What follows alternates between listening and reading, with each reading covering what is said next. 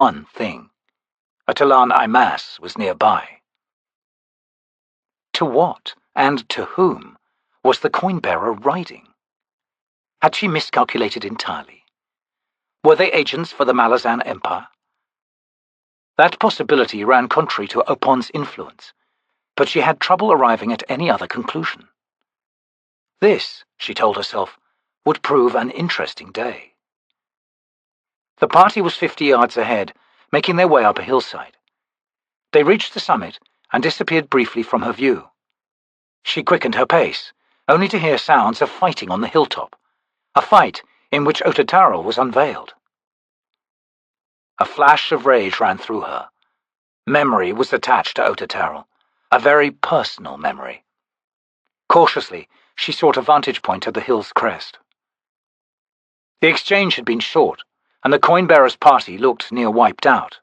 In fact, only the coin-bearer still stood, facing a tall, lithe woman wielding an Tattersail blade. Sorry recognized Adjunct Lorne. On a mission, no doubt, for her dear Empress, a mission that included a Caladan Raest, still out of sight but close. She caught their conversation. If the boys' group weren't agents for the Empire, then perhaps their master in Darujhistan had sensed the prison of the Raest out here and had sent them to investigate. She would discover the nature of the adjunct's mission later. Right now, however, it was time to kill the coin-bearer. And the near proximity of the Raest made success all the more certain. Even Opon's powers could not overcome the influence of a Caladan warren. Murdering the boy would be easy. Sorry waited, then smiled as Adjunct Lorne withdrew, heading north. In minutes, the coin of Opon would be in her hands, and this day, a god might die. As soon as Lorne was sufficiently distant, Crokus ran to the warrior. Sorry rose slowly into a crouch, then moved forward in silence, her garrote in her hands. The hounds howled again, their eager cries closing in from all sides. Hairlock crouched, indecisive. Then the puppet faced the captain. "You'll have to wait a little longer to die, Captain. I've no intention of allowing things to be rushed. No, I wish to linger over your demise." Chance sweaty in his hands, Paran shrugged. To his own surprise, it made little difference to him. If the hounds arrived to find Hairlock gone, they'd probably take out their frustration on him, and that would be that. "You'll come to regret the opportunity, Hairlock. Whether this sword's magic is meant for you or not, I was looking forward to chopping you into kindling. Is your magic a match for my hatred? It would be nice to find out." "Oh, sudden bravery! What do you know of hatred, Captain? When I return, I'll show you precisely what hatred can achieve." The wooden figure gestured, and 12 feet away, another tear opened in the air, this one exuding a fetid stench. "Stubborn mutts," Hairlock muttered. "Until later, Captain." And he scurried for the rent. In the hut, Quick Ben's grin turned savage. He jerked the dagger free with his right hand, and in a single fluid motion, sliced the taut strings, connecting the sticks. "Goodbye, Hairlock," he hissed. Paran's eyes widened as the puppet flopped onto his stomach. A moment later, Hairlock let loose a shriek. The captain's eyes narrowed. "Looks like somebody cut your strings, Hairlock," he said. The hounds were close. In moments they'd be all over them. "Your life, Captain!" Hairlock cried. "Fling me into the warren, and your life is yours. I swear it." Paran leaned on his sword and made no reply. "Pawn of Opon!" Hairlock snarled. "I would spit on you if I could. Spit on your soul!" The earth rumbled, and at once massive shapes moved around Paran, silently closing in on the immobile marionette. Paran recognized Gear, the hound he had wounded. He felt the sword in his hands answer that challenge with an eager tremor that reached into his arms. Gear's head swung in his direction as it passed, and Paran saw a promise in its eyes. The captain smiled. If anything draws Opon out, It will be the fight to come, he thought.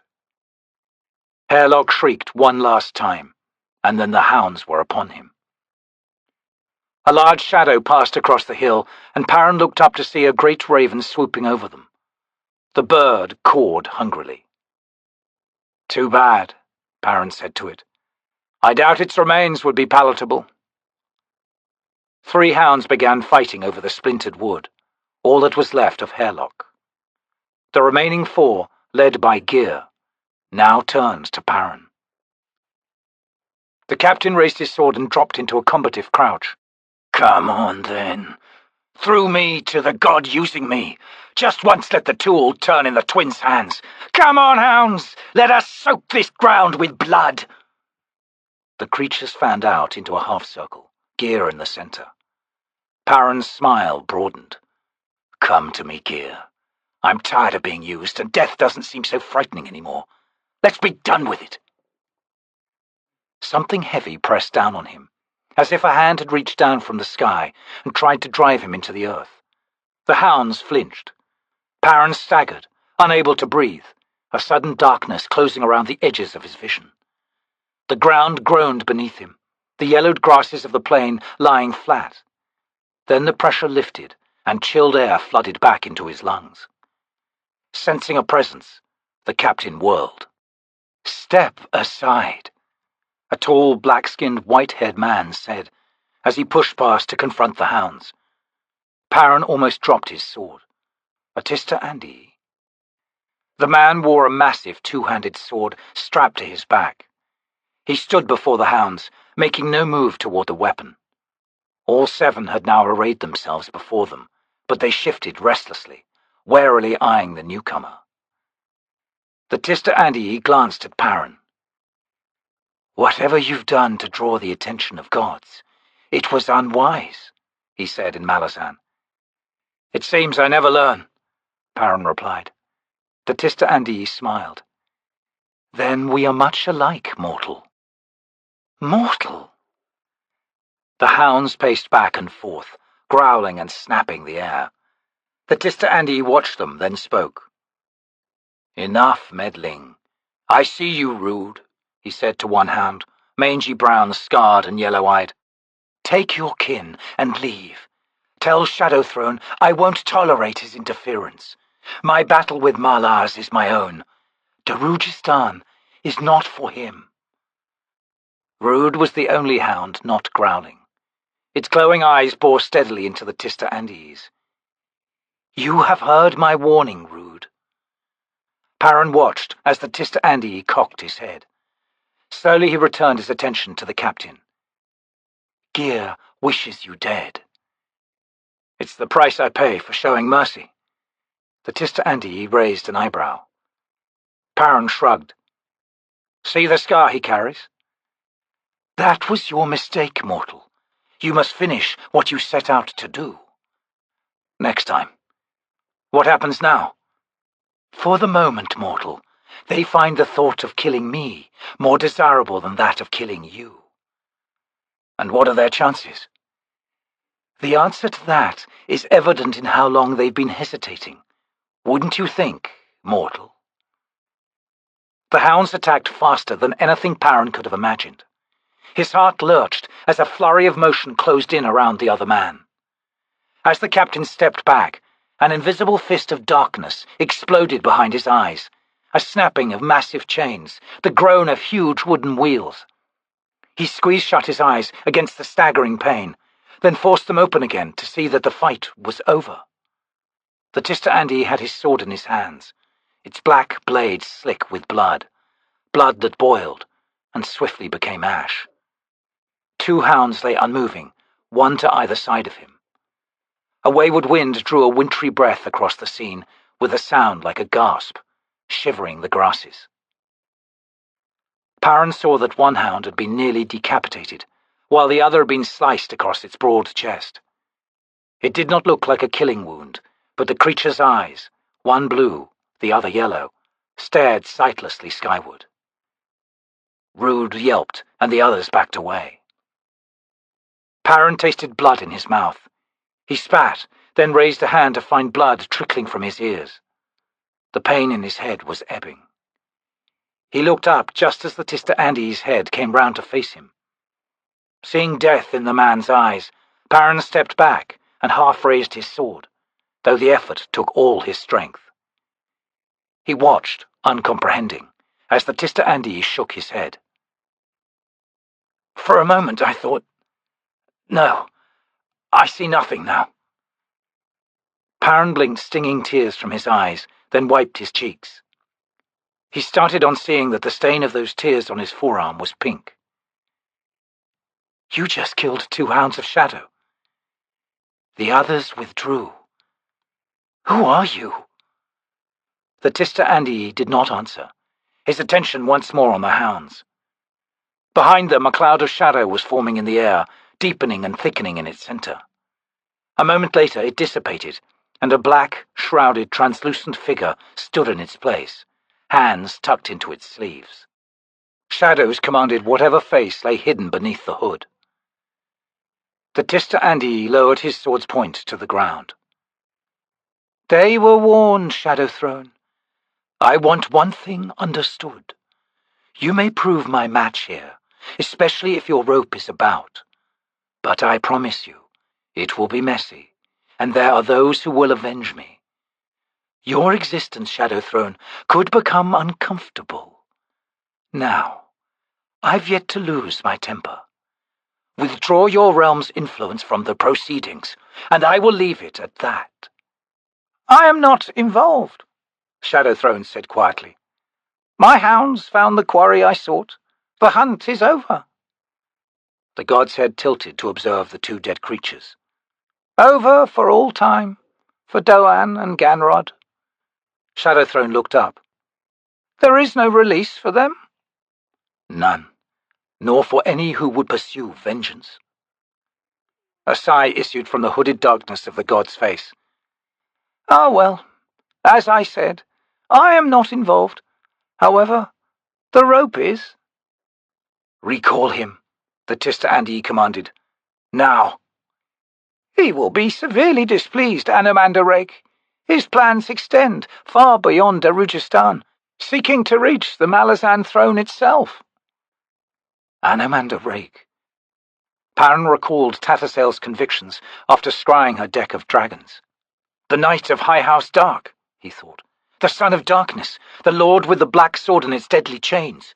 Ruler of Moonspawn, or so she thought. She saw this coming, this very moment, the clash between shadow and dark, the blood spilled. I fight my own battles, Rake growled, and I'd rather deal with Lassine on the Malazan throne than with a servant of shadow. Recall him. One last point, Shadow Throne said, a giggle escaping him. I am not responsible for whatever actions the rope might take against you. A smile entered Rake's tone. Convince him of the wise course, Shadow Throne. I have no patience for your games. If I am pushed, by either you, your hounds, or by the rope, I'll make no distinction. I will assail the Shadow Realm, and you are invited to try to stop me. You lack all subtlety, the god said, sighing. Very well. He paused, and shadows swirled around him. He has been recalled, forcibly extracted, as it were. The field is yours once again, Anomander Rake. The Malazan Empire is all yours, as is Opon, Shadow Throne added. Opon?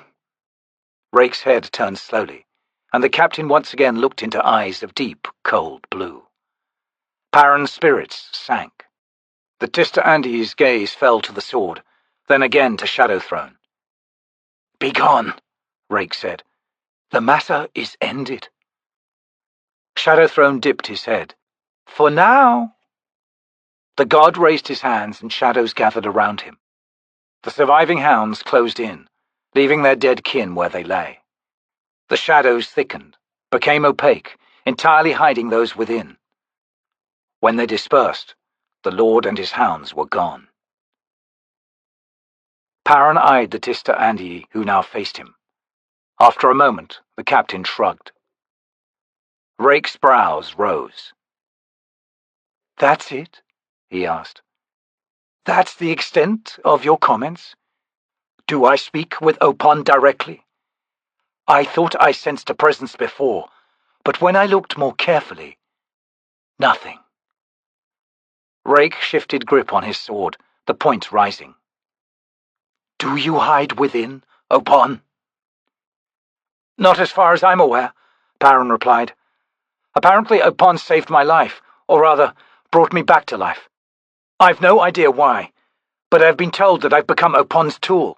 You are journeying to Darujhistan? Paran nodded. May I approach? Rake asked, sheathing his sword. Why not? The Tister Andi strode up to him and laid a hand against his chest. Paran felt nothing untoward. Rake stepped back.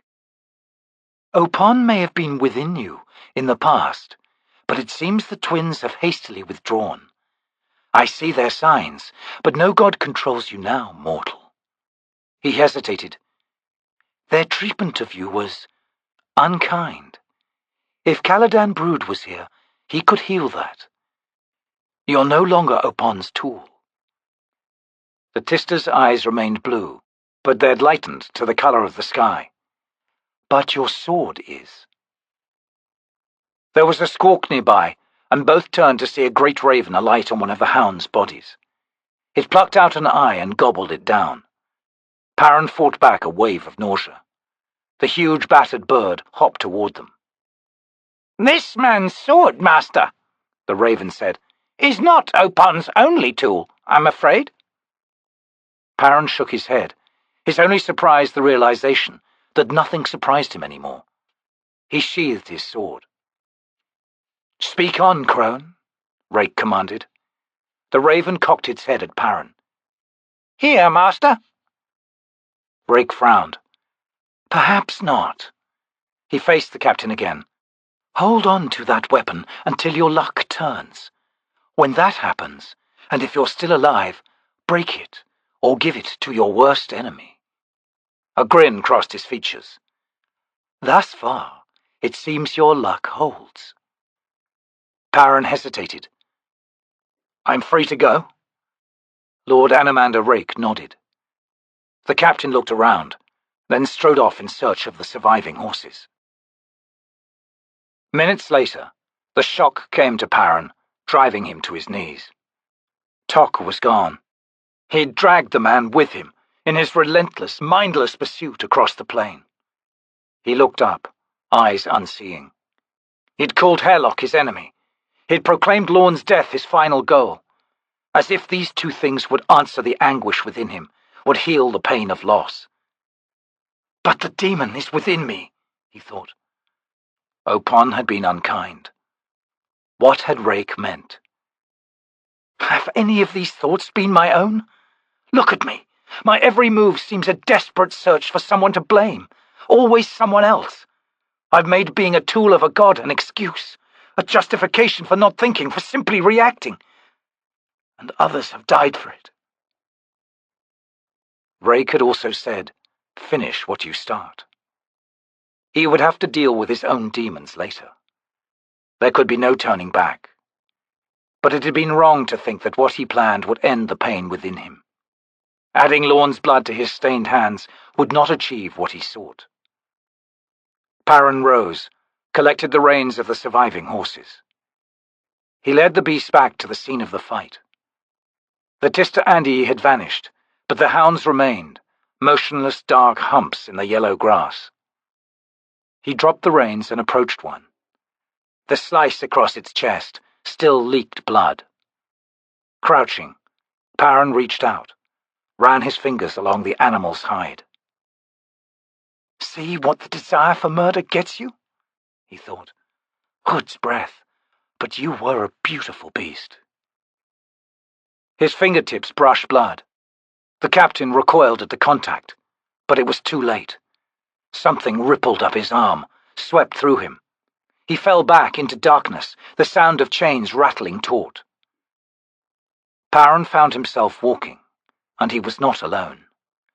Through the gloom he could make out figures on all sides, each shackled with long iron chains, leaning forward as if pulling at an immense weight.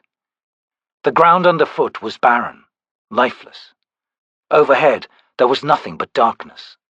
Beneath the constant creak of the chains was a heavier sound that Paran could feel through the soles of his boots. Alone unchained, he fell back toward the source of that sound, passing chained figures, many of them not human. A shape appeared, hulking, pitching. A wagon, impossibly huge, its wooden wheels taller than a man. Driven by an insatiable desire to discover what it carried, Paran moved closer. A chain ripped across his chest, throwing him from his feet. An ear-piercing howl sounded directly above him.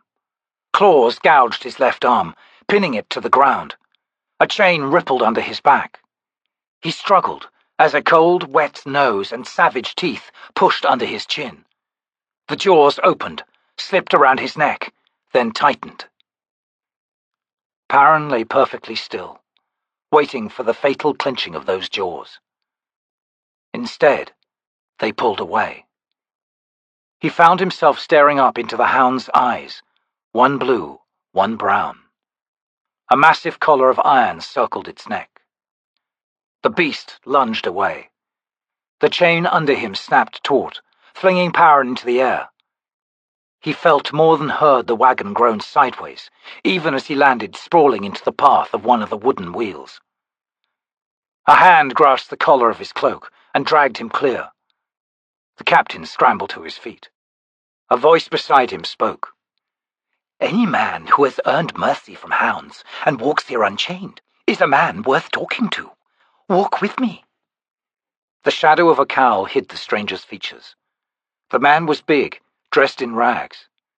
After releasing Paran, he resumed straining on his chain. "Never before," he grunted, "has this prison been so tested." He hissed as the wagon lurched yet again to the hound's frantic attempts to escape. "I fear this will overturn." "And if it does?" The face swung to him briefly, and in the darkness Paran saw the flash of teeth. "The pulling will get harder."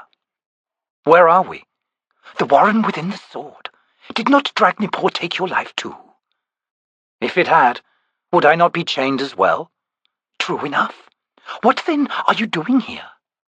"I don't know," Paran admitted. "I saw the hounds killed by Rake's sword. Then I touched the blood of one of the slain beasts." "That explains their confusion. They thought you were one of their own, at first. You were wise to submit to that hound's challenge." "Too frightened to move, you mean?" The stranger laughed. "Even so." "What is your name?" "Names are meaningless. Rake killed me long ago. That is enough." Paran fell silent. Eternity, chained here, forever pulling, he thought. And I asked for the man's name. Would any apology suffice? The wagon bucked savagely, earth ripped from under its wheels. Figures fell, wailing. The hounds howled their fury. "Gethel's breath," the stranger gasped. "Will they never cease?" "I don't think they will," Paran said. "Can those chains be broken?" "No, none have managed it yet, that is, and there are dragons among us. But these hounds—" He sighed. "It is astonishing, but already I long for the peace their arrival has shattered." "Perhaps I can help." The stranger barked a laugh. "By all means, try." Paran moved away, heading toward the hounds. He had no plan in mind. "But I alone am unchained." The thought stopped him, and he smiled. Unchained, no one's tool. He continued on, wondering. He passed figures straining step by step, some silent, some muttering in madness. None raised its head to glance as he passed. The sound of bestial gasping reached him. "Hounds!" Paran called. "I would help!" After a time, they appeared from the gloom. Blood sheathed their shoulders and chests, the flesh torn and mangled by the collars.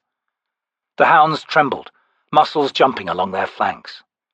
Their eyes, level with Paran's own, met his with such numbed, helpless misery that his heart lurched. He reached out to the odd-eyed one. "I would examine your collars, your chains, seeking a flaw."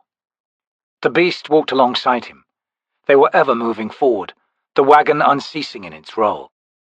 Paran bent close, running his hands on the collar, seeking a join. There was none. Where the chain attached, the link and the collar seemed of one solid piece. Though he knew little of smithing, he believed this attachment would prove the weakest element, and should already show signs of strain. But his fingertips told him otherwise. The iron was not even scratched. Paran ran his hand along the chain, leaving the hound's side.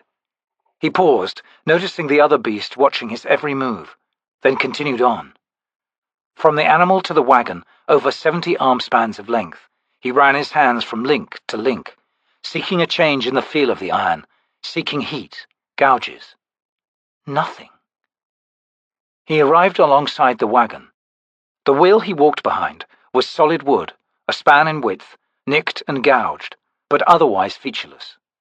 The wall of the bed was 20 or more feet high. The slatted sideboards of withered bone-grey wood showed spaces a finger's width between. Paran flinched back on seeing skeletal fingers crowding the cracks, wriggling helplessly. The wagon's frame beneath the sideboards drew his attention. Here the wood was black, glistening with pitch. Chain ends entered it, countless in number, sinking seamlessly into the wood. Under his touch, the frame seemed solid, yet it was as if the chain links passed through it. Whatever held them then was beyond the wagon's frame. Paran drew a deep breath of the cool, stale air, then ducked under the bed. The frame's beam was a dozen spans thick, condensation dripping down from its pitched underside in endless rain. At the inside edge, Paran found once again the chains, continuing on farther under the wagon. Grasping one, he followed it inward. The links grew colder, as did the air around him. Before long, he was forced to release the chain, his hands burned by the cold. The rain from the underside of the wagon came down as slivers of ice. 2 paces ahead, the chains converged, swallowed by a suspended pool of absolute darkness. Cold poured from it in pulsing waves. Paran could get no closer. He hissed in frustration as he scrambled along opposite the dark hole, wondering what to do next. Even if he managed to break a chain, he had no idea which ones belonged to the hounds. As for the others, Anomander Rake seemed a creature of clear, if cold, justice. To break a chain could unleash ancient horrors upon the realms of the living. Even the stranger he'd spoken with could have once been a tyrant, a horrible dominator. Paran unsheathed chance. As the blade leaped free of the scabbard, it bucked wildly in his hands. The captain grinned even as tremors of terror reached through his hands from the sword. "Open! Dear twins, I call on you! Now!" The air groaned. Paran stumbled over someone who loosed a stream of curses.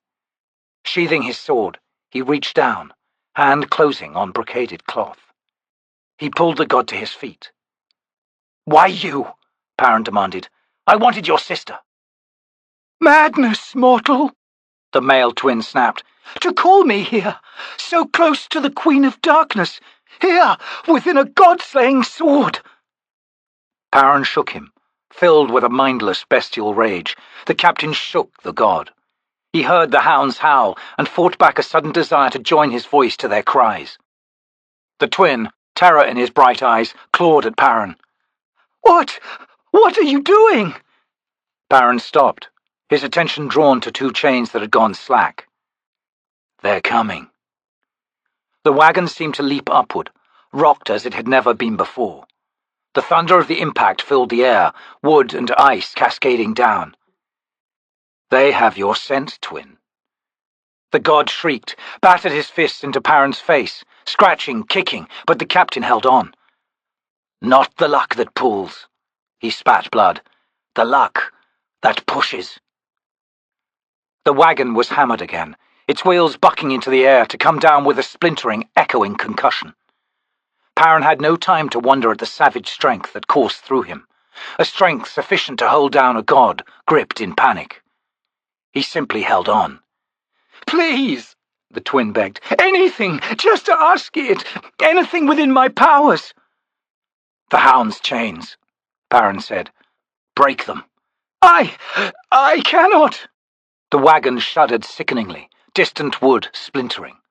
Paran dragged the twin a pace as it rolled forward again.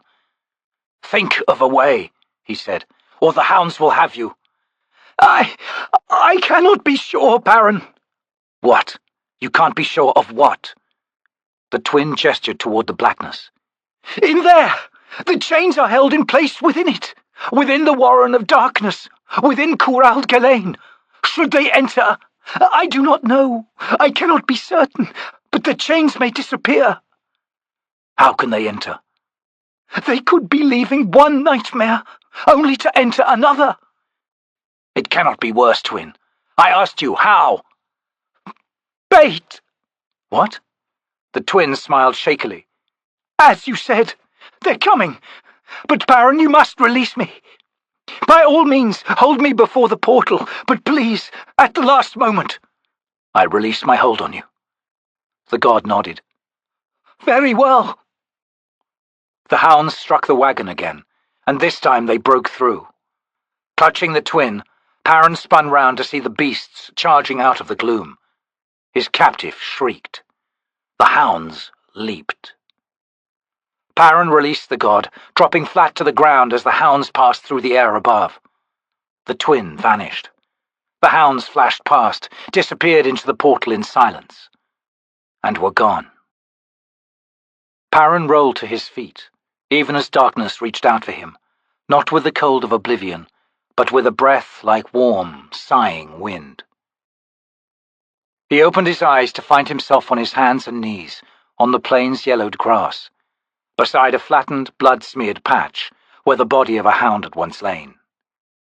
Insects buzzed close by. His head aching, Paran climbed to his feet. The other hound's body was gone as well. What had he done? And why?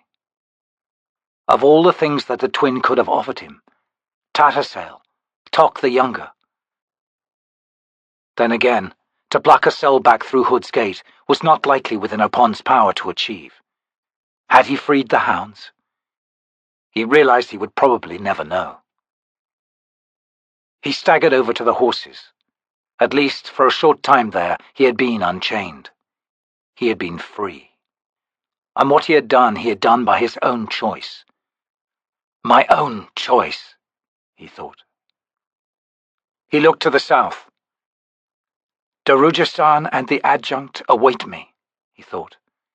Finish what you started, Paran. Finish it once and for all. Damn inconvenient, Cole growled as Crokus completed tying the bandage. She was good, he added. She knew exactly what to do. I'd say she'd been trained, sort of fits, since she was dressed like a mercenary. I still don't understand, Crokus said, sitting back on his haunches.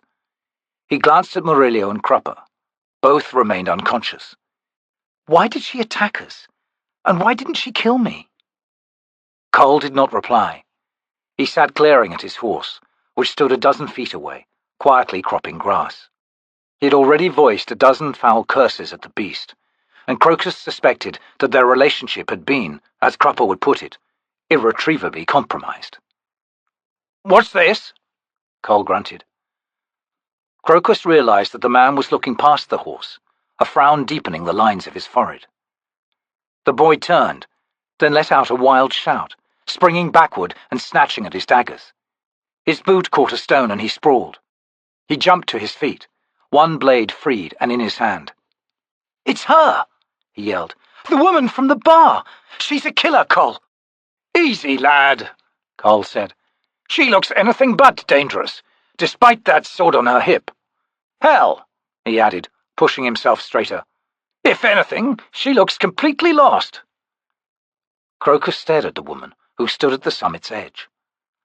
Hood's breath, he muttered. Cole was right. He'd never seen anyone look so bewildered, so utterly at a loss. She was looking at them, tensed as if ready to flee. All the poise, The deadly confidence she had possessed in the Phoenix Inn was gone, as if it had never been. Crokus sheathed his dagger. "So," he asked, "what do we do now, Col?" The wounded man shrugged. "Ease the girl's mind, I guess. From the looks of it, she needs some help."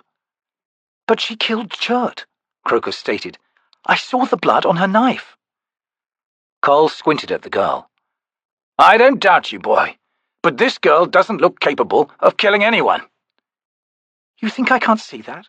Crokus said. "I'm just telling you what I saw. I know it doesn't make any sense." Col sighed. "Anyway, she still needs our help, so go and get her, Crokus." The boy threw up his hands. "How do I do that?" "Damned if I know," Col replied, grinning. "Try flirting." Crokus threw the man a disgusted look. Then he walked cautiously toward the girl. She tensed and backed a step. "Careful," Crokus cried, pointing at the summit's crest behind her. The girl saw that she stood at the very edge of a steep slope. Oddly enough, this seemed to relax her. She moved a few steps closer to Crokus, her wide eyes searching his. "That's right," Crokus murmured. "Everything's fine. Do you understand?" He pointed at his mouth and made talking motions. Col groaned. The girl surprised them both by replying in Daru. "I understand you," she said haltingly. "More now. You're not Malazan. You're not speaking Malazan. But I understand you." She frowned. "How?" "Malazan, huh?" Col said. "Where are you from, girl?" She thought for a moment. "Itgo Can," she said. "What?" Col laughed. "What storm blew you here?" Realization flooded her eyes. "Where's my father? What happened to the nets? I bought the twine, and there was that seer. Rigalai the seer, the wax witch. I remember her. She died." The girl fell to her knees. "She died, and then—" Col's expression was severe, thoughtful. "And then?" "I don't remember," the girl whispered, looking down at her hands. "I don't remember anything more." She began to cry. "Get around 1,000 teats," Col cursed quietly, waving Crokus to his side. "Listen carefully, lad. Don't wait for us. Take this girl to your uncle. Take her to Mammot, and quickly." Crokus scowled. "Why? I can't just leave you here, Col. Who knows when Murillo and Crupper will come around? What if that mercenary comes back?" "What if she does?" Col asked pointedly. Crokus flushed and looked away. "Murillo's a tough bastard, despite the perfume," Col said. "He'll be up and dancing in no time. Take the girl to your uncle, lad. Do as I say." "You still haven't told me why," Crokus said. "It's a hunch, no more." Col reached up and gripped the boy's shoulder. "This girl's been possessed. I think. Something brought her here, to Darujhistan, and onto our trail. The truth is somewhere in her head, Crokus, and it could be vital. Your uncle knows the right people. They can help her, lad. Now, saddle up my horse. I'll wait here for our friends to wake. Hood knows I can't walk anyway. I shouldn't move for at least a couple of days. Cropper and Murillo will handle things here. Go!" Crokus eyed the weeping girl. Then he said, "All right, Col. We'll go back, me and her." "Good," Col grunted. "Now, lay me out a bedroll and some food. Then ride on out of here. And if that damn horse of mine has a heart attack outside the city gates, even better. Hop to it, lad." Chapter 16. December knows the sorrows in our souls. He walks at the side of each mortal, a vessel of regret on the fires of vengeance. December knows the sorrows, and would now share them with us all.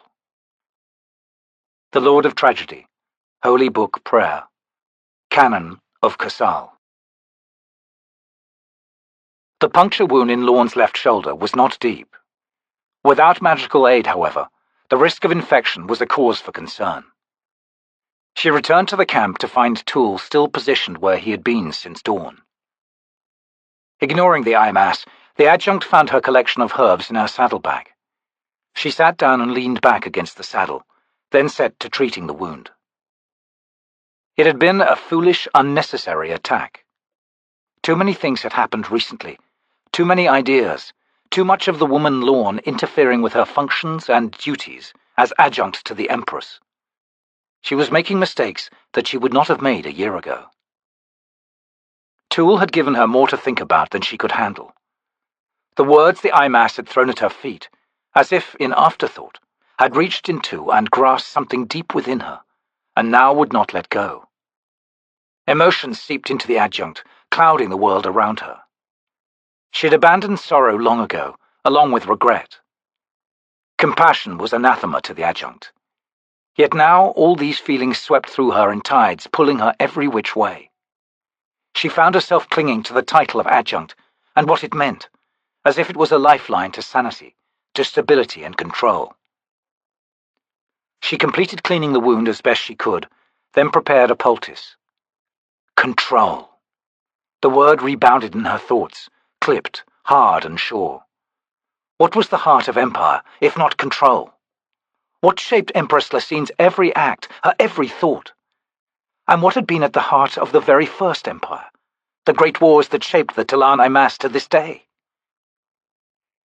She sighed and looked down at the dirt beneath her. But that was no more than we all sought, she told herself. From a young girl bringing twine home to her father, to the immortal power that had seized her for its own use. Through the gamut of life, we struggled for control, for a means to fashion the world around us.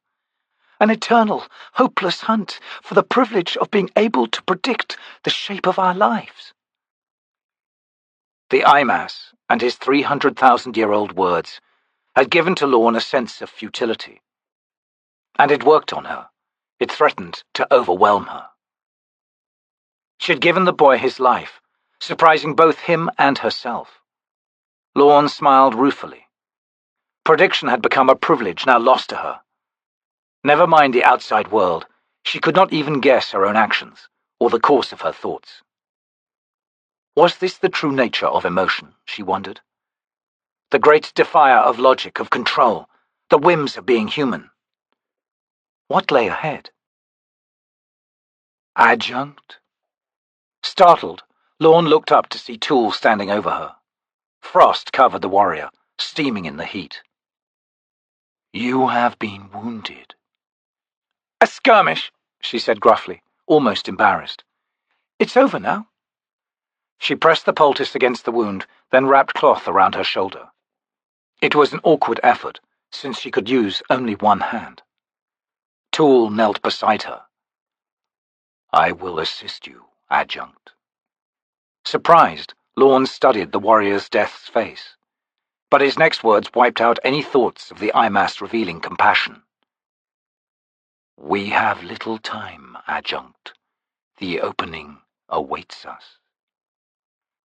An expressionless mask settled over her face. She jerked a nod as Tool finished, his withered, shredded hands, his nails blunt, polished brown and curved, deftly tying a knot with the strips of cloth. Help me to my feet, she commanded. The marker had been shattered, she saw, as the eye mask guided her forward. Apart from this, however, all looked unchanged. Where is this opening? She asked. Tool halted before the broken stones. I will lead, adjunct. Follow closely behind me. When we are within the tomb, unsheath your sword. The deadening effect will be minimal, yet it will slow the Jaghut's return to consciousness. Enough for us to complete our efforts. Lorne drew a deep breath. She shrugged off her doubts. There was no turning back now. Had there ever been such a chance? The question, she realized, was a moot one. The course had been chosen for her. Very well, she said. Lead on, Tool. The Imass spread out his arms to the sides. The hillside before them blurred, as if a curtain of wind-blown sand rose before it. A churning wind roiled through this strange mist. Tool stepped forward. Following, Lorne at first recoiled at the stench that wafted into her, a stench of air poisoned by centuries of pulsing sorcery, countless wards dispersed by Tool's Talon powers. She pushed ahead, her eyes fixing on the Imass's broad, tattered back. They entered the hillside. A rough corridor leading into darkness appeared before them. Frost limbed the stacked boulders forming the walls and ceiling. As they went farther, the air grew bitter cold, stripped of scents, and thick green and white ropes of ice tracked the walls. The floor, which had been frozen-packed earth, became slabs of stone, slick with ice. Numbness seeped into Lorne's extremities and her face. She saw her breath curl in a white stream, drawn inward to the darkness beyond. The corridor narrowed, and she saw strange symbols painted on and within the ice, streaking the walls, dull red ochre in colour. These markings brushed something deep inside her. She almost recognized them, but as soon as she concentrated on doing so, the sensation of familiarity vanished. Tool spoke. "My people have visited here before," he said, pausing to look at the adjunct over one shoulder. "They added their own wards to those of the Jaghut, who imprisoned this tyrant." Lorne was irritated.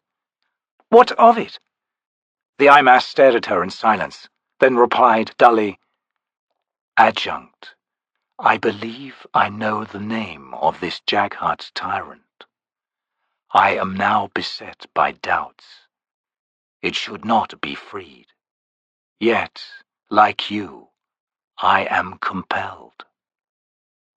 Lorne's breath caught.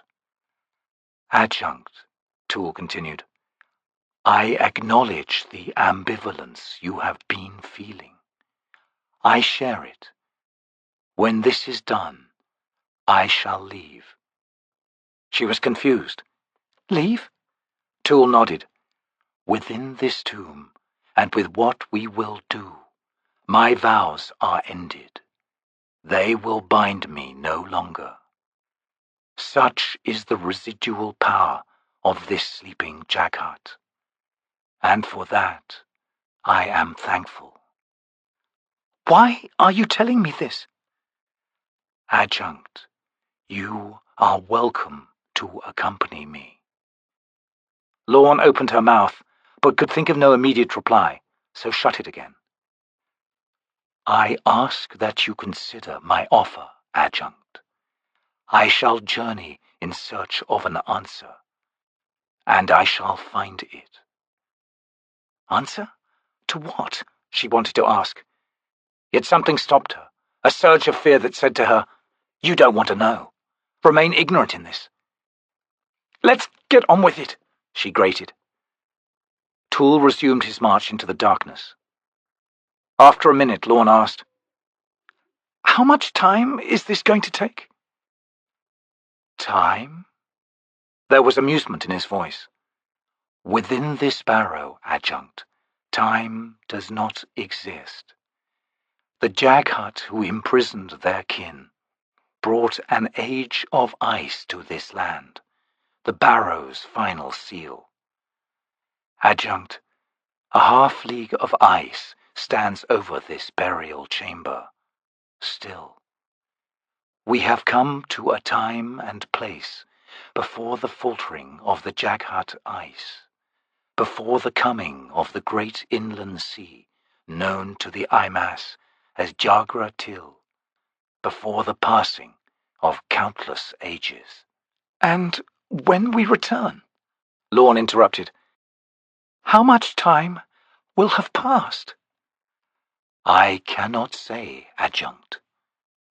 The Imass paused and turned back to her, his eye sockets glimmering with a sourceless light. "I have never done this before." Despite the hardened leather armor, the feel of a woman pressing against Crokus's back had brought to his face more sweat than the afternoon heat could account for. Yet it was a mix of feelings that had his heart thumping against his chest. On the one hand was the bald fact that here was a girl of nearly his age, and an attractive one at that, with surprisingly strong arms wrapped around his waist and her warm, moist breath on his neck. On the other hand, this woman had murdered a man, and the only reason he could think of her arriving on the scene back there in the hills was that she'd been planning to kill him too. So he found himself too tense to enjoy sharing the saddle with her. They had said little to each other since leaving Kol. In another day, Crokus knew, Darujhistan's walls would come into view. He wondered if she'd remember it. And then a voice spoke in his head that sounded like Kol's. "Why don't you ask the girl, idiot?" Crokus scowled. She spoke first. "Is it Kokan far from here?" He thought about laughing, but something, an instinct, stopped him. "Tread softly," he told himself. "I've never heard of such a place," he said. "It's in the Malazan Empire?" "Yes. We aren't in the Empire?" Crokus growled. "Not yet." Then his shoulders slumped. "We're on a continent called Genabakis. The Malazans came from the seas both east and west. They now control all the free cities to the north, as well as the Nathilog Confederacy." "Oh," the girl replied weakly. "You're at war with the Empire, then?" "More or less, though you'd never know it as far as Darujhistan is concerned." "Is that the name of the town you live in?" "Town? Darujhistan's a city. It's the biggest, richest city in all the land." There was awe and excitement in her reply. "A city? I've never been to a city. Your name is Crokus, isn't it?" "How did you know that?" "That's what your soldier friend called you." "Oh, of course." Why did the fact that she'd known his name send his heart lurching? "Aren't you going to ask me my name?" the woman asked quietly. "You can remember it?" "No," she admitted. "That's strange, isn't it?" He heard pathos in that reply, and something melted inside, making him even angrier. "Well, I can't very well help you in that, can I?" The woman seemed to withdraw behind him, and her arms loosened their grip. "No." Abruptly his anger fell away. Crokus was ready to scream at the chaos in his head. Instead, he shifted in the saddle, forcing her to clutch him tightly. "Ah," he smirked. "That's better." Then his eyes widened. "What am I saying?" he thought. "Crokus?" "What?" "Give me a Darujhistan name. Pick one. Pick your favorite." "Chalice," he responded immediately. "No, wait. You can't be Chalice. I already know a Chalice. You've got to be someone else." "Is she your girlfriend?" "No!" he snapped. He pulled at the reins and they stopped. Crokus clawed at his hair, then threw a leg over and dropped to the ground. He pulled the reins over the horse's head. "I want to walk," he said. "Yes," she said. "I would like to, too." "Well, maybe I want to run." She stepped round to face him, her expression troubled. "Run? From me, Crokus?" He saw things falling into ruins behind her eyes. What were those things? He felt a desperate need to know, but asking straight out was clearly impossible. Why it was impossible, he couldn't say. It just was. He looked down at the ground and kicked at a rock. "No," he mumbled. "I didn't mean that. Sorry." Her eyes widened. "That was my name," she gasped. "That was my name, Crokus. You just said my name." "What?" He frowned. "Sorry." "Yes." She looked away. "Only it wasn't always my name. I don't think. No, it wasn't the name my father gave me." "Can you remember that one?" She shook her head and ran a hand through her long, dark hair. Crokus started walking, and the girl fell into step beside him. The road wound down through the low hills. In an hour they'd reached the Caladan Bridge. The panic that had filled him was subsiding, perhaps having burned itself out. He felt relaxed, and that surprised him, since he couldn't recall the last time he had felt relaxed in a female's company. They walked in silence for a time. Ahead, The sun sank down in a golden blaze, shimmering along a blue and green line on the horizon beyond the hills. Crokus pointed to the glistening line. "That's Lake Azure. Darujhistan lies on its south shore." "Haven't you thought of a name for me yet?" the woman asked. "The only name that comes to mind," Crokus said sheepishly, "is my matron's." The girl glanced at him. "Your mother's?" Crokus laughed. "No, not that kind of matron. I meant the Lady of Thieves, Apsala. Only it's not good to take that kind of name, since she's a goddess. What about Salah?" Her nose wrinkled. "No, I like Apsala. Make it Apsala." "But I just said, that's the name I want," the girl insisted, her face darkening. "Uh-oh," Crokus thought. "Better not press this one." "All right," he sighed. "So you're a thief?" "What's wrong with that?" Apsala grinned. "Given my new name, nothing at all, Crokus. When do we camp?" He blanched. He hadn't thought about that. "Maybe we should just push on," he said warily, not meeting her eyes. "I'm tired. Why don't we camp at this Catlin Bridge?" "Well, I've only got the one bedroll. You can have it. I'll stand watch." "All night? What's there to watch out for?" Crokus rounded on her. "Why all these questions?" he demanded hotly. "It's dangerous out here. Didn't you see Cole's wound? And how do we know the garrison's still there?" "What garrison?" Crokus cursed himself. He averted his gaze. "The garrison on the other side of the bridge," he said. "But it's a long bridge." "Oh, come on, Crokus." Apsala laughed and drove her elbow into his ribs. "We'll share the bedroll. I don't mind, so long as you keep your hands to yourself." Rubbing his ribs, Crokus could only stare at her. Cursing, Cropper glared over his shoulder at Murillo. "Damnation! Can't you urge that beast any faster?" The mule was living up to its reputation, refusing anything but a plodding walk. Murillo grinned sheepishly. "What's the big hurry, Cropper? The boy can take care of himself. It was Master Baruk's explicit command that we guard him, and guard him we must."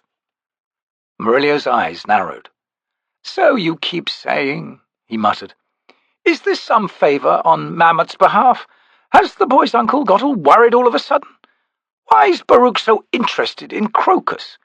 You convey the alchemist's orders, Cropper, but you don't explain them." Cropper reined in his mount. "Oh, very well," he said. "Mutiny in the ranks forces Cropper's sly hand. Opon has chosen Crokus, for whatever purpose the devious deity may devise. Baruk would have us keep an eye on the lad, and more, prevent any other powers from finding him." Murillo rubbed the bruise on his forehead and winced. "Damn you," he sighed.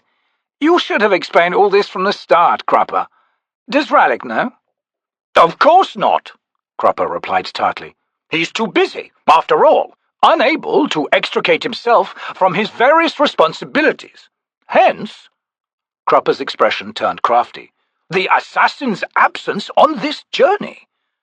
But why, pray tell, is Cropper informing Murillo of such things? Clearly, Murillo knows more of Rallick's doings than poor, ignorant Cropper." Murillo's look was blank. "What do you mean?"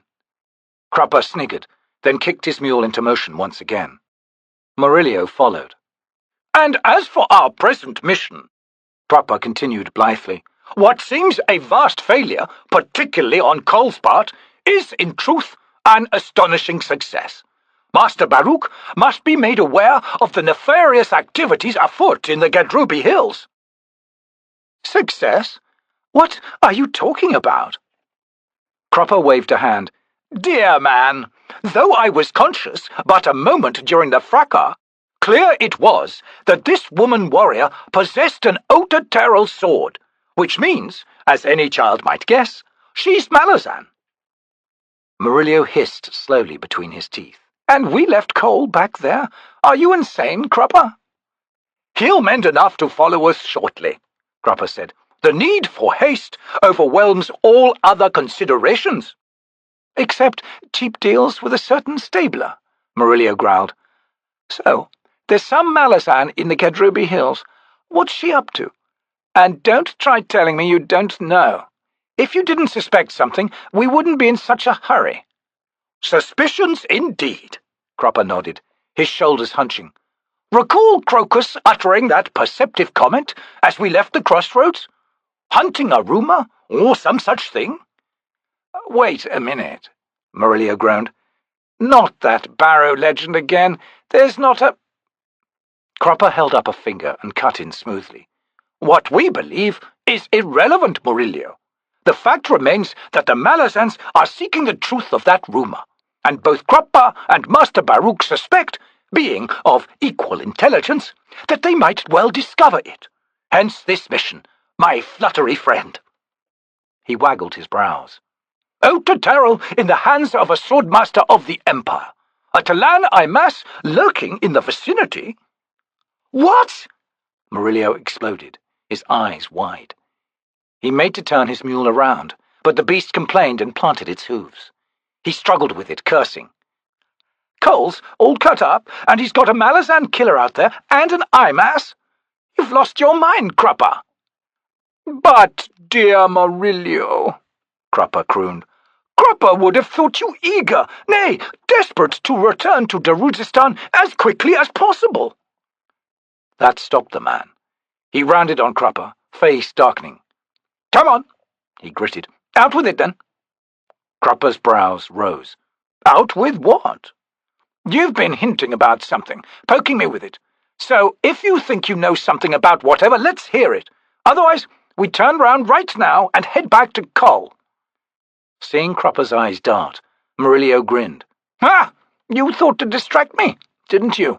Well, it's not going to work." Cropper raised his hands palm up. "No matter whose brain was responsible for your scheme to return Cole to his rightful title, Cropper can do naught but eagerly applaud." Murillo's jaw dropped. How in Hood's name did Cropper? The man continued. "But all that is inconsequential when faced with the fact of Crokus and the grave danger he is presently in. More, if this young girl was indeed possessed, as Cole suspects, the risks are frightening to behold. Was she the only hunter for the lad's frail, unprotected life? What of the 1,000 gods and demons who would eagerly confound Opon at the first opportunity? Thus would Murillo, friend of long standing with Crokus, so callously abandon the child to the fates? Is Murillo a man to succumb to panic, to what-ifs, to a host of imagined nightmares, slinking about within the shadows of his overwrought imagination?" "All right," Murillo barked. "Now, hold your tongue and let's ride." Cropper gave a brusque nod at this wise remark. An hour later, as dusk clambered up the hillsides and ever westward to the dying sun, Murillo started and threw Cropper a furious glare that was lost in the gloom. "Damn him," he whispered. "I said I wasn't about to let him distract me. So what's the first thing he does? Distract me." "Murillo murmur something?" Cropper asked. Murillo massaged his forehead. "I'm having dizzy spells," he said. "Let's find a camp. Crokus and the girl won't make it to the city before tomorrow anyway. I doubt he's in any danger on the road, and we'll find him easily enough before tomorrow's sunset. They should be fine in the daytime. Who knows? They'll be with Mammot, right?" Cropper admits to his own weariness. "Indeed, a camp should be found, and Murillo can construct a small fire, perhaps, and so prepare dinner, while Cropper ponders vital thoughts and such." "Fine," Murillo sighed. "Just fine." It came to Captain Paran a couple of days after his encounter with the Tista Andii, and the events within the Lord's Sword, that Rake had not suspected him to be a Malazan soldier. Or he'd be dead. Oversights blessed him, it seemed. His assassin in pale should have checked twice. And now the Son of Darkness, snatching him from the jaws of the hounds, had in turn let him walk free. Was there a pattern to this? It had Opon's flavour, yet Paran didn't doubt Rake's assertion. Then did his luck indeed lie in his sword? And had these mercies of fortune marked pivotal moments, moments that would come back to haunt those who'd spared him? For his own well-being, he hoped not. His was no longer the Empire's road. He'd walked that path of blood and treachery for too long. Never again. What lay before him, then, was the singular effort to save the lives of Whiskeyjack and the squad. If he managed that, he would not begrudge his own death as a consequence. Some things went beyond a single man's life, and maybe justice existed outside the minds of humanity, beyond even the hungry eyes of gods and goddesses, a thing shining and pure and final. Some philosophers he had read during his schooling in the Malazan capital, Unter, had asserted what seemed to him then an absurd position. Morality was not relative, they claimed, nor even existing solely in the realm of the human condition. No, they proclaimed morality as an imperative of all life, a natural law that was neither the brutal acts of beasts, nor the lofty ambitions of humanity, but something other, something unassailable. Just another hunt for certainty, he thought. Paran scowled and stiffened in his saddle, his eyes fixed on the trader track winding before him through low, rounded hills. He recalled discussing this with Adjunct Lorne at a time when neither had been compelled by the outside world. Just another hunt for certainty, she had said, in a voice brittle and cynical, putting an end to the discussion as clearly as if she had driven a knife into the wine-stained table between them. For such words to have come from a woman no older than him, Paran suspected then, as he did now, that her particular view had been no more than an easy, lazy mimicry of Empress Lecine's. But Lecine had a right to it, and Lorne did not. At least in Paran's mind. If anyone had a right to world-weary cynicism, it was the Empress of the Malazan Empire.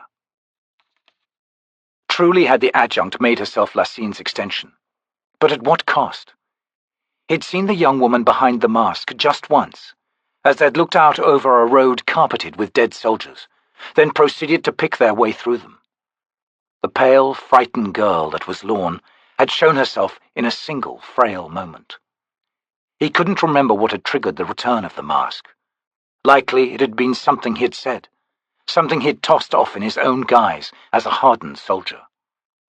Paran sighed deeply. Too many regrets, he thought. Lost chances, and with each one passing, the less human we all became, and the deeper into the nightmare of power we all sank. Was his life irretrievable? He wished he had an answer to that question. Movement in the south caught his attention, and with it he became aware of a rumbling sound, rising up from the earth around him. He rose in the saddle. A wall of dust curled over the ridge of land directly ahead.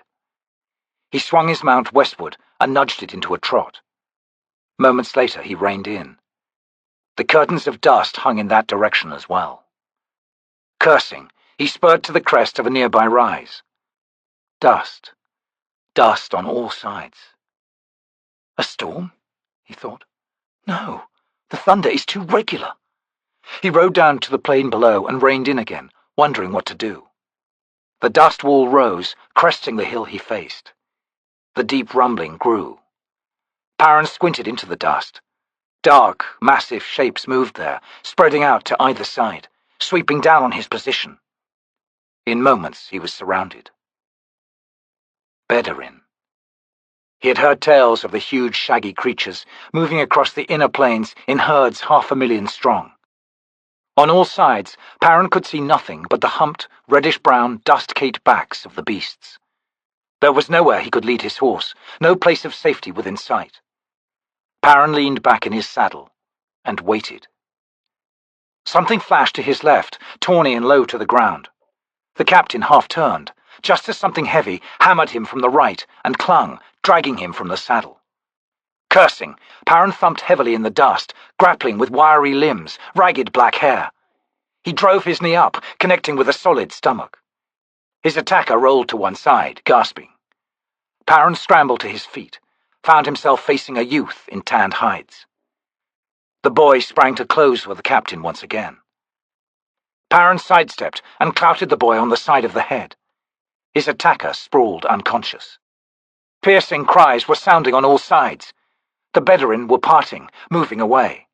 Figures emerged, closing on Paran's position. Rivi, sworn enemies to the Empire, allied in the north with Caladan Brood and the Crimson Guard. 2 warriors came to the unconscious boy's side. Each took an arm and dragged him off. The herd had come to a stop. Another warrior approached, striding boldly up to Paran. His dust-streaked face was stitched with dyed threads, black and red, from high on the cheeks down to the jawline, then up and around the mouth. A Bedouin hide rode the broad line of his shoulders. Stopping less than an arm's length in front of Paran, the warrior reached out and closed his hand on the grip of chance. Paran struck away the hand. The Rivi smiled, stepped back, and loosed a high-pitched, ululating cry. Figures rose on the backs of the surrounding Bedouin, lances balanced in one hand as they crouched on the shaggy backs. The huge animals beneath the warriors ignored them as if they were but tick birds. The 2 Rivi who had taken the boy away now returned, joining the stitched-faced warrior, who said something to the one on his left. This man moved forward. Before Paran could react, he surged into motion, throwing a leg behind the captain, then driving his shoulder into Paran's chest. The warrior fell on top of him. A knife blade slid against the line of Paran's jaw, sliced through the helmet strap. The iron skullcap was pulled away, and fingers snagged a handful of his hair. Dragging the warrior with him, Paran pushed himself upright. He had had enough. Death was one thing, death without dignity quite another. As the Rivi's hand twisted, pulling his head up, the captain reached between the warrior's legs and found his own handful. He yanked hard. The warrior shrieked, releasing Paran's hair. A knife appeared again, flashing at the captain's face. He ducked to one side, his free hand snapping up to grasp the wrist, pushing away the knife. He squeezed once more with his other hand. The Rivi shrieked again, then Paran let go, twisted round, and drove his armoured elbow into the man's face. Blood splattered like rain in the dust. The warrior reeled back, crumpled to the ground. A lance haft hammered a glancing blow along Paran's temple. He spun round with the impact. A second lance struck him in the hip, hard as a kick from a horse, numbing his leg. Something pinned his left foot to the ground. Paran unsheathed chance. The weapon was almost knocked from his hand with a ringing, pealing sound. He swung it upward, and it was struck again. Half-blinded with pain, sweat, and dust, Paran reared upright, shifting to a 2-handed grip and drawing chance down to a centre-guard position. The sword's blade was struck a 3rd time, but he retained his grip. There was silence. Gasping, blinking, Paran raised his head, looked around. Rivi surrounded him, but none moved. Their dark eyes were wide. Paran flicked his gaze to his weapon, glared back up and around at the warriors, then his eyes returned to chance, and stayed there.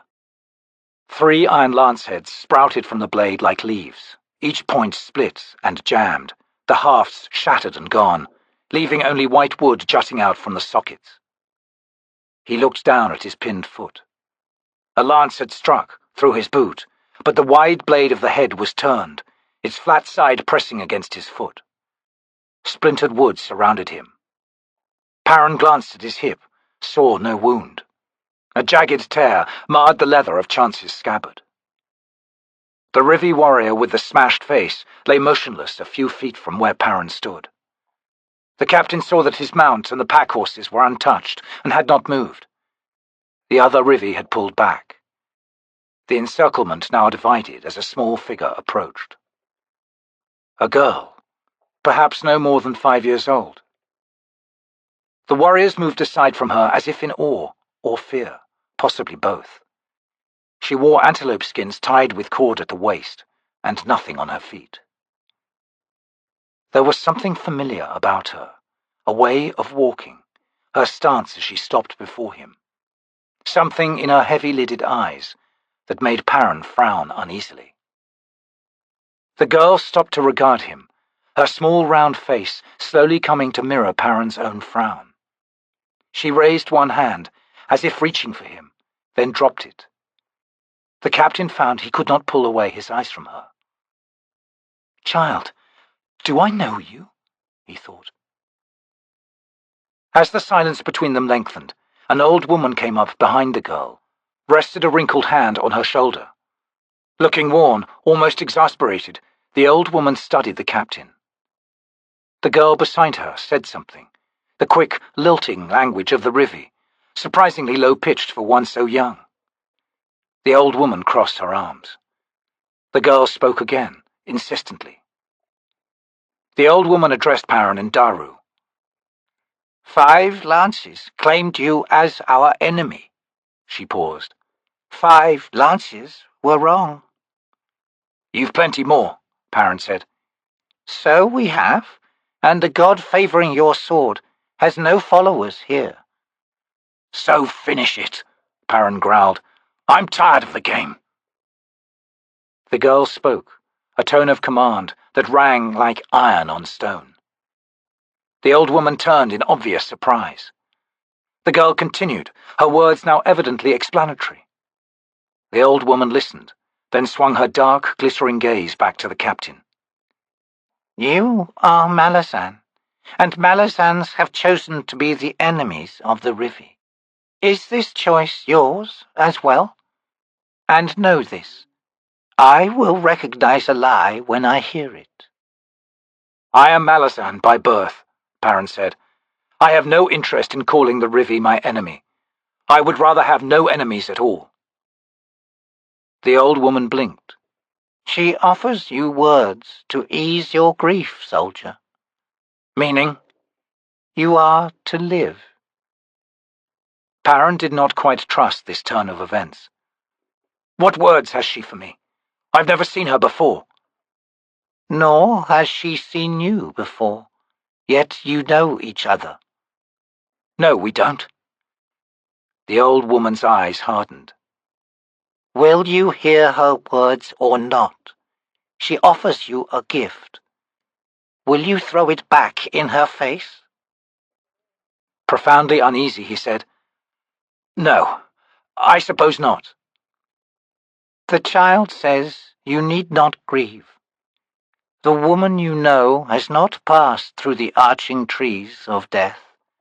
Her journey was beyond the lands you can see, beyond those of the spirit that all mortals sense. And now she has returned. You must be patient, soldier. You will meet again, so this child promises." "Which woman?" Paran demanded, his heart pounding. "The one you thought dead." He looked again at the girl. The familiarity returned like a blow to his chest. He staggered back a step. "Not possible," he whispered. The girl withdrew, dust swirling. She vanished. "Wait!" Another cry sounded. The herd lurched into motion, closing in, obscuring the Rivi. In moments, all Paran could see were the backs of the giant beasts, shuffling past. He thought to push among them, but knew it would bring him only death. "Wait!" the captain shouted again, but the sound of hundreds, thousands of hooves on the plain drowned his efforts. "Tattersail!" It was fully an hour before the Bedouin herd's tail end appeared. As the last of the beasts strolled past the captain, he looked around. The wind rolled the dust cloud eastward, over the sloping, humped hills. Paran climbed into the saddle, swung his mount southward once again. The hills of Gadrobi rose before him. "Tattersail, what did you do?" he thought. He recalled Tok noting the trail of small prints leading from the scorched pillar that had been all that was left of Beladan and Tattersail. "Hood's breath! Did you plan such a thing? And why the Rivi? Reborn? Already a child of 5, maybe 6? Are you even mortal anymore, woman? Have you ascended? You found yourself a people, a strange primitive people. To what end? And when we next meet, How old will you appear to be then?"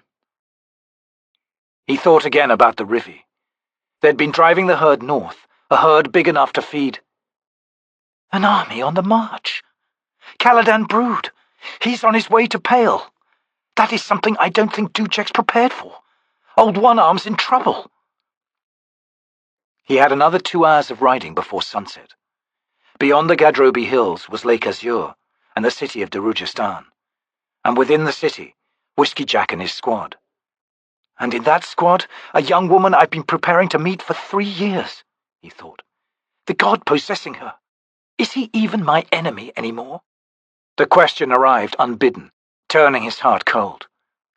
Gods, what a journey this has been! And here I had thought to travel this plain unnoticed. A foolish thought. Scholars and mages write endlessly of fell convergences. It seems I am a walking convergence, a lodestone to draw a sentence. To their peril, it seems. My sword's chance answered those 5 lances, despite my treatment of one of the twins. How to explain that? The truth is, my cause has become my own. Not the adjuncts, not the Empire's. I said I'd rather have no enemies at all, and the old woman saw those as true words. And so it seems they are. Endless surprises, Ganoes Paran. Ride on. See what comes. The track climbed a hillside, and the captain spurred his horse up the slope. Reaching the summit, he yanked hard on the reins. The horse snorted indignantly and swung her head round, eyes rolling. But Paran's attention was elsewhere. He leaned back in the saddle and loosened his sword. A heavily armoured man struggled to his feet beside a small campfire. Beyond him was a hobbled mule. The man tottered, his weight on one leg, and unsheathed a bastard sword, which he then leaned on as he regarded the captain. Paran nudged his mount forward, scanning the immediate area. It seemed that the warrior was alone. He brought his horse to a halt, with 30 feet between them. The man spoke in Daru. "I'm in no shape for a fight, but if you want one, it's yours." Once again, Paran found himself thankful for the adjunct's insistence that he be thoroughly schooled. His reply was as fluent as this native's. "No, I've lost the taste for it." He waited, leaning forward in the saddle, then grinned at the mule. "Is that beast a war mule?" The man barked a laugh. "I'm sure it thinks it is," he said, relaxing. "I've food to spare, traveller, if you're of a mind." The captain dismounted and approached. "My name's Paran," he said. He sat down by the fire. The other followed suit, the fire between them. "Cull," he grunted, stretching out a bandaged leg. "You down from the north?" Genebaris initially. Spent some time in Pale recently. Cull's brows rose at that. "You've the look of a mercenary," he said, "though likely an officer. I heard it was pretty bad up there." "I arrived a little late," Paran admitted. "Saw lots of rubble and lots of dead, so I'm inclined to believe the stories." He hesitated, then said, "There was a rumour in Pale that Moonspawn is now over Darujhistan." Cull grunted, tossing a handful of sticks onto the fire. "So it is," he said. He gestured at a battered pot tucked against the coals. "That's stew, if you're hungry. Help yourself." Paran realized he was famished. He accepted Cull's offer gratefully. As he ate, using a wooden spoon the man loaned him, he thought to ask about that leg wound. But then he recalled his claw training. When you play a soldier, you play it to the hilt. Nobody talks about what's obvious. Something staring you in the eye, you look around it and grumble about the weather. Anything important will come out in its own time. Soldiers have nothing to look forward to, making patience an easy virtue. And sometimes it's not just a virtue, but a contest of indifference. So Paran emptied the pot, while Cull waited in casual silence, poking at the fire and adding the occasional stick from an enormous pile behind him. Where the wood had come from was anybody's guess. Finally Paran wiped his mouth with his sleeve and scrubbed the spoon as clean as he could manage without water. He sat back and belched. Cull spoke. "You heading into Darujhistan, then?" "I am, And you? Should be able to manage it in another day or so, though I can't say I'm looking forward to riding into the city on the back of a mule. Paran looked westward. Well, he said, squinting, sun's about down. Mind if I share this camp for the night? By all means. The captain rose and attended to his horses. He thought about delaying a day to let this man mend some more, then lending him a horse. If he rode into the city in the company of a local, there'd be advantages. Someone to direct him, perhaps even give him a place to stay for a day or two. Not only that, but he might learn something in the meantime. Would another day matter? Possibly, but it looked worth it. He hobbled the Wiccan horses near the mule, then carried his saddle back to the fire. Been thinking about your problem, Paran said, as he dropped the saddle and sat with his back against it. I'll ride in with you. You can use my pack horse. Cole's eyes were alert. A generous offer. Seeing the man's suspicion, Paran smiled. The horses could use the extra day's rest, for one. Second, I've never before been to Darujhistan, so in exchange for my so-called generosity, I'd like to plague you with endless questions in the next 2 days. After that, I get my horse back, and you're on your way. And if anyone's come out ahead, it's me. Better warn you now, Paran. I'm not much of a talker. I'll take the risk. Cole considered for a time. Good nose, he said. I'd be mad not to accept, wouldn't I? You don't look the type to stick me in the back. I don't know your real story, Paran. If that's something you want to keep to yourself, that's your business. That won't stop me from asking questions, though. It's up to you whether you lie or not. I think that goes both ways, doesn't it? Paran responded. Well, you want my story straight? Fine. Here it is, Cole. I'm a deserter from the Malazan army, ranked as captain. I also did a lot of work with the Claw, and looking back on it, that's where the trouble started. Anyway, it's done. Oh, yes. And one more thing. People who get close to me usually end up dead, he thought to himself. Cole was silent, his eyes glittering in the firelight and fixed on the man opposite him. Then he puffed his cheeks and blew out a loud breath of air. Truth as bald as that makes a challenge, don't it? He stared into the fire, then leaned back on his elbows and lifted his face to the stars now appearing overhead. I was once a noble in Darujhistan, the last son of a long-lined, powerful family. I was set for an arranged marriage, but I fell in love with another woman, a hungry, ambitious woman, though I was blind to that.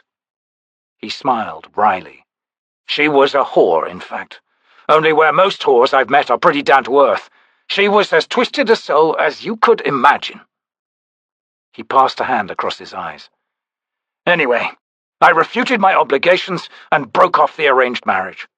It killed my father, I think, when I married Aistel. That was the whore's name, though she's changed it since.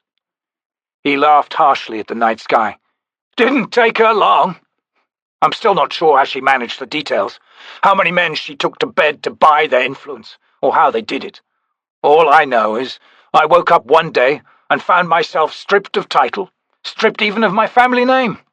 The estate was hers, the money was hers, it was all hers, and her need for me had ended. The flames licked the dry wood between them. Paran said nothing. He sensed that more was to come from the man opposite him, and that Cole was struggling with it. But that wasn't the worst betrayal, Paran, he said at length, meeting the captain's eyes. Oh, no. That came when I walked away from it. I could have fought her. I might even have won. His jaw tautened, the only hint of anguish that escaped his self-control. Then he continued, in a flat, empty voice. Acquaintances I had known for decades looked right through me. To everyone, I was dead. They chose not to hear me. They just walked past, or didn't even come to the gates of their estates when I called on them. I was dead, Paran. Even the city's records claimed it. And so I agreed with them. I walked away, disappeared. It's one thing to have your friends mourn your passing in your face, but it's another to betray your own life, Paran. But, as you said, it's done. The captain looked away, squinting into the darkness. What's this human urge, he wondered, that brings us to such devastation? The games of the highborn, he said quietly, span the world. I was born a noble like you, Cole. But in Malaz we'd met our match in the old Emperor. He crushed us at every turn until we cowered like whipped dogs. Cowered for years. But it was only an issue of power, wasn't it? He said, more to himself than to the man who shared the fire. There are no lessons worthy enough for a noble to heed. I look back on my years within that twisted, hungry company. I look back on that life now, Cole, and I see it wasn't a life at all. He was silent for a time. Then a slow smile curved his mouth, and his gaze swung to Cole. Since I walked away from the Malazan Empire, and severed once and for all the dubious privileges of my noble blood, damn, I've never felt so alive. It was never a life before, only the palest shadow of what I've now found. Is that a truth most of us are too frightened to face? Cole grunted. I'm not the sharpest man you'll meet, Paran, and your thoughts are running a touch too deep for me. But if I understand you right, you're sitting there looking at a chopped-up old fool of a man, and you're telling him he's alive. Right now. As alive as can be. And whatever he betrayed back then, it wasn't life, was it? You tell me, Cole. The man grimaced and ran a hand through his thinning hair. The thing is, I want it back. I want it all back. Paran burst out laughing, and continued to laugh until sharp pains cramped his stomach. Cole sat watching him, then a low, rumbling chuckle rose from his chest. He reached back, retrieved a handful of sticks, and tossed them into the fire, one at a time. Well, damn it, Paran, he said, amused lines crinkling around his eyes. You've come out of the blue like a God-sent bolt of lightning, and I appreciate it. I appreciate it more than you'll ever know. Paran wiped tears from his eyes. Hood's breath, he said. Just one war mule talking to another, right? I guess so, Paran. Now, if you'll look in that pack of mine, you'll find a jug of Worrytown wine. Its vintage is about a week. The captain rose. Meaning? Meaning it's running out of time. Book 6. The City of Blue Fire. Rumours like tattered flags, wind-snapped and echoing in the streets below, told the tale of the days upon us. 'Twas said an eel had slipped ashore, or not one but 1,000 under a jagged moon that might be dead.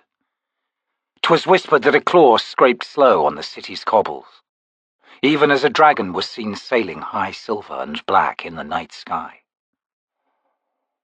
'Twas heard, they say, a demon's death cry on the rooftops on a night of blood, even as the master's 100 hands lost 100 daggers to the dark.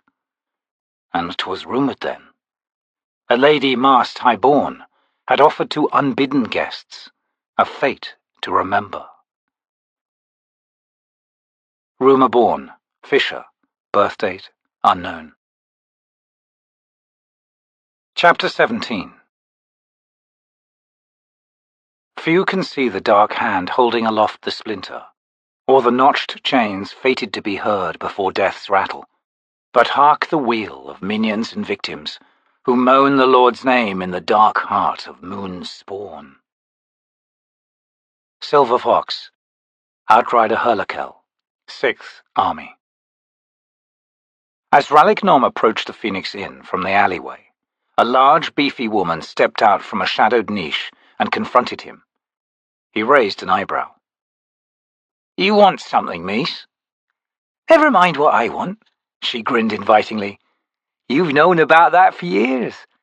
Anyway, I come to tell you something, Nom, so relax. He crossed his arms and waited.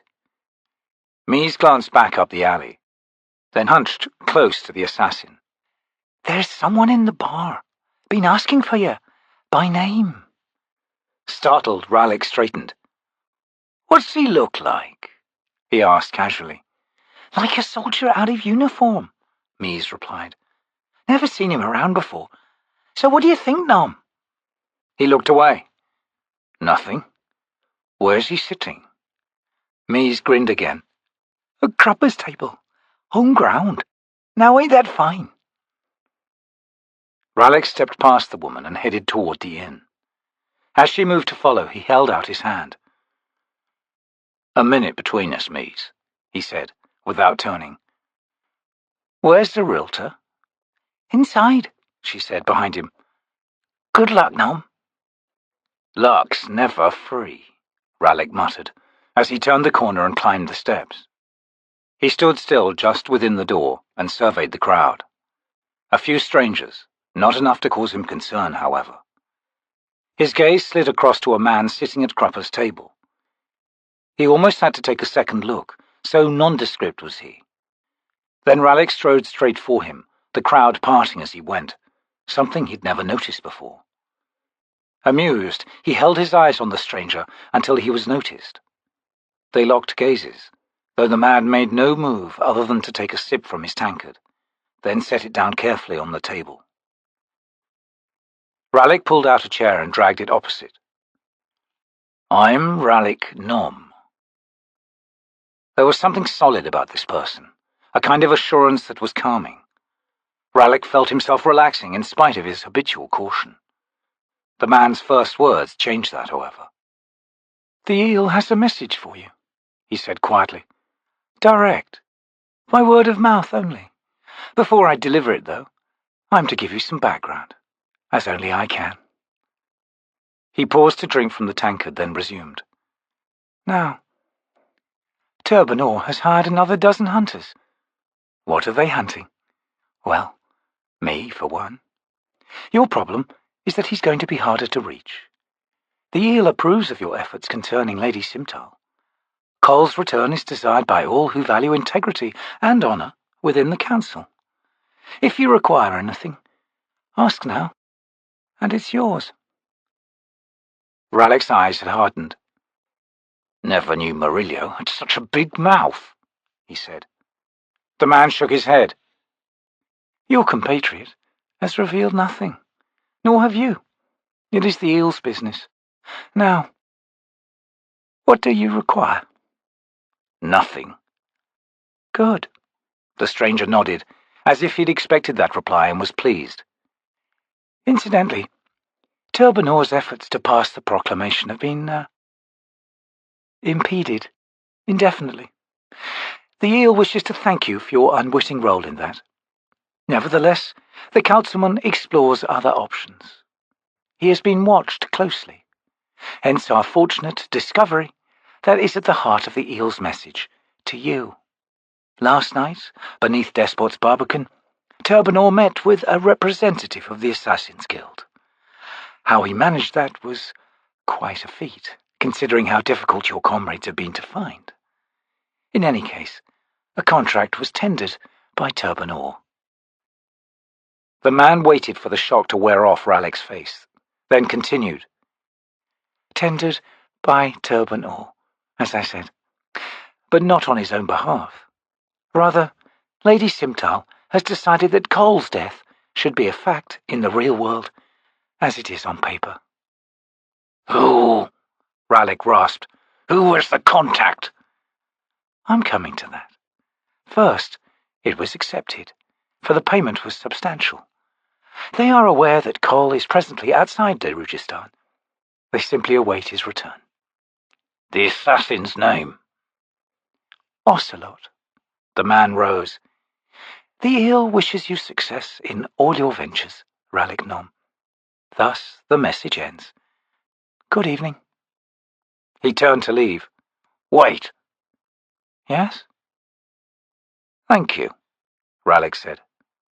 The stranger smiled, then left. The assassin took the man's seat and leaned against the wall. He waved at Salty, who had a pitcher of ale and a tankard waiting. She hurried over. Behind her strode at a more leisurely pace Irilta and Mies. They sat down without preamble, each with her own tankard. Everybody's still breathing, Irilta said, raising her drink. And here's to that. Mies lifted hers as well, and the two women drank deep. Then Mies bent forward. "Any word of Crupper and the boy?" Ralik shook his head. "I may not be here when they come back," he said. "Tell Murillo to go ahead if I don't show, and if other events occur. And if that happens, tell him our man's eyes are open." Ralik filled his tankard and drained it immediately. Then he rose. "Don't wish me luck," he said. "How about success?" Mies asked, a worried expression on her broad face. Ralik jerked his head in a nod. Then he left the inn. Anomander Rake was hiding something. Baruk was certain of it as he stared moodily into the fireplace. In his right hand was a goblet of goat's milk, and in his left a large fragment of Daru flatbread. Why had the Tista Andi permitted the Imas to enter the barrow? He had asked that question already of the lord sitting beside him, but an answer didn't seem forthcoming. Instead, all the alchemist got from Rake was that irritating smugness. Baruk took a bite from the flatbread, the crack loud between them. Rake stretched out his legs and sighed. "An odd hour to dine," he said. "All my hours have been odd lately," Baruk said, around the bread. He drank a mouthful of milk. "I'd no idea that both the Shadow Lord and Opon had become involved in affairs," Rake said. Baruk felt the lord's eyes on him, but he remained staring at the fire. "I had an intimation of Opon," he said, "but nothing definite." Rake snorted in reply. Baruk downed some more milk. "You hold your hunches close to your chest. I do the same." "This avails us nothing," Rake snapped. The alchemist turned in his chair to face the Tista Andi. "Your ravens watched that woman and the Talan Imas enter the barrow. Do you still believe they will fail?" "Do you?" Rake retorted. "I seem to recall that was your position on the matter, Baruk. As far as I was and am concerned, I don't much care whether they succeed or not. Either way, there'll be a fight. I suspect you'd imagined there would be a way to avoid one. Obviously, your intelligence concerning the Malazan Empire is sorely lacking. Lasine knows only one thing, and that's force. She'll ignore power until it's unveiled, and then she'll hit you with everything at her disposal." "And you just wait for it to happen?" Baruk scowled. "That's how cities are destroyed. That's how thousands of people die. Does any of that matter to you, Anomander Rake? So long as you win in the end?" A tight smile played on the lord's thin lips. "An accurate assessment, Baruk. In this case, however, Lasine wants Darujhistan intact. I mean to prevent that. But destroying the city to defy her would be too easy. I could have managed that weeks ago. No, I want Darujhistan to remain as it is, yet out of Lasine's reach. That, alchemist, is victory." His grey eyes were on Baruk. "I would not have sought an alliance with you otherwise." The alchemist frowned. "Unless you plan treachery." Rake was silent for a time, studying his hands clasped on his lap. "Baruk," he said softly, "as any commander of long-standing knows, treachery breeds its own. Once committed, whether against an enemy or an ally, it becomes a legitimate choice for everyone in your command, from the lowest private seeking promotion to your personal aides, bodyguards, and officers. My people know of our alliance with you, alchemist. If I were to betray it, I would not long remain the lord of Moonspawn. And rightly so." Baruk smiled. "And who would challenge your power, Rake?" "Caladan Brood, for one," Rake replied immediately. "And then there's my 4 assassin mages. Even Solana, the dweller within the moon's caverns, might take it upon herself to exact judgment on me. I can think of others, Baruk. Many others. So, fear holds you in check, son of darkness. Rake scowled. That title is held by those fools who think me worthy of worship. I dislike it, Baruk, and would not hear it again from you. Does fear hold me in check? No. As powerful as fear is, it is no match for what compels me. Duty. The Lord's eyes had shifted into a dun tone as they remained fixed on his hands, which he now turned palms up. You have a duty to your city, Baruk. It drives you, shapes you. I'm no stranger to such a thing. Within Moonspawn are the last of the Tista Andii on this world. We are dying, alchemist. No cause seems great enough to return to my people the zest for life. I try, but inspiration has never been a great talent of mine. Even this Malazan Empire could not make us rise to defend ourselves, until we ran out of places to run to. We still die on this continent. Better that it be by the sword. He let his hand slip from his lap. Imagine your spirit dying while your body lives on.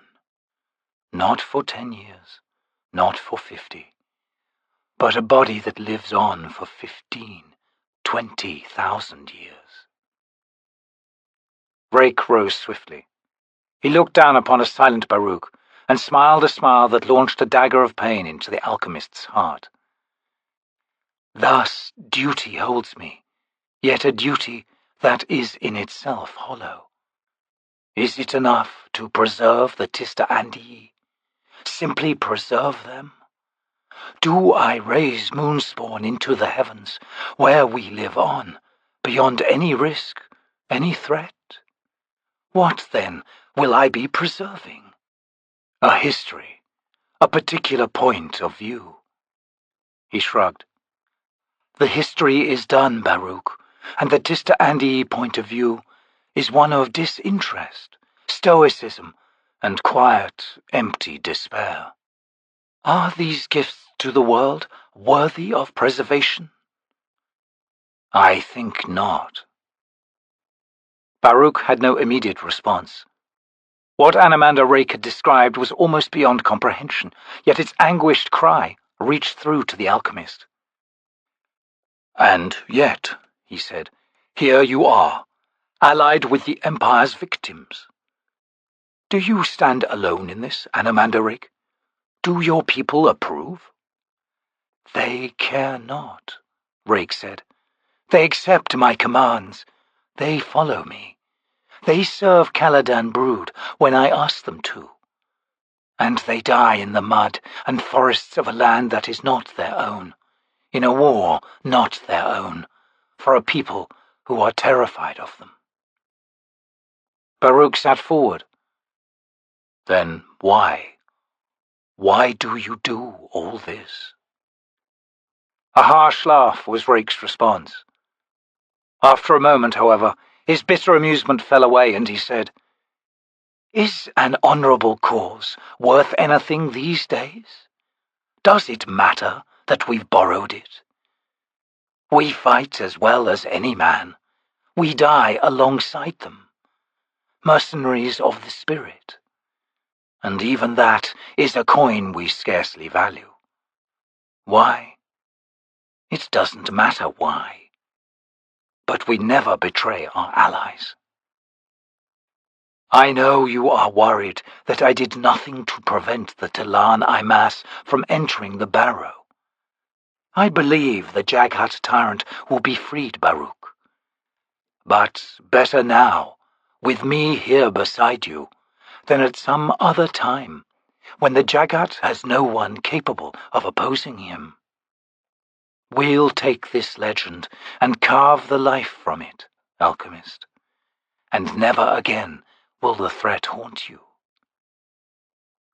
Baruk stared at the Tista Andii. Are you certain that you'll be able to destroy the Jaghut?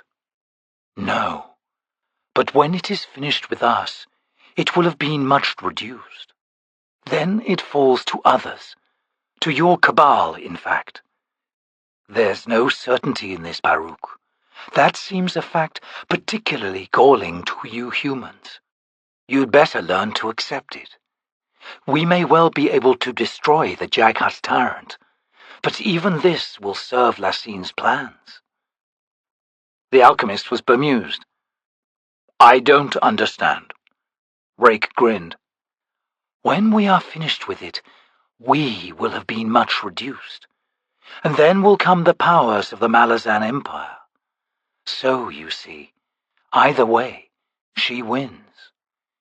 If anything has her worried, it's your T'orrud Cabal, Baruk. Of your abilities, she knows nothing, which is why her agents seek this Vorkan. The Guildmaster accepting the contract will solve the problem you represent. Yet, Baruk mused, there are other factors involved.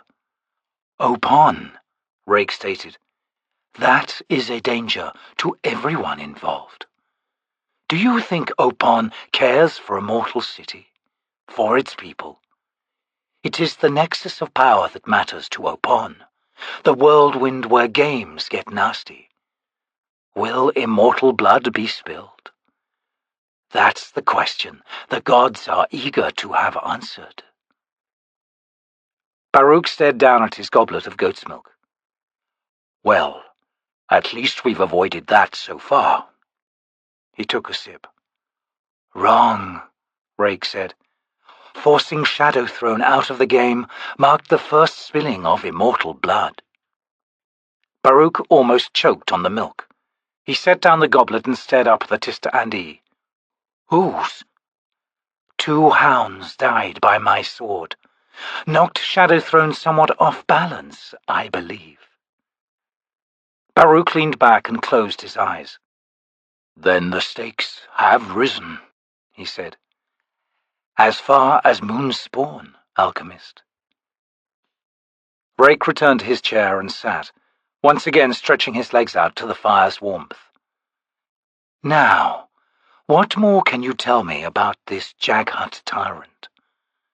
I recall you said you wished to consult an authority. Baruk opened his eyes and tossed the flatbread into the fire. There's a problem there, Rake. I'm hoping you can help explain what's happened. Please, he said, rising. Follow me. Grunting, Rake climbed back to his feet. This night he had not worn his sword. To Baruk, the Lord's broad back looked incomplete, but he was thankful for the weapon's absence. He led Rake from the room and down the central stairs to the lower chambers. The first of these subterranean rooms held a narrow cot, and on the cot lay an old man. Baruk indicated him. As you see, he appears to be sleeping. He is named Mammot. Rake raised an eyebrow. The historian. Also a high priest of Drek. That explains the cynicism in his writings, Rake said, grinning. The worm of autumn breeds an unhappy lot. Baruk was surprised that this Tista Andi had read Mammot's histories, but then why not? A life spanning 20,000 years necessitated hobbies, he supposed. So, Rake said, striding to the bed, this Mammot sleeps a deep sleep. What triggered it? He crouched before the old man. Baruk joined him. That is the odd part. I admit to knowing little of earth magic. Driss is a warren I've never explored. I called on Mammot, as I indicated to you, and upon his arrival, I asked him to tell me all he knew of the Jaghut Tyrant and the Barrow. He promptly sat down and closed his eyes. They've yet to open, and he's not uttered a single word since. Rake straightened. He took your request seriously, I see. What do you mean? As you guessed, he opened his Driss warren. He sought to answer your question by rather, shall we say, direct means. and now something's trapped him. He travelled by warren to the Jaghut Tyrant's barrow? The old fool! Into a concentration of Telan sorcery, not to mention Jaghut Omto's Felak. On top of all that, a woman with an Otateral sword. Rake crossed his arms. He'll not come round until both the Talan Imas and the Otateral have left the barrow. And even then, if he's not quick, the awakening Jaghut might take him. A chill burgeoned in Baruk's bones. Take? As in possession? Rake nodded, his expression grim. A high priest is he. The Jaghut would find him very useful, not to mention the access Mammot provides to Drek. Do you know, Baruk, if this tyrant's capable of enslaving a goddess? I don't know, Baruk whispered, sweat trickling down his round face as he stared at Mammot's recumbent form. Decembre fend, he added.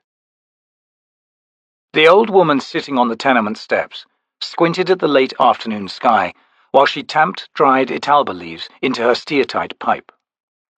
On the wooden steps beside her was a small covered bronze brazier. Thin kindling sticks jutted from holes around the bowl. The old woman withdrew one and set it to her pipe, then tossed it into the street. The man walking down the opposite side of the street caught the signal and ran a hand through his hair. Circlebreaker felt near to panic. This taking to the streets was far too risky. Turban Or's hunters were close to him. He could feel it with dread certainty. Sooner or later, the councilman would recall his many meetings beneath Despot's barbican, and the guard who'd been stationed there every time. This brazen showing of himself compromised everything. He turned a corner, passing beyond the old woman's sight, and continued for 3 blocks until he came opposite the Phoenix Inn. 2 women lounged by the door, laughing at some joke between them. Circlebreaker tucked his thumbs into his sword belt and angled the scabbard out to the side. Its bronze-capped ends scraped against the stone wall beside him. Then he withdrew his hands and continued on his way toward lakefront. Well, it's done. All that remained for him was one final contact, possibly redundant, but he would follow the eel's orders. Things were coming to a head. He did not expect to live much longer, but he'd do what he must until that time. What more could be asked of him? At the entrance of the Phoenix Inn, Mies nudged Irilta. That's it, she muttered. You do the backup this time. Usual pattern. Irilta scowled, then nodded. Head off, then. Mies descended the steps and turned up the street. She reversed the route taken by Circlebreaker until she reached the tenement. She saw the old woman still sitting there, lazily watching passers-by. As Mies passed through her line of vision, the old woman removed the pipe from her mouth and tapped it against the heel of her shoe. Sparks rained onto the cobbles. That was the signal. Mies came to the corner of the block, then turned right and entered the alley running the building's length.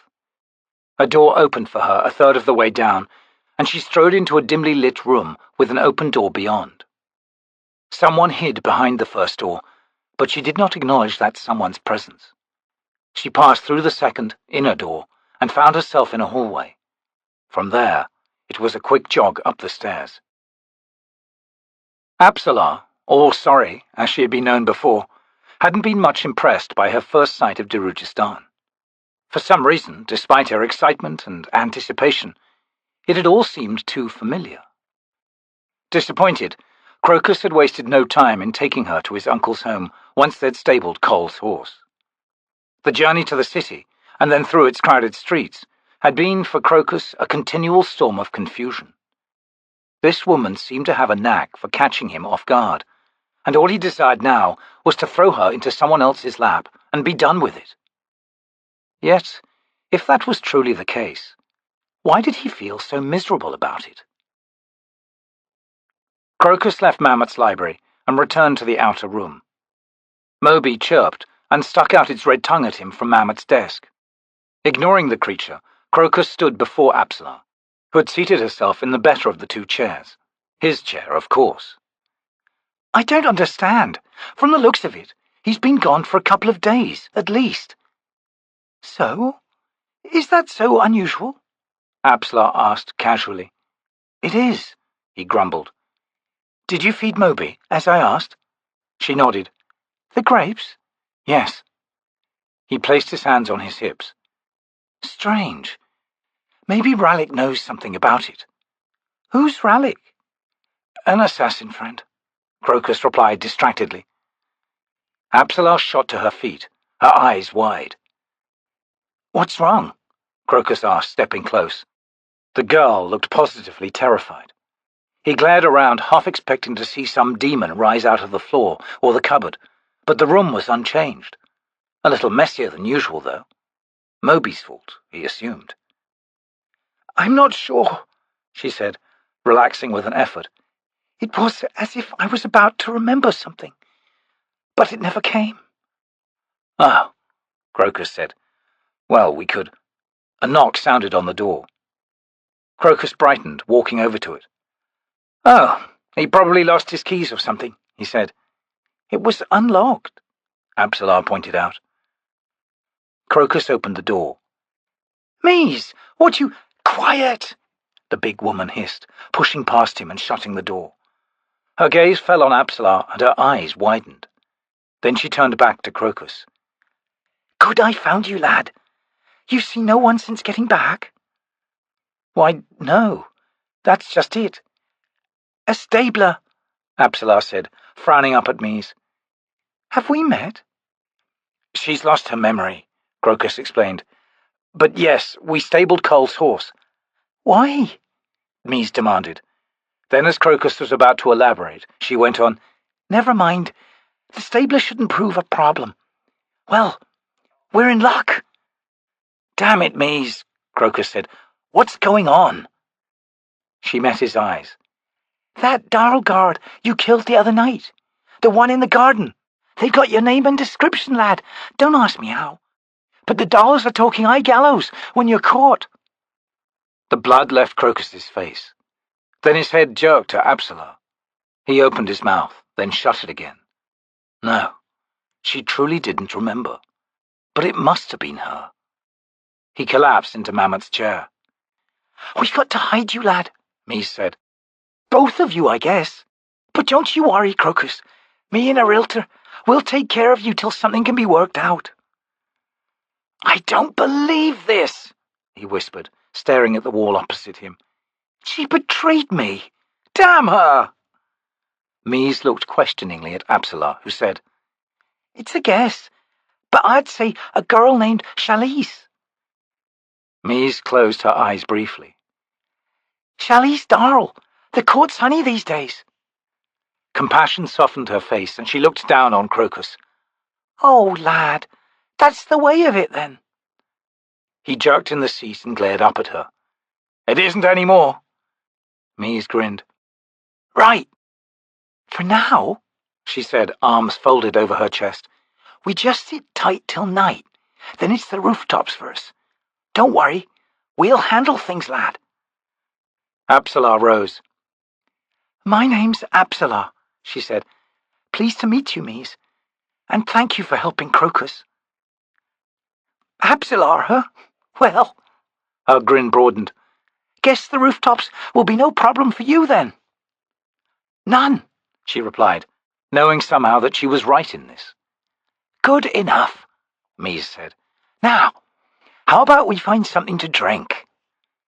Mies, Crokus asked, do you know where my uncle might have gone? Can't help you there, lad. No idea. She wasn't sure about the old woman on the steps, but the one immediately below, tucked into a shadowed niche and steadily watching the tenement building. That one would have to be taken care of. It seemed that this coin-bearer had protection. Serat was not unduly concerned. Next to her lord, Anomander Rake, she ranked the deadliest among the Tista Andi of Moonspawn. Finding this boy servant of Opon's had not proved difficult. Once her lord had given her the necessary details, Opon's magical signature had been easy to find. It helped that she'd encountered it before, and from this very boy, on the rooftops 2 weeks past. Her agents had chased the coin-bearer that night, abandoning him once he'd entered the Phoenix Inn, but only at her command.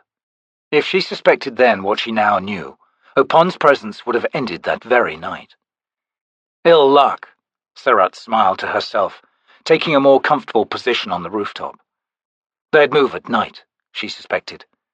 As for the woman hiding below, she would have to be removed. Indeed, with a spell of blurring and enough in the way of shadows, she might as easily take the woman's place. There'd be no suspicion from the other woman then, the one presently inside with the coin-bearer. Serat nodded. Yes, that would be how she'd play it. But for now, she'd wait. Patience ever rewards. "Well," Murillo said as he scanned the crowd, "they're not here, which means they're with Mammot." Crupper drew a deep breath of the sweaty, smoky air. "Ah, civilization. Crupper believes your assessment is accurate, friend. If so, then we might as well rest here drinking and supping for an hour or two." With that, he strode into the Phoenix Inn. A few old hands, seated at Crupper's table, gathered their tankards and pitcher and left, murmuring apologies and grinning among themselves. Crupper gave them a gracious nod and settled with a loud sigh into his usual chair. Murillo paused at the bar and spoke with Scurv. Then he joined Crupper. Brushing dust from his shirt, Murillo frowned distractedly at his road-weary condition. "I look forward to a bath," he said. "Apparently Scurv saw Ralik in here earlier, talking with some stranger. Since then, nobody's seen him." Crupper waved an uninterested hand. "Consulti arrives," he announced. A moment later, a pitcher of ale stood on the table. Crupper wiped his tankard with his silk handkerchief, then filled it with the foaming brew. "Weren't we supposed to report to Baruk?" Murillo asked, his eyes on his friend. "All in due time," Crupper said. "First, we must recover from our ordeals. What if Crupper were to lose his voice in very mid-sentence of said report? What would avail Baruk of that?" He raised his tankard and drank deep. Murillo drummed the fingers of one hand restlessly on the table, his eyes constantly scanning the crowd. Then he straightened in his seat. He filled his tankard. "So, now that you know what Ralik and I are up to," he said, "what do you plan to do about it?" Crupper's eyebrows lifted. "Crupper? Why, nothing but good, of course. Timely assistance and such. No need for blatant fretting, friend Murillo. By all means proceed as planned.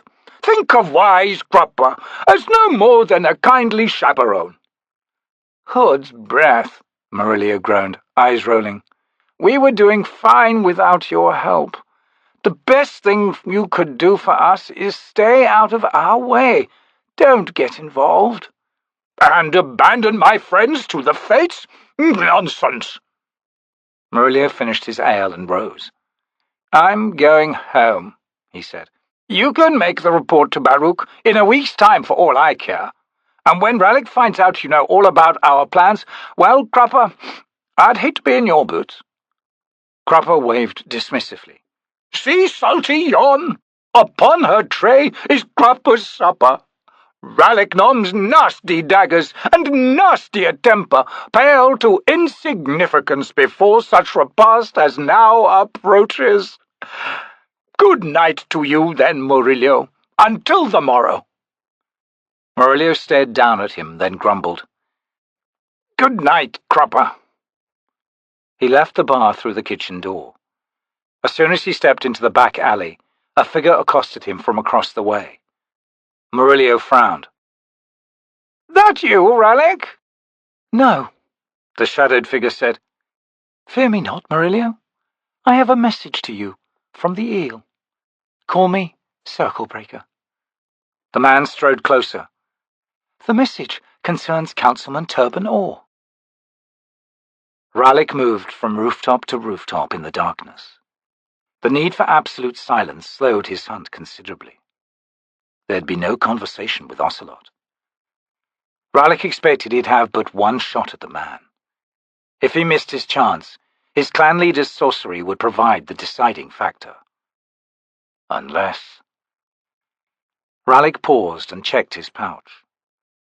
Years back, the alchemist Baruk had rewarded him for work well done with a small bag of reddish dust.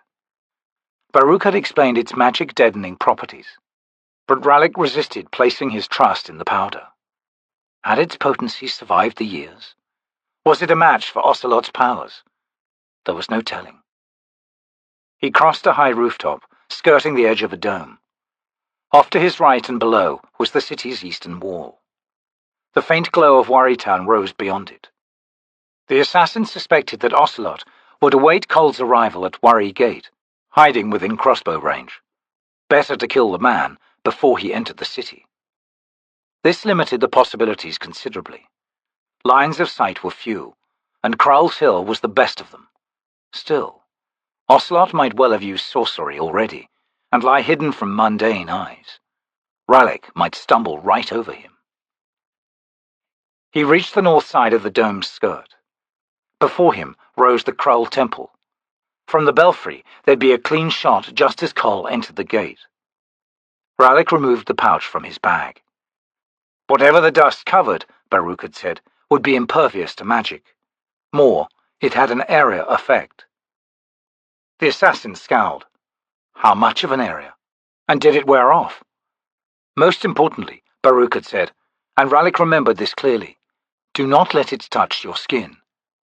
Poison? He had asked. No, the alchemist had replied. The powder changes some people. There is no predicting such changes, however. Best not to take the chance, Rallick. Sweat trickled down his face. Finding Ocelot was already a slim chance. Cole's death would ruin everything, and more, it would strip from Rallick his last claim. To what? To humanity. The price of failure had become very high. Justice, he hissed angrily. It has to mean something. It has to. Rallick untied the pouch. He dipped into it and scraped out a handful of the powder. He rubbed it between his fingers. It felt like rust. That's it? He wondered. Maybe it had deteriorated. Shrugging, he began to massage it into his skin, starting with his face. What changes? He muttered. I don't feel any changes. Reaching under his clothing as much as was possible, Rallick used up the last of the powder.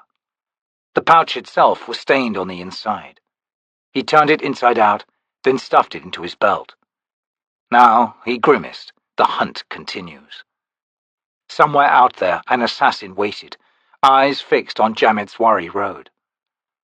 I'll find you, Ocelot, he whispered, his eyes fixed on Krall's belfry tower. And magic or no magic, you won't hear me. You won't even feel my breath on your neck until it's too late. I swear it. He began his ascent. Chapter 18. This blue city hides under its cloak, a hidden hand that holds like stone, a blade envenomed by the eight-limbed Paralt. The sting brings death in the span of grief that marks a final breath.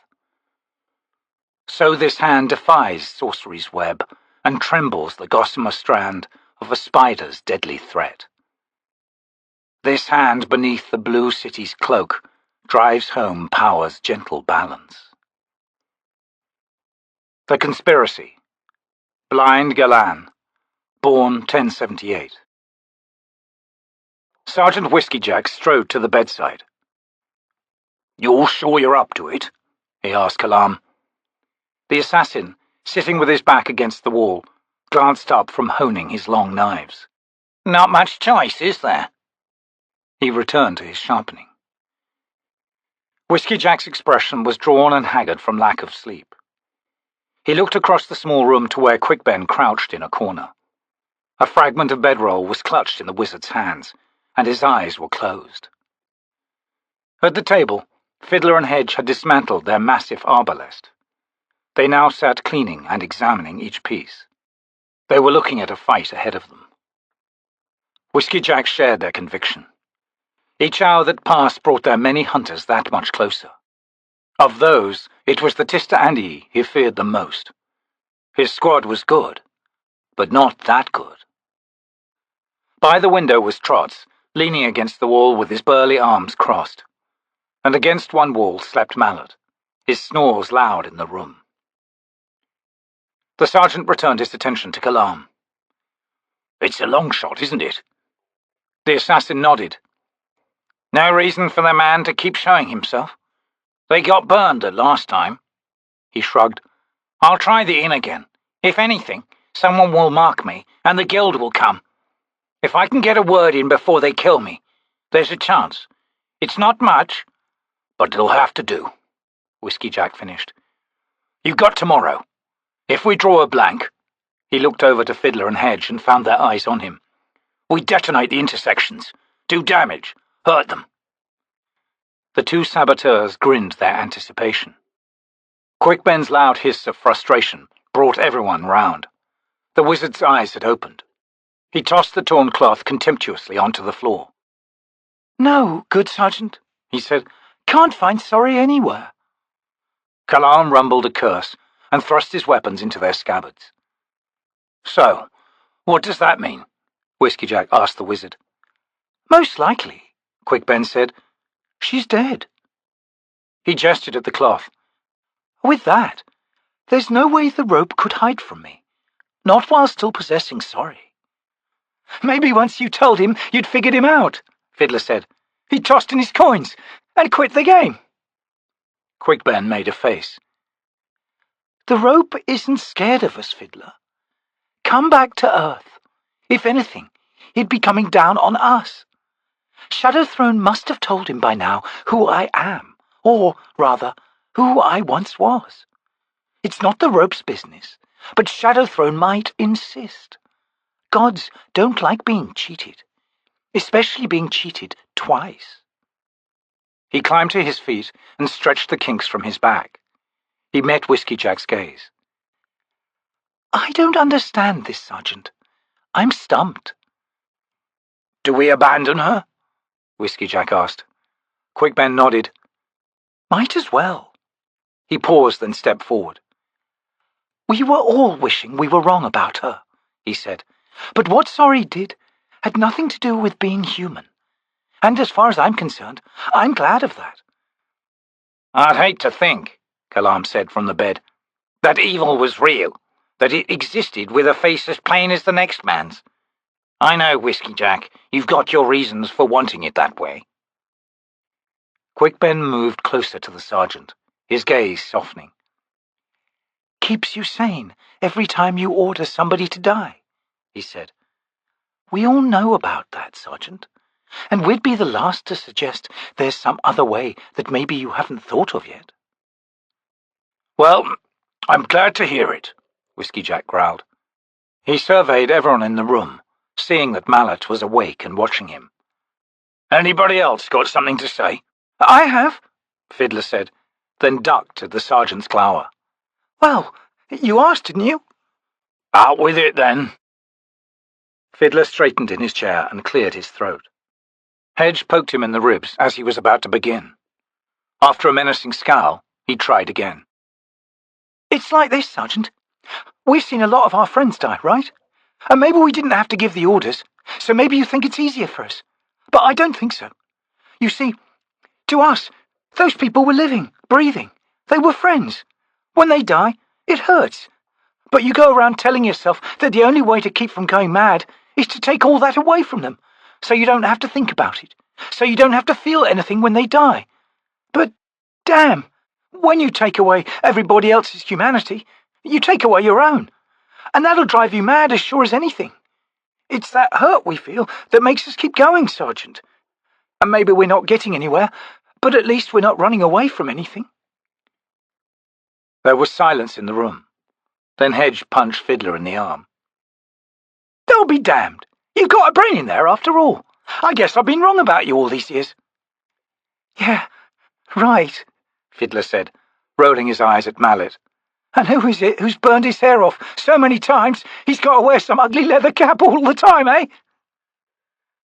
Mallet laughed, but the tension remained, and everyone's gaze swung back to fix on their sergeant. Slowly, Whiskeyjack studied each man in his squad. He saw the caring in their eyes, the open offer to the friendship he had spent years suppressing. All that time pushing them away, pushing everyone away, and the stubborn bastards just kept on coming back. So, Sorry hadn't been human. His conviction that all she had done was within the possibilities of humanity now seemed to rest on uncertain ground. But it did not collapse. He had seen too much in his life. There'd be no sudden faith in his view of human history, no burgeoning optimism to chase away all the demonic memories of the horrors he had lived through. Still, there came a time when some denials lost their function, when the world's relentless battering at him made his foolishness obvious even to himself. He was, finally, and after all these years, among friends. That was a hard admission, and he realized he was already impatient with it. "All right," he growled. "Enough with the flapping lips. We've got work to do. Corporal?" "Sergeant," Kalam replied. "Get yourself ready. You've got the daylight hours to re-establish contact with the Assassin's Guild. Meanwhile, I want everyone else to lay out their weapons and give them a good cleaning. Repairs to armor. There'll be an inspection. And if I find a single damn thing I don't like, there'll be Hood's heel coming down. Understood?" "We hear you," Mallet said, grinning. Despite their slow pace, Cole's wound had opened half a dozen times since they'd begun the journey. He had found a way of sitting in his saddle, leaning to one side and taking most of the weight on his uninjured leg. And since this morning, the wound had yet to reopen. The awkward position brought pains and cramps to the rest of him, however. Paran knew a foul mood when he saw one. Though it was clear to both of them that a bond had formed between them, comfortable and unfettered by pretenses, they'd exchanged but scant words as the ravages of Cole's wound continued to take its toll. Cole's entire left leg, from the hip where the sword had done its damage down to the foot, was a uniform sun-darkened brown colour. Clots of drying blood gathered in the joints of his upper leg plates and knee guard.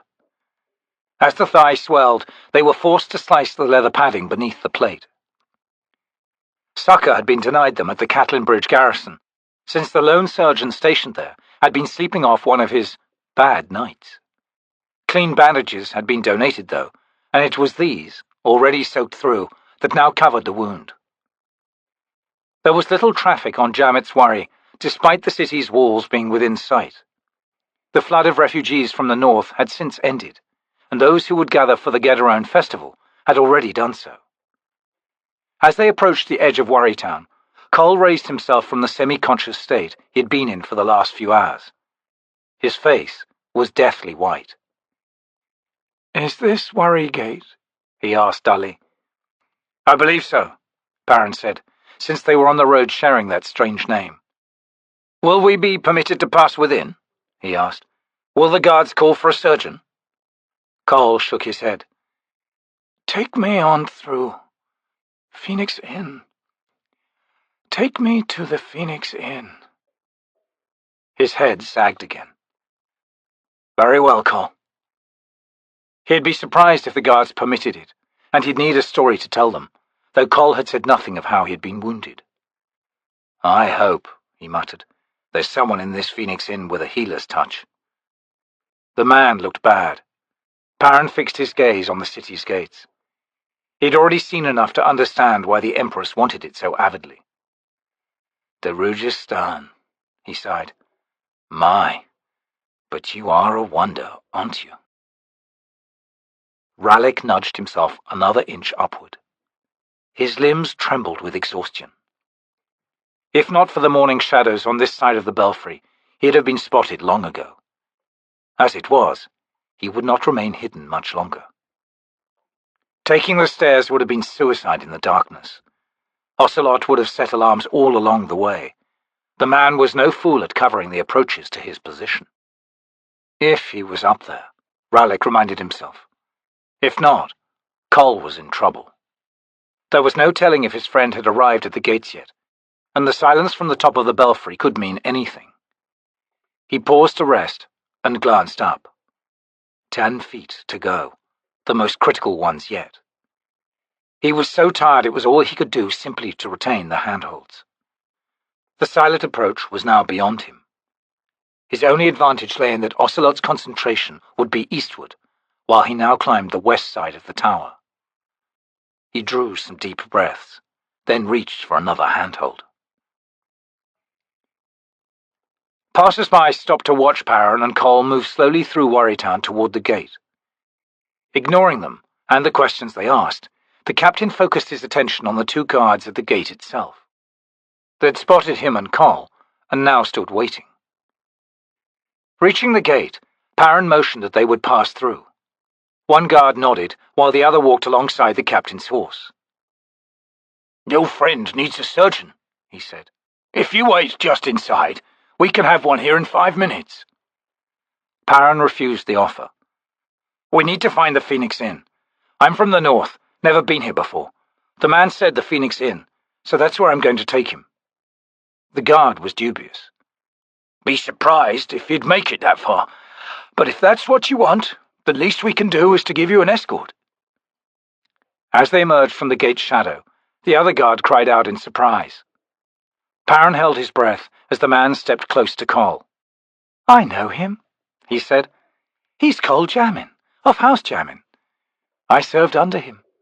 What happened?" "I thought Cole died a few years back," the other guard said. "Screw the writs," his companion snapped. "I know what I know, Vildron. This is Cole, all right." "He wants to go to the Phoenix Inn," Paran told the man. "That's the last thing he said to me." The man nodded. "Let's do it right, though." He turned to the other guard. "I'll take the grief if there's any, Vildron. Get me the wagon. It's still hitched up from this morning, right?" The guard smiled up at Paran. "Thanks for getting him here. Some of us in the city still got eyes. And damn what the highbrows whisper. We'll put him in the back of the wagon. Less jarring that way." Paran relaxed. "Thanks, soldier." He looked past the man, eager to see what he could of the city now that the wall was behind him. Immediately before them rose a humped hill, its sides overgrown with weeds and gnarled trees. On its summit squatted a temple of some kind, abandoned long ago, from which a square-sided tower rose, capped by a bronze-tiled roof. As his eyes reached the belfry's open-sided platform, he saw a flash of movement. He squinted. Ralik raised his head cautiously over the platform's edge. He almost gasped aloud. The belfry was empty. Then he remembered Ocelot's sorcery. Holding his breath, he strained one last time with leaden arms, drawing himself flat onto the platform. As soon as he moved to gather in his feet, the barren stone of the platform shimmered, and he saw Ocelot lying before him, crossbow cocked, taking aim at something below. Ralik unsheathed his knives and moved all at once, but his exhaustion gave him away, his boots scuffing the stone. Ocelot spun onto his back, weapon swinging to fix on Ralik. The clan leader's face twisted into a mask of rage and fear. He wasted no time with words, and immediately released the quarrel set in his crossbow. Ralik tensed for the impact that he was certain would throw him across the platform and possibly over the edge. A flash of red before his chest blinded him momentarily, but no impact came. Blinking, Ralik looked down. The quarrel had vanished. The truth came to him in an instant. The quarrel had been magic, created by sorcery to fly unimpeded, but Baruk's rusty powder had worked. Even as this thought burst into his head, he propelled himself forward. Ocelot swore and dropped the crossbow. As he reached for his knife, Ralik landed on him. A loud grunt sounded from the clan leader, his eyes squeezing shut in pain. Ralik drove the dagger in his right hand against Ocelot's chest. The weapon scraped across mail beneath the cloth shirt. Damn! The man had learned something from that other night, and this was Ralik's own precaution, come to defy him now. The blade in his left hand he angled upward, under Ocelot's right arm. The weapon's point cut into flesh, then continued on into the man's armpit. Rallick saw, inches from his face, the dagger's tip emerge from the cloth covering Ocelot's right shoulder, followed by a bloom of blood. He heard a knife skitter across the flagstones. Teeth bared, Ocelot snapped his left hand up to the back of Rallick's neck, finding his braid. He gave it a savage yank, twisting Rallick's head around. Then he tried to sink his teeth into Rallick's neck. Ocelot gasped as Rallick jammed a knee into his crotch. He tightened his hold on the braid again, this time near its knotted end. Rallick heard the snick of metal and attempted desperately to roll to his right. Wounded as Ocelot's right arm was, it struck his body with enough force to drive the wedged wristblade through the chain links and into his chest. A dull fire blossomed from the wound. Ocelot jerked the blade free, and still holding Rallick's braid, drew back for another stab. Rallick brought up his right arm, and in a single sweeping motion, sliced through his braid. Freed, he pushed himself onto that side, withdrawing the knife in his left hand as he did so. Ocelot slashed wildly at his face, missing by inches. With all the remaining strength in his left arm, Rallick slammed his knife into Ocelot's stomach. Links snapped, and the blade sank to its hilt. The clan leader's body doubled up, curling around the embedded weapon. Gasping, Rallick lurched forward and hammered the other dagger into Ocelot's forehead. Rallick lay unmoving for a time, wondering at the absence of pain. The plan would fall to Murillo now. Coll would be avenged. Murillo could handle it. He had no choice. Ocelot's body seemed to grow heavier on him despite the blood leaking from it. "I'd always believed I was this man's match," he muttered. He pushed himself from the still twitching body and rolled onto his back in the center of the platform. He had hoped to see sky, to look one last time on its bright, depthless blue. Instead, he found himself looking at the underside of the belfry's roof, its ancient stone arch crowded with nesting bats. This detail fixed itself in his head as he felt the blood stream from his chest. He thought he could see beady eyes glittering down at him. After seeing no other sign of movement on the belfry, Paran's gaze swung to the avenue on his left. Vildron approached, seated on a wagon drawn by 2 horses. The guard waiting beside Coll's horse said, "Give me a hand here, will you? Let's get the old man down." Paran dismounted and hurried to help him. He glanced at Coll's face. Though still hunched on the saddle, he was unconscious. How much longer could he last? If that was me, Paran realized, I'd be dead by now. "After all this," he growled, as they dragged Coll from the saddle, "you'd damn well better live." Groaning, Sarat rolled onto her back. The sun beat down hot against her eyelids as the scattered fragments of her memory gathered. The Tista Andi had been about to make her move on the woman in the alley below.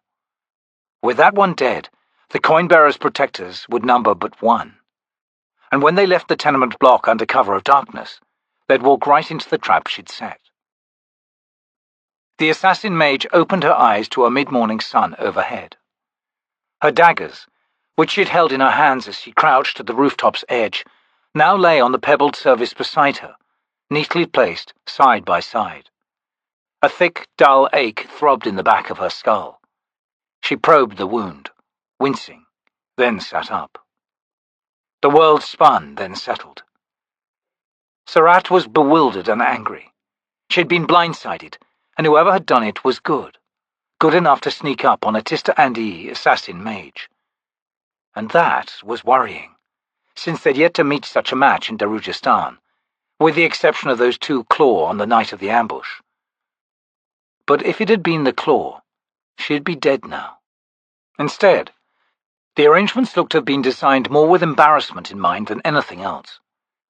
Leaving her here in broad daylight, weapons beside her, hinted of a subtle and cunning sense of humor.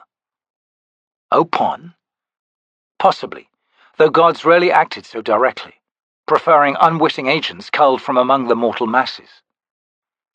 One certainty rose from the mystery, however, and that was that she had lost her opportunity to kill the coin-bearer, at least for another day. Next time, she vowed, as she climbed to her feet and accessed her corralled Ghislaine warren, her secret foes would find her ready for them. The air around her shimmered with sorcery. When it settled, Surratt was gone. Motes of dust drifted through the dead, hot air of the Phoenix Inn's attic. The slanting ceiling rose from 5 feet along the east wall to 7 feet along the west wall. Sunlight streamed in from windows at each end of the long and narrow room.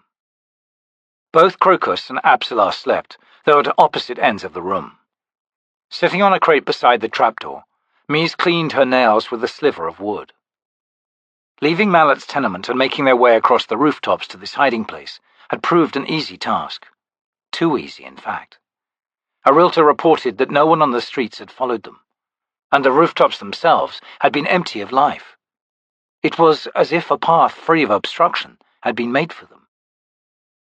More of the eel's brilliance at work? Mies grunted softly. Maybe. More likely Mies was putting too much weight on the instinctive unease that travelled like an elusive itch along her spine. Even now she felt hidden eyes upon them, and that, she told herself, glaring around the musty attic, was impossible. There came a soft knock at the trapdoor. The door swung up and a realtor appeared. Mies, she whispered loudly. Breathing down your neck, Mies rumbled, tossing the wood sliver onto the oily floor. Tell Scurv this place is afire, waiting to happen. A realtor grunted as she pulled herself into the room. She shut the trapdoor and wiped the dust from her hands. Getting strange downstairs, she said. City wagon rolls up, and off comes a guard and some other fellow carrying coal between them. The old fool's near dead from a sword cut. They put him in Cropper's room a floor down. Salty's run off to find a cutter. But it don't look good. Not good at all.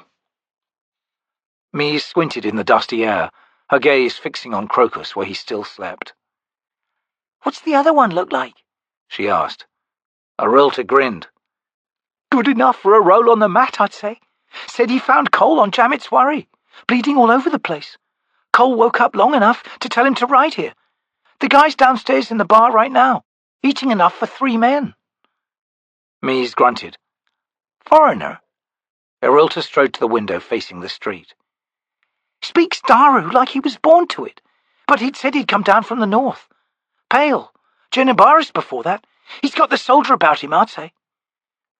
Any word from the eel yet? We keep the lad here for now. And the girl? The same. Mies sighed loudly.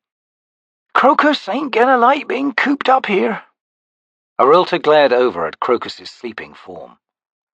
Was the lad truly asleep? No choice. Got word that there's a couple of guardsmen waiting at Mammot's place. Too late, of course, but they've got damn clothes. A realtor rubbed dust from the window and leaned forward. Sometimes I swear I see someone, or maybe something. Then I blink, and it's gone. Know what you mean? Bones creaking, Mies pushed herself to her feet. I think even the eel's beginning to sweat. She chuckled. Life's heating up, friend. Rolling times ahead.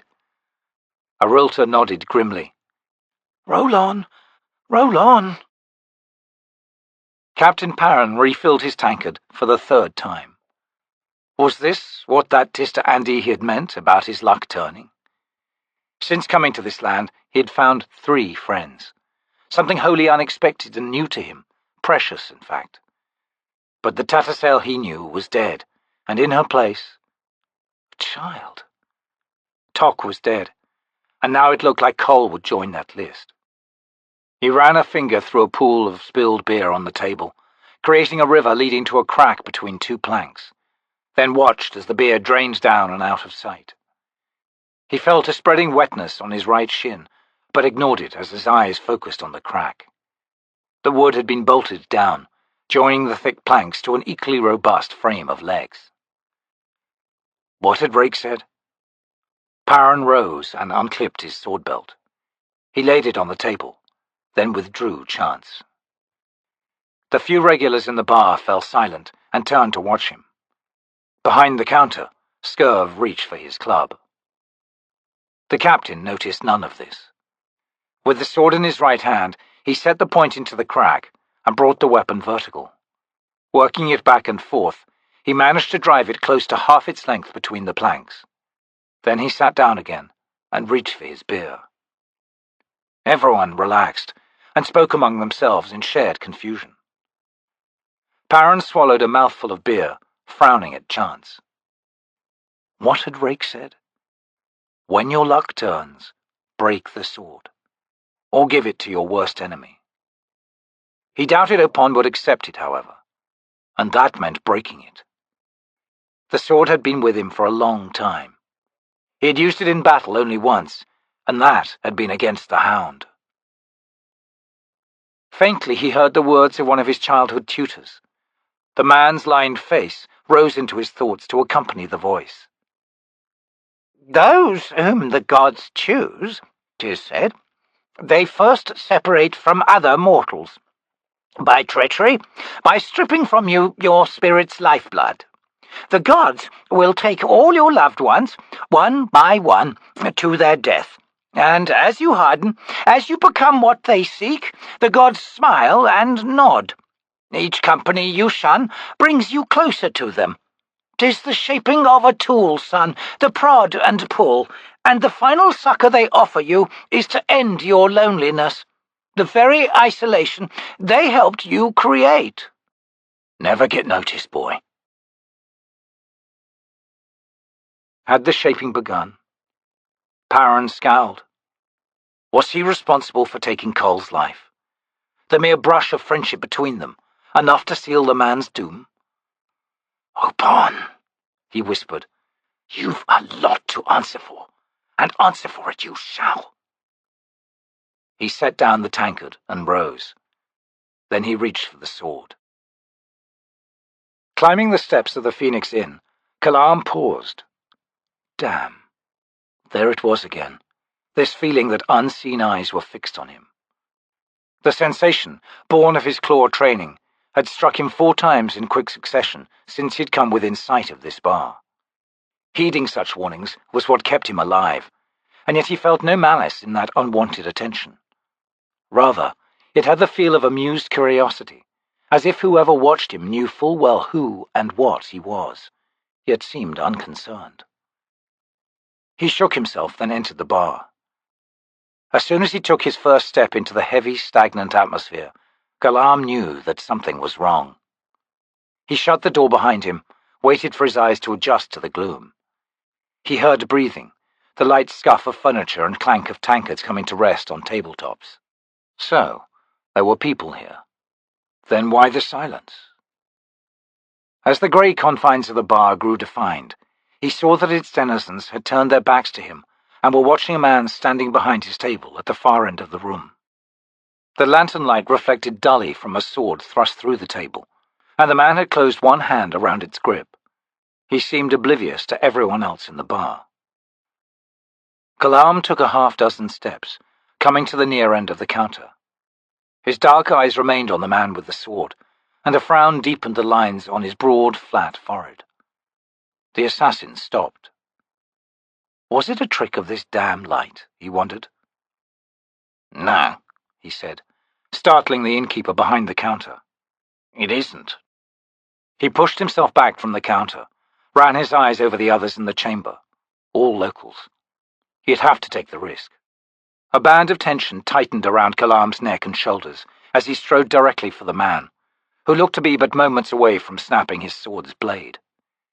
The assassin plucked an empty chair from a table in his path and slammed it down one-handed opposite the man. Startled eyes fixed on Kalam. Your God-given luck's holding, Captain, the assassin rumbled, in low, close tones. Sit down. His expression confused and frightened, Paran released his grip on the weapon and sank back into his seat. Kalam followed suit and leaned forward over the table. What's all this drama, anyway? He asked in a whisper. The captain frowned. Who are you? Behind him, conversations resumed, loud with rattled nerves. Ain't you guessed? Kalam wagged his head. Corporal Kalam, 9th Squad, Bridgeburners. The last time I saw you, you was recovering from 2 fatal knife wounds."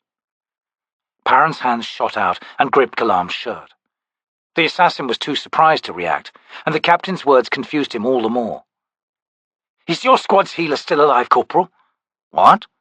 Alive? Yeah, sure, why not? What's—" "Shut up!" Paran snapped. "Just listen, soldier. Bring him here, now. No questions. I'm giving you a direct order, Corporal." He released his grip on the assassin's shirt. "Now move!" Kalam almost saluted, but caught himself in time. "As you command, sir," he whispered. Paran glared at the corporal's back until the man disappeared through the front door. Then he surged to his feet. "Innkeeper!" he called, stepping around the table. "The black man will be showing up in a few minutes with company. Send them up to Cole's room on the double, understood?" Scurv nodded. Paran strode to the stairs. As he reached them, he glanced back at the sword. "And nobody touch that sword!" he ordered, swinging a glare across everyone in the room. Nobody seemed inclined to challenge him. With a sharp, satisfied nod, the captain ascended the stairs. On the first floor, he strode down the hallway to the last room on the right. He entered without knocking, to find Salty and a local surgeon sitting at the room's lone table. Cole's blanket-covered form lay unmoving on the bed. The surgeon rose. "It's no good," he said in a thin, reedy voice. "The infection's too far along." Paran asked, "Is he still breathing?" "Aye," the surgeon replied. "but it won't be for much longer. If the wound had been further down on his leg, I might have been able to cut it off. Even then, I'm afraid the poison spread through all of him. I'm sorry, sir." "Leave," Paran snapped. The surgeon bowed and prepared to depart. "What do I owe you for the services?" the captain asked, remembering. The surgeon frowned over at Salty. "Why, nothing, sir. I failed." He left the room, shutting the door behind him. Salty joined the captain at the bedside. She wiped her face as she looked down on Cole, but said nothing. A few minutes later, she too left the room, unable to remain any longer. Paran found a stool and pulled it over to the bed. He sat and leaned his forearms on his knees. He was not sure how long he sat there, staring down at the straw-littered floor, but the door slamming open behind him brought him to his feet. A bearded man stood in the doorway, his slate-grey eyes hard and cold. "Are you Mallet?" Paran demanded. The man shook his head and strode inside. Behind him appeared Kalam and another man. The latter's gaze found Cole, and he walked quickly to the bed. "I'm Sergeant Whiskeyjack," the bearded man said quietly. "Pardon my directness, sir, but what in Hood's name are you doing here?" Ignoring the question, Paran joined the healer. Mallet laid a hand over the crusted bandages. He glared up at the captain. "Can't you smell the rot? He's gone." Mallet frowned and leaned forward. "No, wait. Damn, I don't believe it."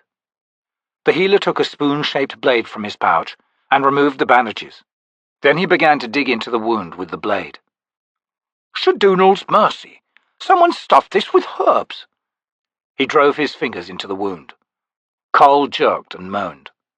Mallet grinned. "Ah, that got you going, did it? Good." He probed deeper. "This cuts halfway through the bone," he breathed in amazement. "Those damn herbs have poisoned his marrow. Who the hell treated this?" he asked, looking accusingly at Paran. "I don't know," Paran said. "All right," Mallet said, removing his hand and wiping it on the blankets. "Move back, everybody. Give me some room. A minute later, Captain, and this man would have been striding through Hood's gate." He pressed his hand down on Cole's chest and closed his eyes. "And be glad I'm as good as I am. Now, Captain?" Paran walked over to the table and motioned for the sergeant to join him. "First, has Adjunct Lorne contacted you yet?" Whiskeyjack's blank look was sufficient answer. "Good. I'm in time, then." Paran glanced up at Kalam, who had stationed himself behind the sergeant. "You've been set up. The plan was to take the city, yes, but also to make certain you were all killed in the process." Whiskeyjack held up a hand. "A moment, sir. You and Tattersail worked this out? Paran closed his eyes briefly. She's dead. Chasing Hairlock out on the Rivy Plain. T'orrud got to her. It was also her intent to find you and tell you all that I'm telling you. I'm afraid I won't be her equal as your ally once the adjunct shows up, but at least I can prepare you somewhat. Kalam spoke. I don't like the idea of Opon's pawn supposedly helping us. Paran nodded. I have it on good authority that I'm not Opon's. That sword downstairs is, though. Your squad wizard should be able to confirm this. The adjunct's plan? Whiskeyjack reminded him, the fingers of one hand tapping slowly on the tabletop. She'll have no trouble finding you. She has a talent in that area. But I fear she's not the major threat. There's a Talane mass with her. Maybe her mission is simply to lead him to you, then he'll handle the rest. Kalam cursed and began pacing behind the sergeant's chair. Whiskeyjack reached a decision. The satchel, Corporal. The assassin frowned, then picked up the sergeant's standard-issue supply satchel left beside the door. He returned and set it down on the tabletop. Whiskeyjack released the straps and pulled out an object wrapped in burgundy silk. He removed the cloth, revealing twin yellowed bones of a human forearm. The elbow ends ball joints were bound together with verdigrised copper wire. The wrist ends were wrapped as well, but as a misshapen knife grip, beyond which jutted a serrated blade. "What is it?" the captain asked. "I've never seen its like before." "Be surprised if you had," Whiskeyjack said. "Back in the days of the Emperor, the inner ring of military commanders each possessed one of these, the booty of a looted Kachain Chamala tomb." He grasped the bones with both hands. "It was the source of much of our success, Captain." He rose and drove the point into the table. A flash of white light erupted from the bones, then contracted to a swirl spinning thread-like between them. Paran heard a voice he knew. "I was getting worried, Whiskeyjack," High-Fist Dujek growled. "Unavoidable," the sergeant replied, frowning at Paran. "We've had little to report, until now. But I need to know the situation in Pale, High-Fist." "You want an update before you spill the bad news, huh?" "Fair enough," Dujek said. "T'orrud's stumbling in circles. He was last happy when Burladan was killed along with Tattersail. 2 more of the old guard gone in one fell swoop. Since then, all he's got is questions. What game is Opon playing? Was there truly a clash between the Knight of Darkness and Shadow Throne? Did a soul-shifted puppet kidnap, torture, then murder a Claw officer in Nathalog? And what truths were revealed by the poor man?" "We were not aware that Hairlock had done that, High-Fist." "I believe you, Whiskeyjack. In any case, enough of the Empress's plans have been discovered, and indeed, she seems convinced that the dismantling of my army will pull me back under her wing, in time to saddle me with the command of the 7 cities' garrisons and put a bloody stop to the rebellion that's brewing. She's seriously miscalculated there. If only she'd paid attention to Tok the Younger's reports. Well, Lassine's intentions now seem to be riding on Adjunct Lawn and Onos Tulan. They've reached the Jaghut Barrow, Whiskeyjack." Mallet joined them and met Kalam's stunned gaze. Clearly, even they had no idea that their sergeant was so well informed. Suspicion dawned in the assassin's eyes, and Paran nodded to himself. It was happening, after all. Dujek continued. "The Maranth Black are ready to march, but it's only for show and to get them out of the city. So, what are we looking at, friend? The balance of the world is with you in Darujhistan. If Lorne and Onos Tulan succeed in unleashing the tyrant on the city, you can be certain that you and your squad are intended to be on the casualty list. Closer to home, here's what you want. We're ready to move. T'orrud himself will trigger events when he announces the disbanding of the Bridgeburners. The blind idiot. Now I'm waiting." "High-Fist," Whiskeyjack began. "Captain Paran's made it. He's sitting across from me right now. His story is that Opon's working through his sword, not him." He met the captain's eyes. "I believe him." Dujek spoke. "Captain?" "Yes, High-Fist." "Was Tok any help?" Paran winced. He gave his life for this, High Fist. The puppet hairlock ambushed us. Tossed Talk into a rent or something. There was silence. Then Dujek said, his voice hoarse, "I'm sorry to hear that, Captain. More than you know. His father... Well, enough of that. Go on, Whiskeyjack." "No success yet in contacting the local Assassins' Guild, High Fist. We've mined the intersections, though. I'll be explaining everything to my men tonight. The question remains what to do about Captain Paran."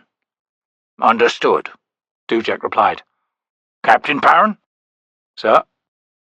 "Have you come to any conclusions?" Paran glanced at Whiskeyjack. "Yes, sir. I think so." "So? What choice will you make, Captain?" He ran a hand through his hair and leaned back in the chair. "High Fist," he said slowly, "T'orrud killed Tattersail." And failed, but that is a secret I will keep to myself, he thought. The adjunct's plan including betraying her word to me, and probably killing me in the process. But, I admit, that's secondary to what T'orrud did. Looking up, he met Whiskeyjack's steady gaze. "Tattersail took care of me, and I her after that hound. He hesitated. It meant something, High Fist." He straightened. "So, I gather you intend to defy the Empress. But what then? Do we challenge the Empire's 100 legions with 10,000 men? Do we proclaim an independent kingdom and wait for Lassine to make an example of us? I need more details, High Fist, before I decide whether I join you. Because, sir, I want vengeance." Dujek responded. "The Empress loses Janabakis, Captain. We've got the support for that. By the time the Malazan Marines arrive to reinforce the campaign, it'll already be over. The Crimson Guard won't even let them disembark. Expect Nathilog to rise up and Genebaris to follow. The Moranth Alliance is about to lose its punch, though I'm afraid I can't give you the details on that. My plans, Captain? They might not make sense, because I don't have time to explain. But we're readying ourselves to take on a new player in the game. Someone completely outside all of this. And that someone is damn nasty. He's called the Panian Seer, who even now prepares his armies for a holy war. You want vengeance? Leave T'orrud to enemies closer to home. As for Lorne, she's all yours, if you can manage it. I can't offer you anything more, Captain. You can say no. Nobody will kill you for that." Paran stared at his hands. "I want to know when High Mage T'orrud gets what he deserves." "Agreed." "Very well, High Fist. As far as this present situation is concerned, however, I'd rather Sergeant Whiskeyjack remained in command." Dujek asked, a grin in his voice. "Whiskeyjack?" "Accepted," the sergeant answered. He smiled at Paran. "Welcome aboard, Captain." "Enough?" Dujek asked. "We'll speak again after it's all done," Whiskeyjack said. "Until then, High Fist, success." "Success, Whiskeyjack." The threads of light faded. As soon as they were gone, Kalam rounded on his sergeant. "You old bastard! Fiddler told me Dujek wouldn't hear any talk of revolt. Not only that, the High Fist told you to walk after this mission." Whiskeyjack shrugged, removing the strange contraption from the table. "Things change, Corporal. When Dujek got the adjunct's word on next year's reinforcements, it became obvious that someone was ensuring that the Jenabakan campaign would end in disaster. Now, even Dujek won't tolerate that. Obviously, plans would have to be revised." He faced Paran, his eyes hardening. "I'm sorry, Captain, but Lorne has to live." "But the High Fist..." Whiskeyjack shook his head. "She's on her way into the city, assuming that she and the IMAS succeed in freeing the Jaghut. The Tyrant will need a reason to come to Darujhistan, and we can only assume that somehow Lorne will be that reason. She will find us, Captain. Once that happens, we'll decide what's to be done with her, depending on what she tells us. If you challenge her openly, she will kill you. If necessary, she will have to die. but her demise will be subtle. Do you have any problems with any of this?" Paran released a long breath. "Can you at least explain why you went ahead and mined the city?" "In a moment," Whiskeyjack said, rising. "First," he said, "who's the wounded man?" "Not wounded any more," Mammot said, grinning at Paran. "Just sleeping." Paran also rose. "In that case, I'll also explain everything. Just let me go downstairs and retrieve my sword." At the door he paused and turned to Whiskeyjack. "One more thing. Where's your recruit Sorry?" Kalam answered. "Missing. We know what she is, Captain. Do you?" "Yes. But she may not be what she once was," he thought, assuming Shadowthrone didn't lie. He thought to relate that part of his story, then dismissed the notion. He couldn't be sure, after all. Better to wait and see. The burial chamber proved to be a small, nondescript beehive tomb, the low dome constructed of roughly dressed stones. The passageway leading to it was narrow and less than 4 feet high, sloping slightly downward. The chamber's floor was of packed earth, and in its center rose a circular wall of stones, capped by a single massive lintel stone. Frost-crusted objects lay on this flat surface. Tool swung to the adjunct. "The object you seek is called a finest. Within it is stored the Jaghut Tyrant's powers. It is perhaps best described as a self-contained Omto's Felak Warren. He will discover it is missing once fully awakened, and will unerringly hunt it down." Lorne blew on her numb hands, then slowly approached the lintel stone. "And while it's in my possession?" she asked. "Your Otateral's sword will deaden its aura. Not completely. The finest should not remain in your hands for long, adjunct." She scanned the objects scattered on the stone surface. The Imass joined her. Lorne picked up a scabbarded knife, then discarded it. In this, Tool could not help her. She had to rely upon her own senses, honed by the strange, unpredictable effects of the Otateral. A mirror set in an antler caught her eye. The mica surface was latticed in a web of frost, yet it seemed to glimmer with a light of its own. She reached for it, then hesitated. Beside it, almost lost among the crystalline frost, was a small, round object. It lay upon a flap of hide. Lorne frowned, then picked it up. As its ice coating melted, she saw that it was not perfectly round. She polished the blackened surface and studied it closely. "I believe it is an acorn," Tool said. Lorne nodded. "And it's the finest." Her gaze fell to the capped mound of rocks. "What an odd choice." The Imass shrugged in a clatter of bones. "The Jaghut are odd people." "Tool, they weren't very warlike, were they?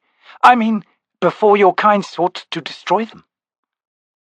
The Imass was slow to reply. "Even then," he said at last, "the key lay in making them angry. For then they destroyed indiscriminately, including their own." Lorne shut her eyes briefly. She pocketed the finest. "Let's get out of here." "Yes, adjunct. Even now, the Jaghut Tyrant stirs." Chapter 19. But someone died here, alas.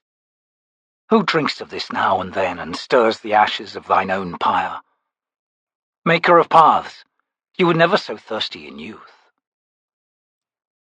Old Temple, 7 Store, born 1022. "This isn't right, Mies," Crokus said, as he rubbed the sleep from his eyes. "We can't just hide in here forever." Apsalar said from the window, "It's almost dark." Mies crouched once again to check the trapdoor's lock. We're moving you again, after the 12th bell. Arilta's down below, getting details. Who's giving these orders? Crokus demanded. Have you found Uncle Mammot yet? Relax, lad. Mies straightened. No, we ain't found your uncle, and the orders come from your protectors. I won't answer any questions about who they are, Crokus, so save your breath. Apsalar shifted position by the window to take in Mies. Your friend's been a long time, she said. Do you think something's happened? Mies looked away. This girl was sharp. Of course, Mies had known that the first time they'd met, and old Chert had found out the hard way. Not sure, she admitted. She bent to unlock the trapdoor. You both stay put, she ordered, glaring at Crokus. I ain't going to be happy if you do something stupid, understand? The boy looked glum, his arms crossed. He watched as Mies opened the trapdoor and climbed down the ladder. Close this up after me, she said from below, and lock it. Wait to hear from either me or Arilta. Got it? Yes. Crokus strode to the square hole in the floor and stared down at Mies. We got it, he said, grasping the door and swinging it shut. Then he locked it. Crokus? Apsalar asked. Why did you kill a guard? This was their first time alone since entering the city. Crokus glanced away.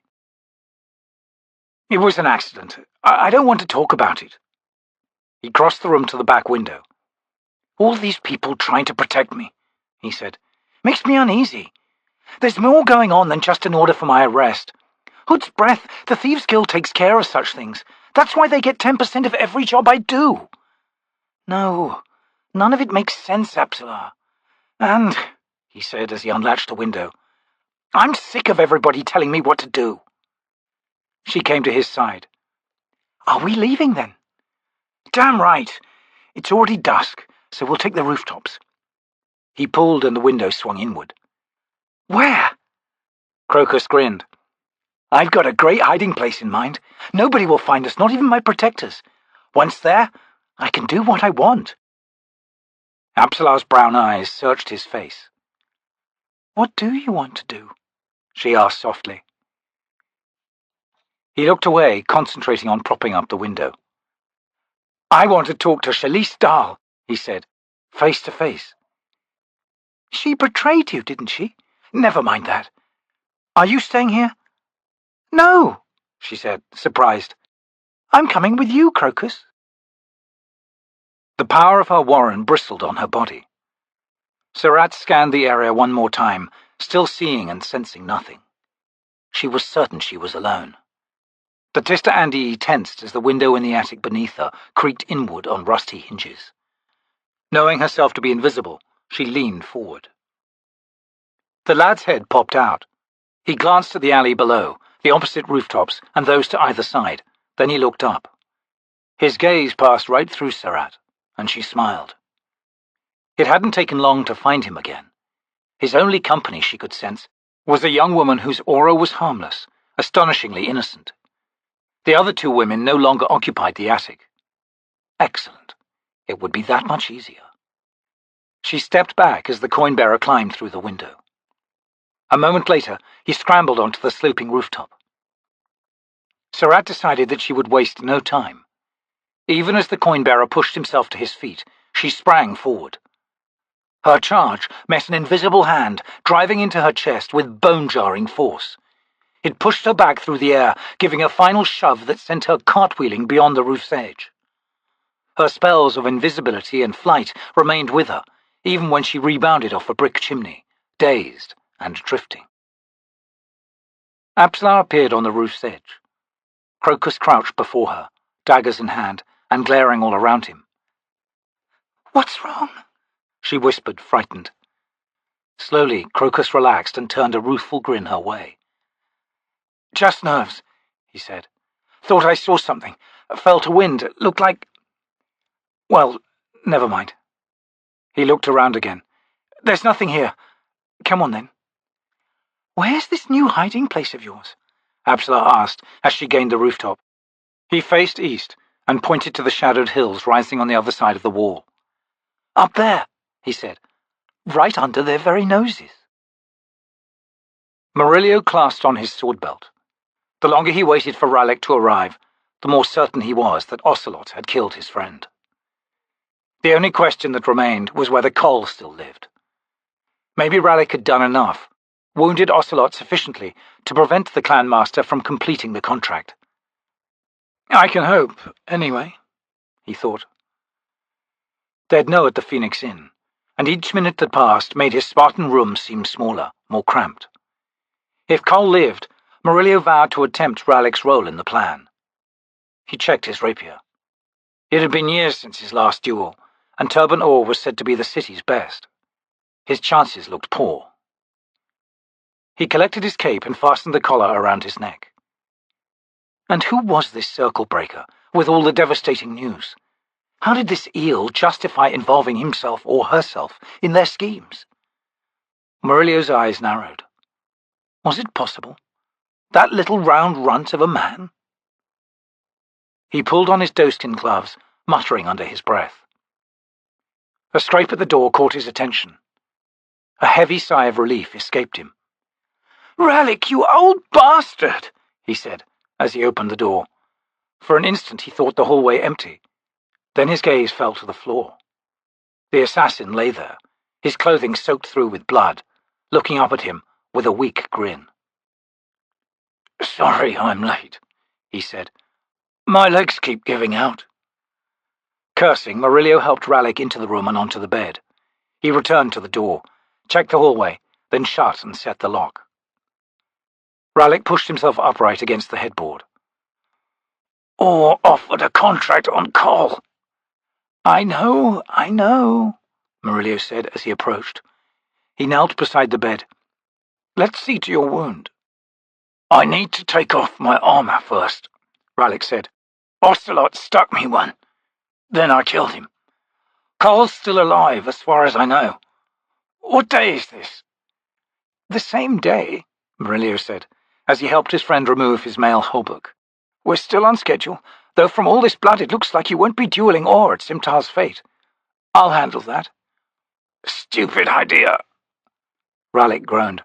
"You'll just get killed and Turbanor will walk away, still Lady Simtal's backer, and still powerful enough to prevent Cole's claim to rights." Murillo made no reply to that. He peeled back the leather padding to expose the wound. "What's with all this blood on you?" he demanded. "There's nothing here but a week-old scar." "Huh?"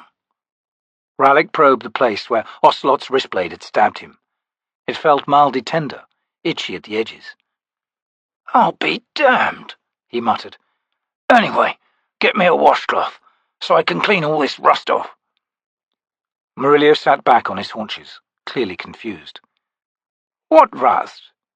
"The stuff on my face," Rallick said, scowling at his friend. Murillo leaned close. "Baruk's magic deadening powder," the assassin snapped. "How the hell do you think I managed to kill Ocelot?" "Your face is clean, Rallick," Murillo said. "You're welcome to the washcloth. We'll get all that dried blood off you in any case." "Give me a mirror first," Rallick said. Murillo found one and stood watching Rallick study his own pallid reflection, which bore a deep frown. He observed dryly. "Well, that expression confirms it for me." "Confirms what?" the assassin asked in a dangerous tone. "That you're you, Rallick." Murillo squared his shoulders. "Rest here for a while. You've lost a lot of blood. I'm off to find the eel and tell him a thing or two." "You know who the eel is?" He strode to the door. "I've got a hunch. If you can walk, try locking this door behind me, will you?" Crupper mopped his brow with his limp, sodden handkerchief. "Crupper has uttered every single detail at least 1,000 times, Master Baruk," he complained. "Will this ordeal never end? Look at yon window. A whole day in Crupper's life has passed." The alchemist sat frowning down at his slippers, occasionally wiggling his toes as the minutes passed. It was as if he had forgotten Crupper's presence in the room, and it had been this way for the past hour, no matter how much Crokus talked. "Master Baruk," Crokus tried again, "may your loyal servant leave? He's not yet recovered from his horrific journey in the eastern wastelands. Simple fare of roast mutton, potatoes, fried onions and carrots, mussels in garlic butter, dates, cheese, smoked slipper minnows, and a carafe of wine now occupies Crokus's mind to the exclusion of all else. Such as he has been reduced, his world contracting apace with his stomach." Baruk spoke. "For the past year," he said slowly, "an agent of the eels, known to me as Circle Breaker, has been providing me with vital information regarding the city council." Crokus's mouth shut with an audible click. "It lies within my powers, of course, to identify this Circle Breaker at my leisure. I have a score of missives written in his own hand. The parchment alone suffices." Baruk's eyes lifted to fix on the mantelpiece. "I am considering doing so," he said. "I must speak with this eel. We've reached a critical juncture in the life of Darujhistan, and I must know the eel's purposes. We could work in close alliance, sharing all we know, and perhaps we can save the life of this city. Perhaps." Crokus cleared his throat and wiped his brow again. He carefully folded the handkerchief on his lap, then stuffed it into a sleeve. "If you wish to convey such a message," he said quietly, "Crokus can oblige, Master Baruk." Baruk's gaze dropped calmly to Crokus. "Thank you. How soon the reply?" "By this evening," Crokus said. "Excellent. I admit to resisting my own decision to compromise this Circle Breaker. The means you offer seem the best. You may go now, Crokus." Crokus's head bobbed. He rose. "Until tonight, then, Master Baruk." Carl slept while the men in the room continued their discussion. Mallet said that the man might well sleep for days, Hood's gate having been as close as it was. Paran felt frustrated. Something was missing from Whiskeyjack's explanations. The saboteurs had gone ahead with planting the mines, and even now it was Whiskeyjack's plan to detonate them. More, the efforts to contact the Assassins' Guild remained with the purpose of offering a contract on Darujhistan's true rulers. These facts hardly complemented this idea of a full-scale, continent-wide revolt. If anything, wouldn't Dujek be seeking local alliances? As the sergeant went on, more and more of what the man said gathered in the captain's mind, and he sensed a pattern emerging. He broke his hour-long silence and addressed Whiskeyjack. "You still intend to cripple Darujhistan, and I keep thinking about that, and now I think I've worked out why." He studied Whiskeyjack's blank expression. "What you seek is to crack this city wide open. Chaos in the streets, a headless government. Everybody who matters shows up and they kill each other. What does that leave?" Paran leaned forward, his eyes hard. "Dujek's got an army 10,000 strong, about to become outlaws of the Empire. Maintaining 10,000 soldiers is an expensive business. Housing them is even tougher. Dujek knows Pale's days are numbered, Caladan Brood's on the march down the Rivi Plain right now, and the Moranth about to pull out of the Alliance, maybe make a move of their own. Tayshran's in Pale. Maybe old One Arm can handle him, maybe not. How am I so far, Sergeant?" Whiskeyjack glanced over at Kalam, then shrugged. "Go on," he said to Paran.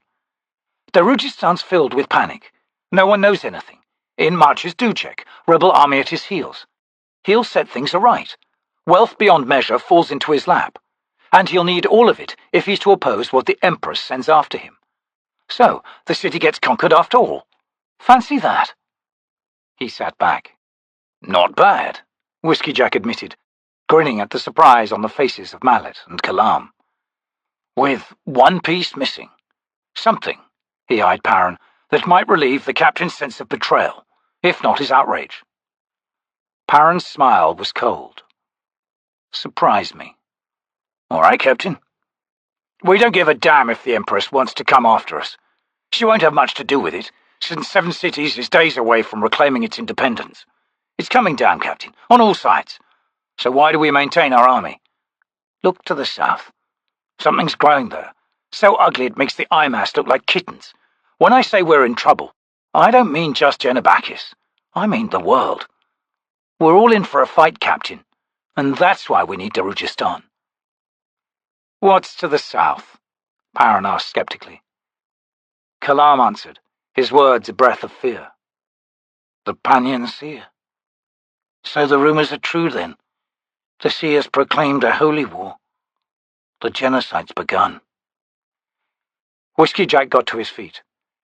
Explain it to the man, he said to Kalam. That guild still needs contacting, if possible. Who knows? We've made a show of ourselves at this bar. Might be what's needed, though. He looked to Paran.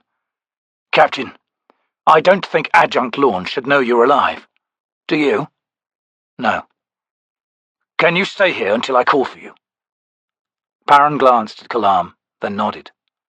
Good. Mallet, let's move. We've lost at least 2 days, Lorne pronounced, thankful for the day's lingering heat. These are thirsty horses. Tool stood near the shadowed barrow marker, watching the adjunct ready her horses for the journey into Darujhistan.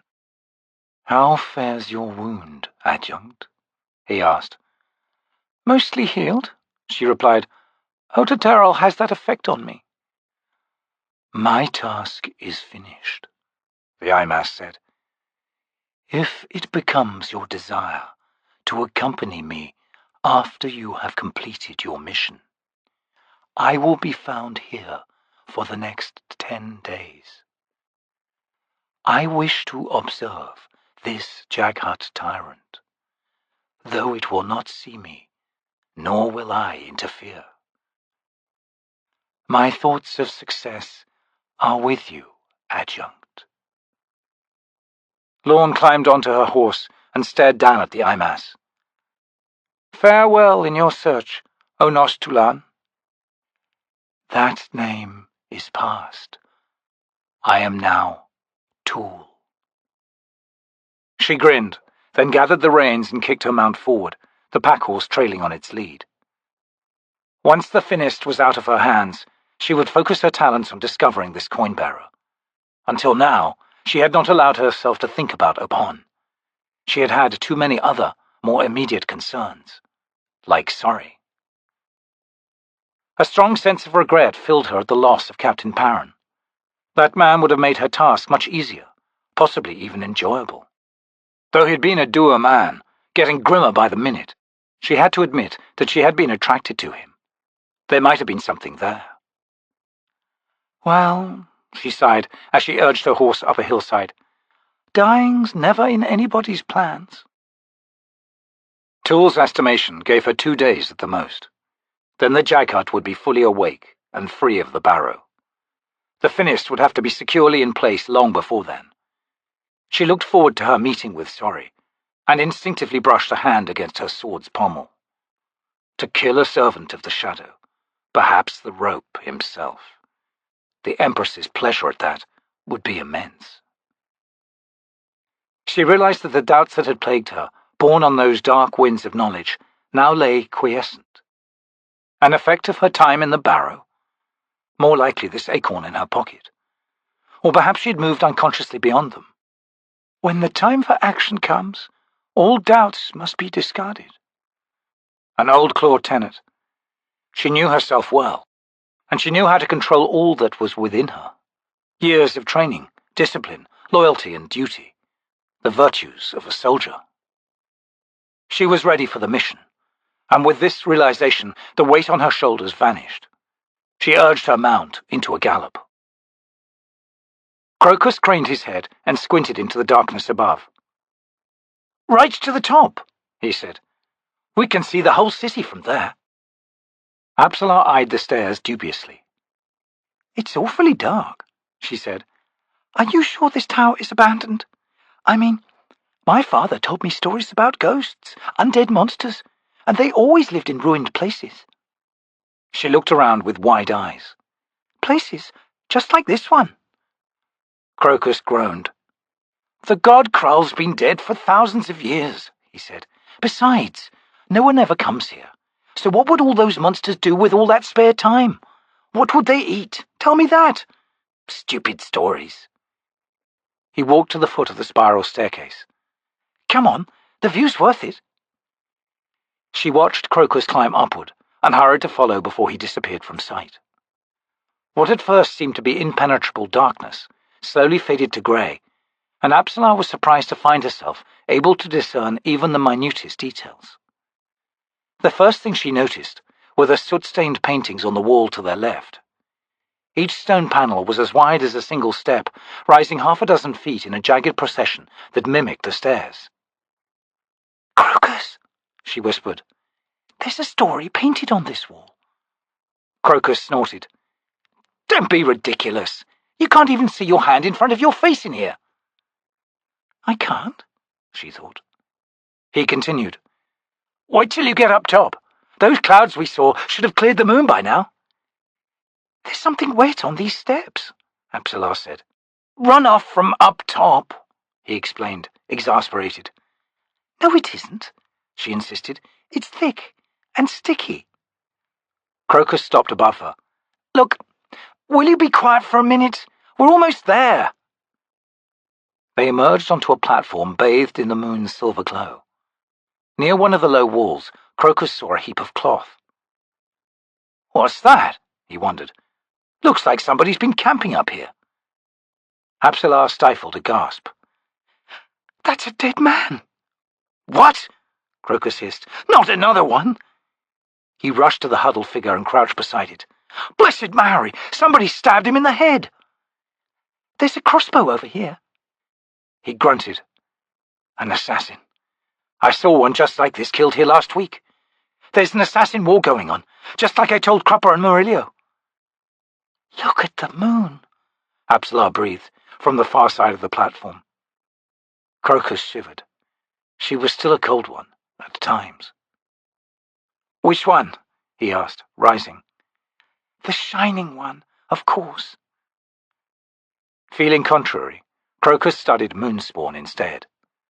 A faint reddish glow suffused it, something he'd not seen before. A worm of fear squirmed in his stomach. Then his eyes widened. 5 massive winged shapes seemed to sweep down the moon's face, angling northeast. He blinked, and they were gone. "Do you see its oceans?" Apsalar asked. "What?" He turned. "Its oceans. Gralin's Sea. That's the big one.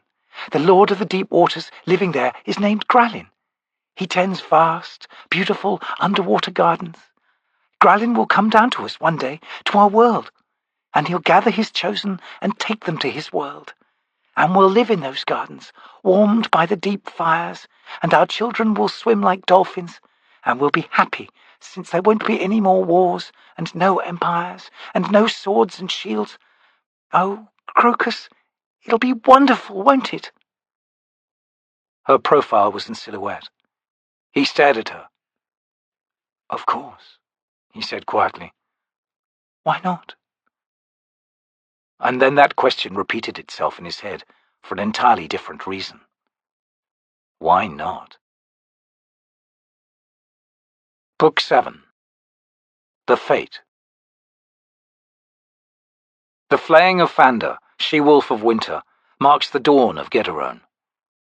The priestesses race down the streets, strips of wolf fur streaming from their hands. Banners are unfurled. The noises and smells of the market rise into the morning air. Masks are donned. The citizens discard the year's worries and dance across the day into night. The Lady of Spring is born anew.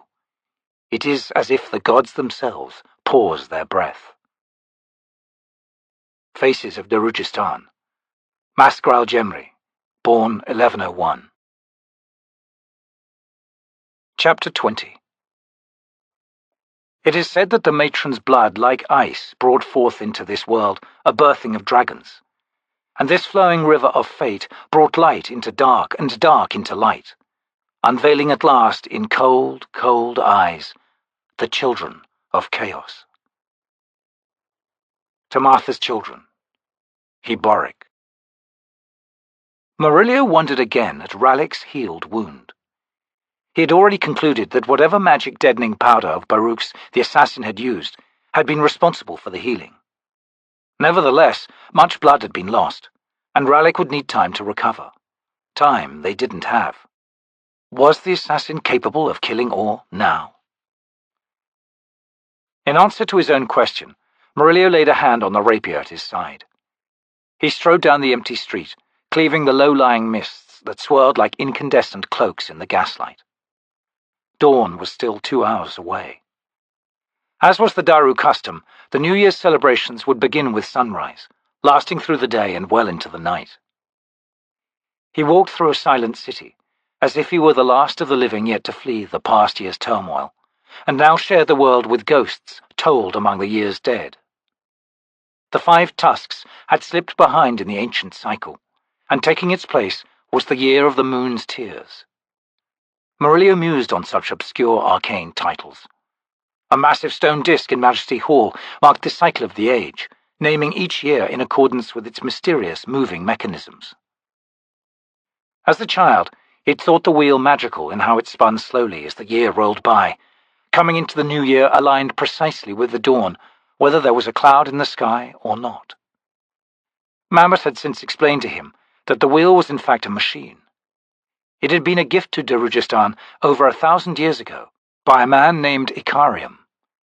It was Mammot's belief that Ikariam had Jaghut blood. By all accounts, he had ridden a Jaghut horse, and a trell strode at his side.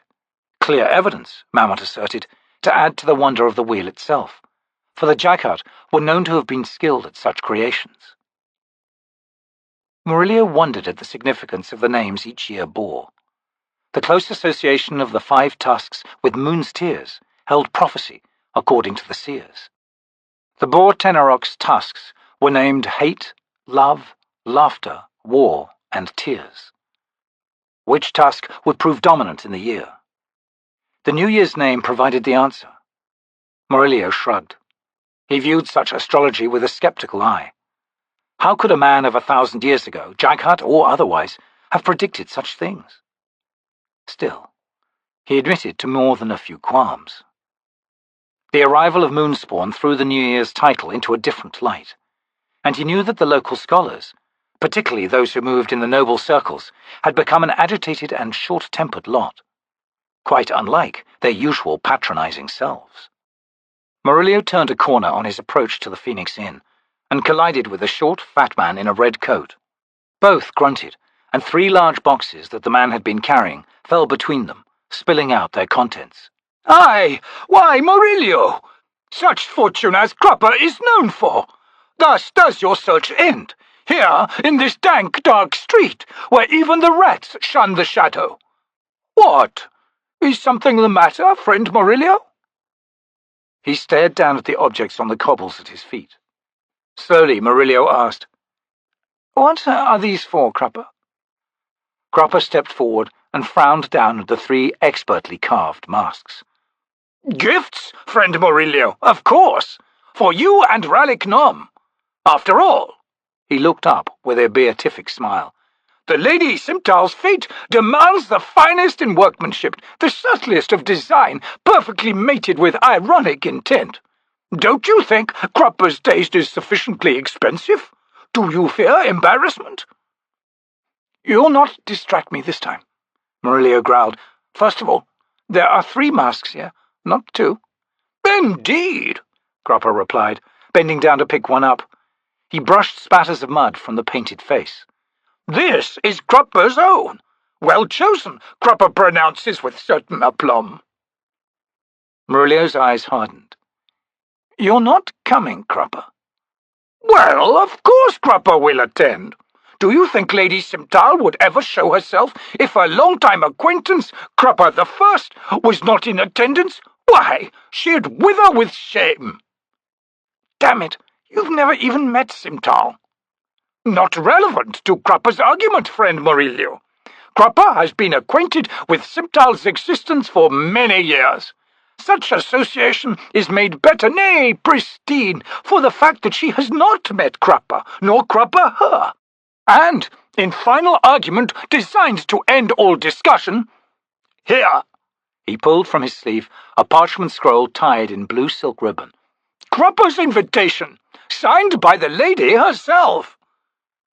Murillo made a grab for it, but Cropper replaced it deftly in his sleeve. "Rallick will kill you," Murillo said levelly. "Nonsense!" Cropper placed the mask over his face. "How will the lad ever recognize Cropper?" Murillo studied the man's round body, the faded red waistcoat, gathered cuffs, and the short, oily curls atop his head. "Never mind," he sighed. "Excellent," Cropper said. "Now, please accept these 2 masks, gifts from your friend Cropper. A trip is saved, and Baruk need not wait any longer for a secret message that must not be mentioned." He replaced his mask in its box, then spun round to study the eastern skyline. "Off to yon alchemist's abode, then. Good evening, friend." "Wait a minute," Murillo said, grasping Cropper's arm and turning him round. "Have you seen Carl?" "Why, of course. The man sleeps a deep, recovering sleep from his ordeals. 'Twas healed magically, Salty said, by some stranger, yet. Cole himself was brought in by yet a second stranger, who found a third stranger, who in turn brought a 5th stranger in the company of the stranger who healed Cole. And so it goes, friend Murillo. Strange doings indeed. Now, Cropper must be off. Goodbye, friend." "Not yet," Murillo snarled. He glanced around. The street was still empty. He leaned close. "I've worked some things out, Cropper. Circle Breaker contacted me, put everything into order in my mind. I know who you are." "Aye!" Cropper cried, withdrawing. "I'll not deny it, then. It's true, Murillo. Cropper is Lady Simptal, connivingly disguised." "Not this time. No distractions. You're the eel, Cropper. All this blubbering, sweaty, meek-mouthed stuff is just an act, isn't it? You've got half this city in your pocket, eel." Eyes wide, Cropper snatched the handkerchief from his sleeve and mopped his brow. He wrung sweat from it, droplets spattering on the cobbles. Then a veritable torrent splashed onto the stones.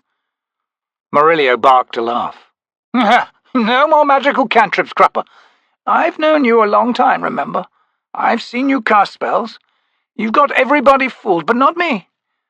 I'm not telling, though. You don't have to worry about that." He smiled.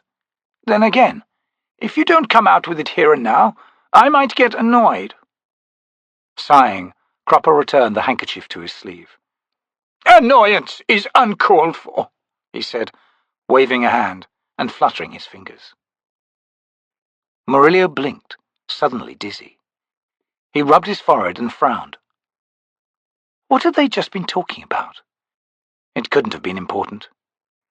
"Thanks for the masks, friend. They'll come in handy, I'm sure." His frown deepened. What a confusing thing to say. He wasn't even angry that Cropper had figured things out, nor that the fat little man would attend the fete. How odd. "Good that Cole's all right, isn't it? Well," he mumbled, "I'd better head back to check on Rallick." Smiling, Cropper nodded. "Until the fete, then. Fare you well, Murillo, Cropper's finest and dearest friend." "Good night," Murillo replied, turning to retrace his steps. He lacked sleep. All these late nights were taking their toll. That was the problem. "Of course," he muttered, then began to walk. His features darkening, Baruk studied the Tista Andi lounging in the chair across from him. "I don't think it's a very good idea, Rake." The Lord raised an eyebrow. "As I understand such things, the event includes the wearing of disguises," he said with a slight smile. "Do you fear I lack taste?" "I've no doubt your attire will be suitable," Baruk snapped, "particularly if you choose the costume of a Tista Andi warlord. It's the council that worries me. They're not all fools." "I would be surprised if they were," Rake said. "Indeed, I would have you point out the cunning ones. I don't imagine you will refute my suspicion that there are those within the council seeking to pave the way for the Empress. For a price, of course. Power comes to mind. Nobles delving in merchants' trades no doubt drool at the prospect of empire trade. Am I far off the mark, Baruk? No, the alchemist admitted sourly. But we have that under control. Ah, yes, Rake said. This brings to mind my other reason for wishing to attend this Lady Simtal's fete. As you said, the city's power will be there. I assume this includes such mages as are in your T'orrud Cabal? Some will attend, Baruk conceded. But I must tell you, Anomander Rake, your debacle with the Assassin's Guild has made a good number of them rue our alliance. They'll not appreciate your presence in the least. Rake's smile returned. To the extent that they will reveal their community to cunning council members? I think not. He rose in a fluid motion. No, I would like to attend this fete. My own people hold little to such social affairs. There are times when I grow weary of their dour preoccupations. Baruk's gaze focused on Sister Andi. You suspect a convergence, don't you? A fell gathering of powers, like iron filings to a lodestone.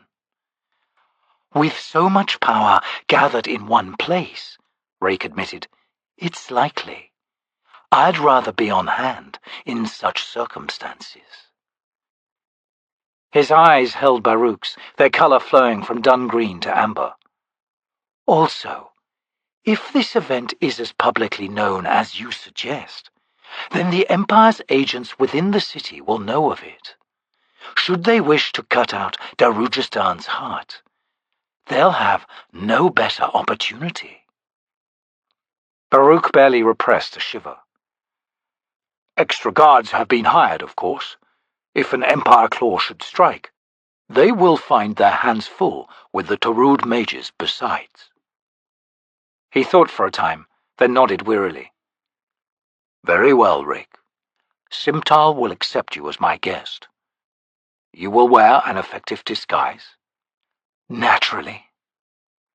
Baruk climbed to his feet and strode to the window. Beyond, the sky had begun to pale.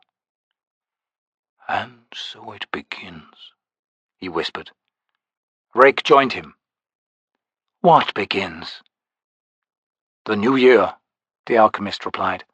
Past is the 5 tusks. The dawn you see marks the birth of the year of the moon's tears. Lord Anomander Rake stiffened. Baruk noticed. Indeed, an unusual coincidence, though I would put little weight upon it.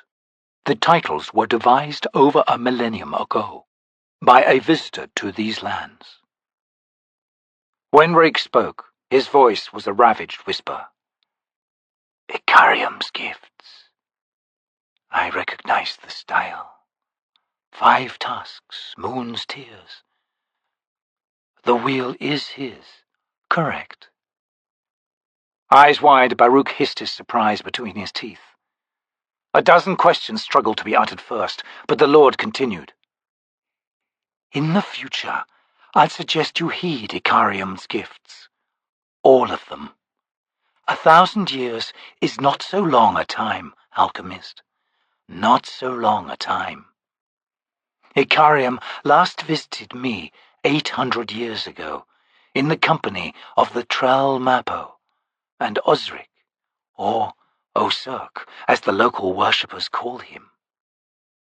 Rake smiled bitterly.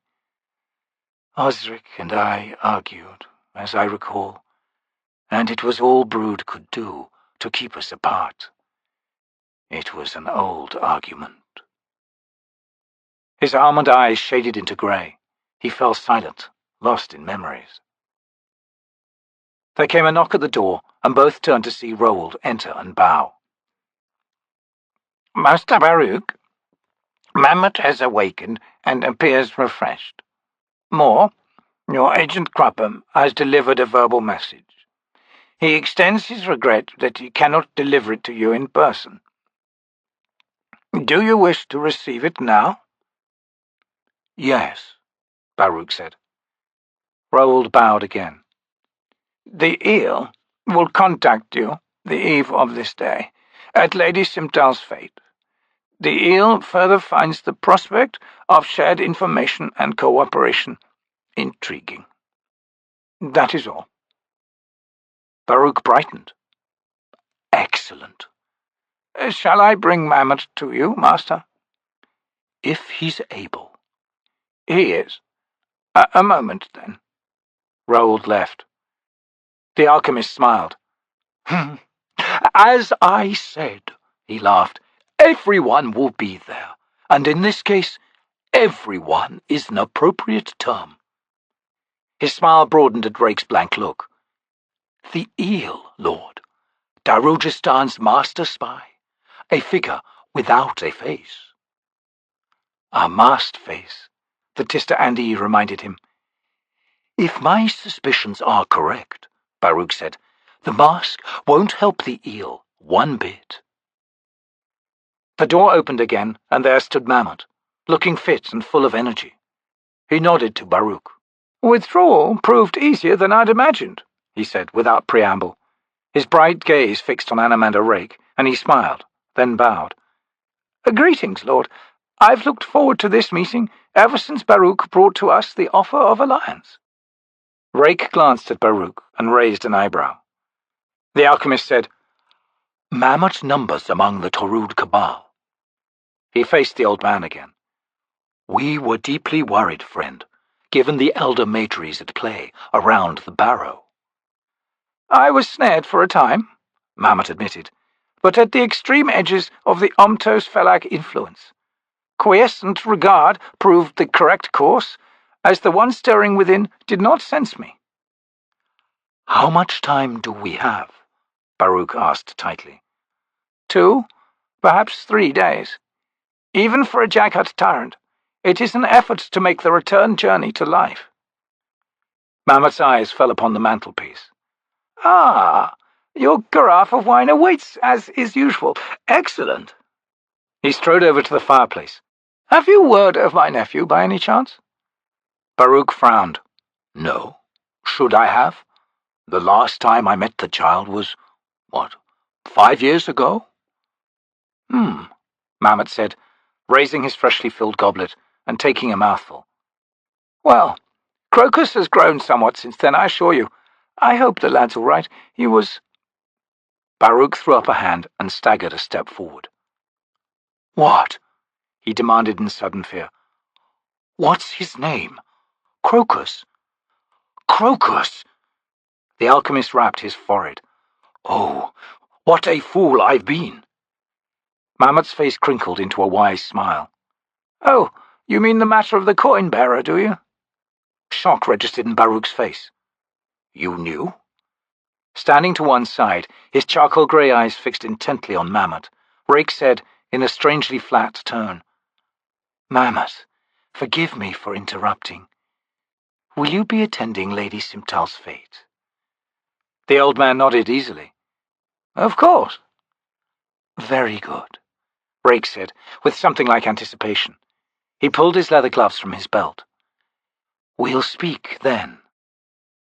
Baruk had no time to think about Rake's sudden departure. It was his first mistake of the day.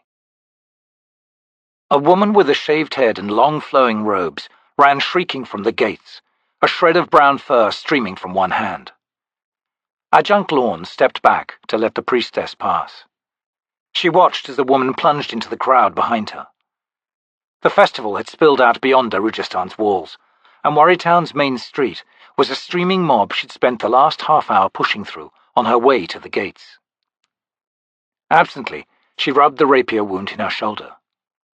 Her journey into the barrow seemed to have slowed the healing, and an ache had settled inside the puncture, cold as the ice in the barrow's tunnel.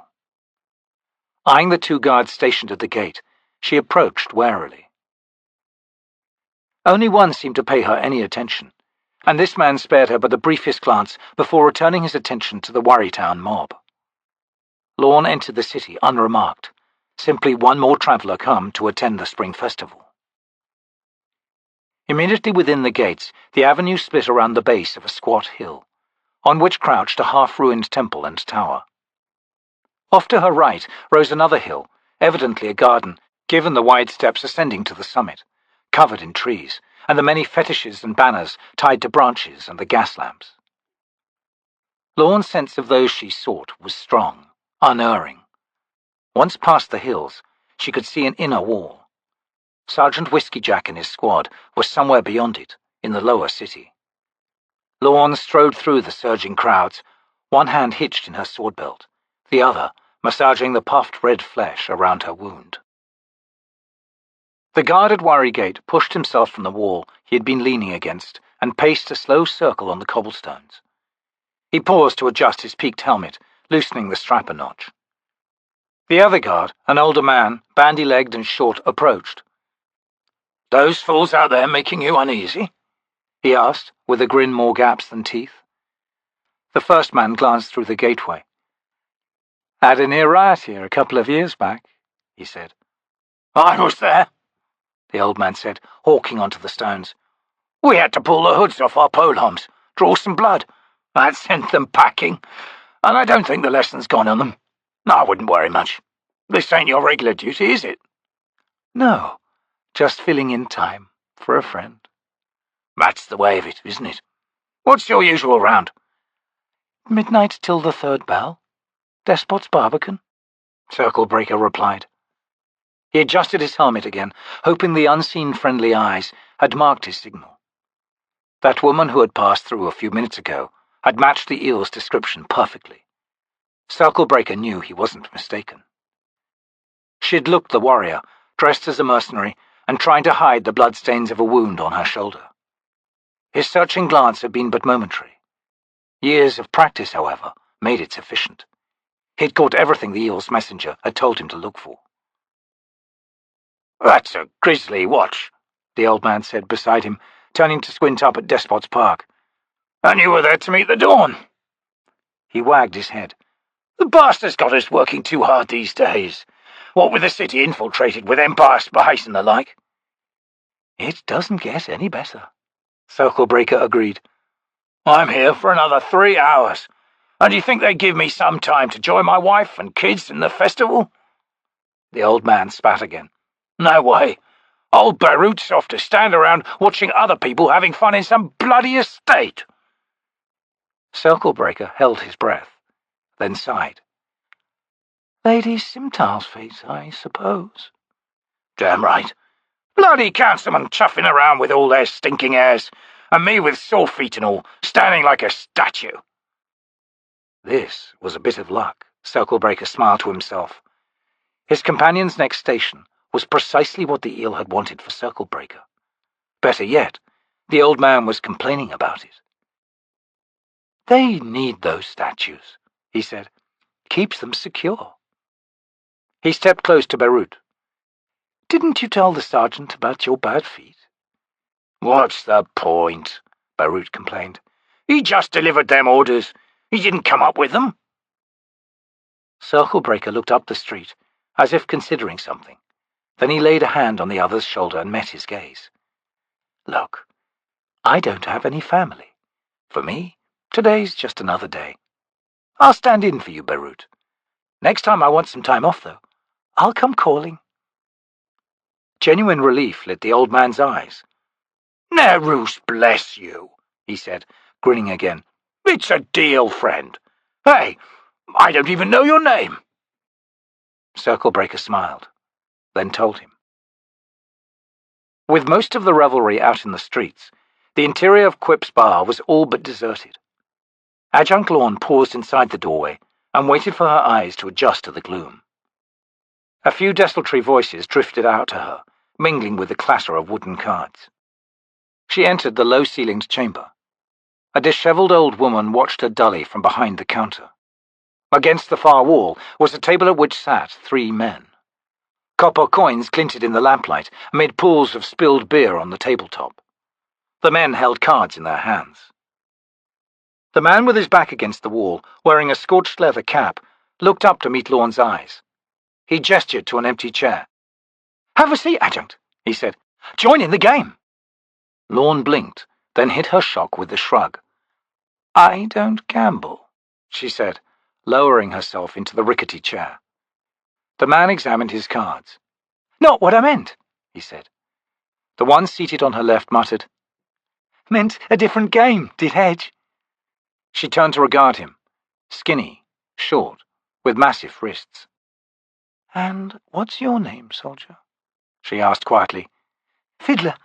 The guy losing his coins is Mallet. We've been expecting you. So I gather, Lorne said dryly, leaning back. Your intelligence impresses me, gentlemen. Is the sergeant nearby? Making the rounds, Fiddler said. Should be by in 10 minutes or so. We've got the back room in this rat trap, right up against the tier wall. Hedge added, Me and Fid dug through that damn wall, 7 bloody feet thick at its base. An abandoned house on the Daru side. He grinned. It's our back door. So you're the saboteurs. And Mallet?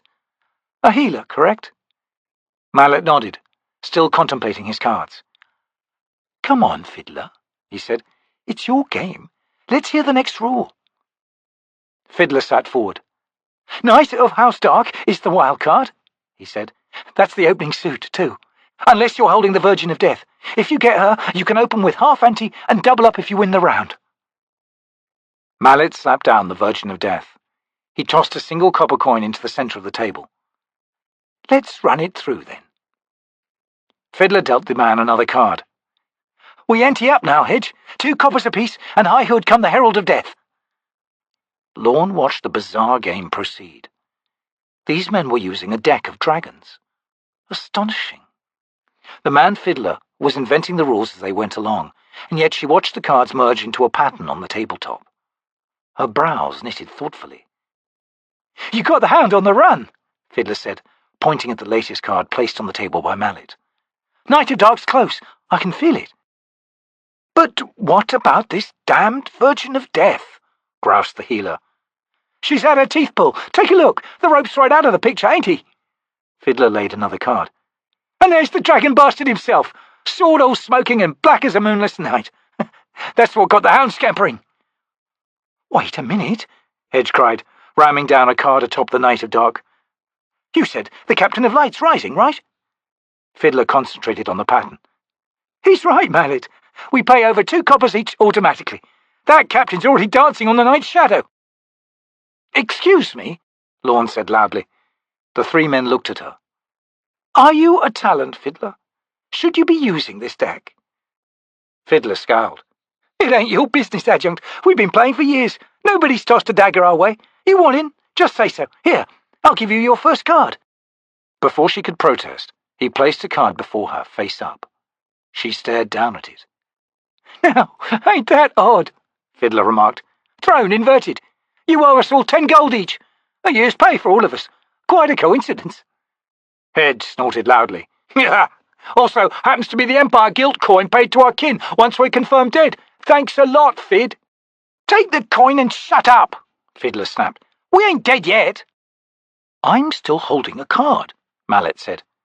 Fiddler rolled his eyes. So let's see the damn thing then. The healer set the card down. Orb.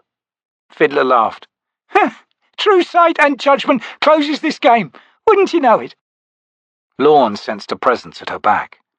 She turned slowly to find a bearded man behind her. His flat grey eyes held hers. I'm Whiskeyjack, he said softly.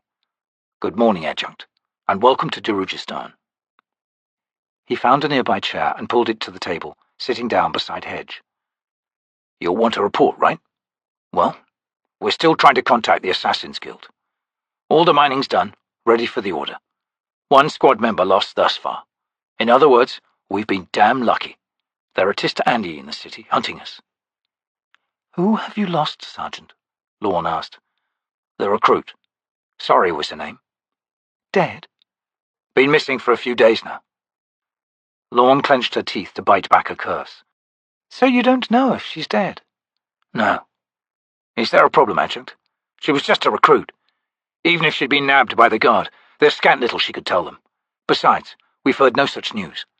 Most likely some thugs scrubbed her in some back alley. We've been scurrying down a lot of rat holes trying to find these local assassins. He shrugged. It's a risk you live with, that's all. Sorry was a spy, Lorne explained. A very good one, Sergeant. You can be certain that no thugger killed her. No, she's not dead. She's hiding because she knew I'd come looking for her. I've been on her trail for 3 years. I want her. If we'd had a hint of all this, Whiskeyjack said tightly, it could have been arranged, Adjunct.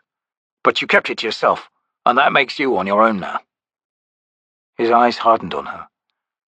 Whether we contact the guild or not, we detonate the mines before tomorrow's dawn, and then we're out of here. Lorne drew herself up. I am adjunct to the Empress, Sergeant. As of now, this mission is under my direction. You will take orders from me. All this independent crap is over. Understand? For a moment she almost thought she saw a flash of triumph in the man's eyes. A second look revealed it to be no more than the expected anger. Understood, Adjunct, Whiskeyjack replied curtly. What are your orders? I am serious in this, Sergeant, she warned, and I don't care how angry this makes you. Now, I suggest we retire to more private surroundings. She rose. Your men can remain here. Whiskeyjack stood. Of course, Adjunct. We have the back room. If you will follow me. Lorne reached down to the bed's top blanket. There is blood here, Sergeant. She turned to regard the man as he closed the door. He faced her. One of my men had a brush with the T'orrud assassin mage. He'll recover. Highly unlikely, Sergeant. The T'orrud are all with Caladan Brood in the north. Her eyes widened in disbelief. You don't mean to suggest that the Lord of Moonspawn himself has left his fortress? To do what? Hunt down Malazan spies? Don't be absurd. Whiskeyjack scowled. Corporal Kalam and my squad mage had a rooftop engagement with at least half a dozen T'orrud. That my men survived makes it highly unlikely that the Moon's Lord was anywhere in the vicinity, doesn't it, Adjunct? Put it together. The Moon stations itself just south of the city. Its lord strikes an alliance with Darujhistan's rulers, and their first task is to wipe out the local assassins' guild. Why? To prevent people like us from contacting them and offering a contract. And so far, it's worked. Lorne thought for a time. Then she said, So, if the guild cannot be contacted, why not do the assassinations yourselves? Your Corporal Kalam ranked among the best in the Claw before his falling out. Why not take out the city's rulers? The man folded his arms across his chest and leaned against the wall beside the door. We've been considering that, Adjunct, and we're a step ahead of you. Right now, one of my men is negotiating for us to work as private strong-arms for a highbrow fete this evening. Everybody who's anybody is supposed to attend. Council members, high mages, the works. My saboteurs have enough leftover munitions to make it a party this city will have a hard time forgetting. Lorne struggled against a growing sense of frustration. As much as she had intended to take command of things, it seemed that this Whiskeyjack had been doing just fine up until now, given the circumstances. She suspected she could not have done things any better, though she still doubted the story about the T'orrud. Why on earth, she asked finally, would an estate hire a bunch of strangers as guards? Oh, there'll be city soldiers there as well, but none of them is a barghast. Whiskeyjack smiled cynically. Titillation factor, Adjunct. It's what makes the nobility drool. Look there, a big tattooed barbarian glowering down at them. Exciting, yes? He shrugged. It's a risk, but one worth taking. Unless, of course, you have a better idea, Adjunct. She heard the challenge in his tone. Had she thought about it, she would have realized long before now that her title and power would not intimidate this man. He had stood at Dassam Ultor's side, arguing tactics with the sword of the Empire in the midst of battle, and it seemed that demotion to sergeant had failed to break this man. That much she had gathered from the Bridgeburners' reputation at Pale. He would not hesitate to challenge her every command if he found reason to do so. Your plan is sound, she said. Tell me the name of this estate. Some woman named Lady Simtal. I don't know the family name, but everybody seems to know her. Said to be a real looker, with influence in the council. Very well, Lorne said, adjusting her cloak. I'll return in 2 hours, Sergeant. There are other matters I must attend to. Be certain that all is ready, detonating procedures included. If you don't get hired, we'll have to find another way of being at that fete. She strode to the door. Adjunct? She turned. Whiskeyjack walked to the back wall and pulled aside a tattered hanging. This tunnel emerges into another house. From it, you can enter the Daru district. Unnecessary. Lorne was irritated by his condescending tone. As soon as she was gone, Quickben scrambled from the tunnel. Damn it, Sergeant, he muttered. You almost had her walking in on me. No chance, Whiskeyjack observed. In fact, I made certain she wouldn't use it. Anything from Kalam? Quickben paced the small room. Not yet, but he's about to run out of patience. He turned to the sergeant. So, do you think she was fooled? Fooled? Whiskeyjack laughed. She was reeling. Paran said she was going to drop something off, Quickben said. Did she? Not yet. It's getting tight, Sergeant. Damn tight. The other door opened and Trots entered, his filed teeth exposed in something between a smile and a grimace. Success? Whiskeyjack asked. Trots nodded. As the afternoon waned, Crokus and Absalar waited atop the tower's platform. Every now and then they peered over the edge to watch the festivities. There was a taste of mania among the crowds below, as if they danced on the rim of desperation. In spite of the season's rejoicing, the shadow of the Malazan Empire hung over all. Indeed, with Moonspawn immediately to the south, Darujhistan's place between the two forces was obvious to everyone. Somehow, Crokus muttered, as he watched the crowds moving down the streets like churning rivers, Darujhistan seems smaller, almost insignificant. It looks huge to me, Absalar said. It's one of the biggest cities I've ever seen, she said. As big as Unta, I think. He stared at her. She had been saying strange things lately, which did not seem right, coming from a fisher girl from a small coastal village. Unta? That's the Empire capital, isn't it? She frowned, which made her look older. Yes, only I've never been there. Well, how could you know how big it is, then? I'm not sure, Crokus. Possession, Cole had said. 2 sets of memory warred in the woman, and the war was getting worse. He wondered if Mammot had shown up yet. For a moment, he came near to regretting their escape from Mies and Irilta. But then his thoughts turned to what was to come. He sat down on the platform and propped himself against the low wall. He stared at the assassin's body across from him. The blood that had been spilled had blackened under the hot sun. A trail of droplets crossed the floor to the stairs. Clearly, this assassin's killer had himself been wounded. Yet Crokus did not feel in danger up here, although he wasn't sure why. For an abandoned belfry tower, this place had witnessed a lot of drama lately. Are we waiting for night? Absalar asked. Crokus nodded. Then we'll find this chalice? That's right. The Dals will be at Lady Simtal's fete, I'm sure of it. The estate has an enormous garden, almost a forest. It goes right up to the back wall. Getting in should be easy. Won't you be noticed once you join the guests, though? I'll be dressed as a thief. Everybody will be wearing costumes. Besides, there'll be hundreds of people there. It might take an hour or 2, but I'll find her. And then? I'll think of something, Crokus said. Absalar stretched out her legs on the paving stones and crossed her arms. And I'm supposed to hide in the bushes, huh? He shrugged. Maybe Uncle Mammot will be there, he said. Then everything will be all right. Why? Because that's what Cole said, Crokus shot back, exasperated. Was he supposed to tell her she'd been possessed for who knew how long? We'll work out a way to get you home, he explained. That's what you want, right? She nodded slowly, as if no longer certain of that. I miss my father, she said. To Crokus, Absalar sounded as though she was trying to convince herself. He looked at her when they'd arrived, thinking, why not? And he had to admit to himself now that her company wasn't bad. Except for all the questions, of course. Mind, what if he'd been in her situation, waking up thousands of leagues from home? It'd be terrifying. Would he have held up as well as she seemed to be doing? I'm feeling all right, she said, watching him.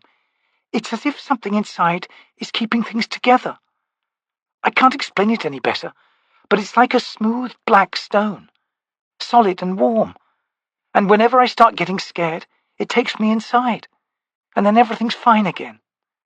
She added, I'm sorry. I didn't mean to push you away. Never mind, he said. Within the shadows of the stairwell, Surratt studied the two figures out on the platform. Enough was enough. She had opened her curaled Ghislaine warren into a defensive layering of wards around her. No more of these invisible enemies. If they wanted her, they'd have to show themselves, and then she'd kill them. And as for the coin-bearer and the girl, where could they hope to escape to? Up here on this tower? She unsheathed her daggers and prepared for her attack. A dozen wards protected her back all along the staircase. An approach from there was impossible. Two sharp points touched her flesh, one under her chin and the other beneath her left shoulder blade. The Tista Andii froze. And then she heard a voice close to her ear, a voice she recognized. Give Rake this warning, Surratt. He'll only get one, and the same for you. The coin-bearer shall not be harmed. The games are done. Try this again, and you'll die. You bastard! She exploded. My lord's anger will be in vain. We both know who sends this message, don't we? And as Rake well knows, he's not as far away as he once was. The point beneath her chin moved away to allow her to nod, then returned. Good. Deliver the message then, and hope we don't meet again. This will not be forgotten, Surratt promised, shaking with rage. A low chuckle answered her. Compliments of the prince, Surratt. Take it up with our mutual friend. The daggers left her flesh. Surratt exhaled a long breath, then sheathed her weapons. She snapped a curaled Ghislaine spell and vanished. Crokus jumped at a faint plopping sound from the stairwell. He laid his hands on his knives, tensing. What's wrong? Absalar said. Shh. Wait. He felt his heart pound hard against his chest. I'm ducking at shadows, he said, sitting back. Well, we're off soon anyway. It was an age of wind, sweeping across the grass plains beneath a pewter sky, a wind whose thirst assailed all life, mindless, unrelenting like a beast that did not know itself. Struggling in his mother's wake, it was Raest's first lesson in power. In the hunt for domination that would shape his life, he saw the many ways of the wind, its subtle sculpting of stone over hundreds and then thousands of years, and its raging gales that flatten forests, and found closest to his heart the violent power of the wind's banshee fury. Raest's mother had been the first to flee his deliberate shaping of power. She had denied him to his face, proclaiming the sundering of blood, and thus cutting him free. That the ritual had broken her, he disregarded. It was unimportant. He who would dominate must learn early that those resisting his command should be destroyed. Failure was her price, not his. While the Jaghut feared community, pronouncing society to be the birthplace of tyranny, of the flesh and the spirit, and citing their own bloody history as proof, Raest discovered a hunger for it. The power he commanded insisted upon subjects. Strength was ever relative, and he could not dominate without the company of the dominated.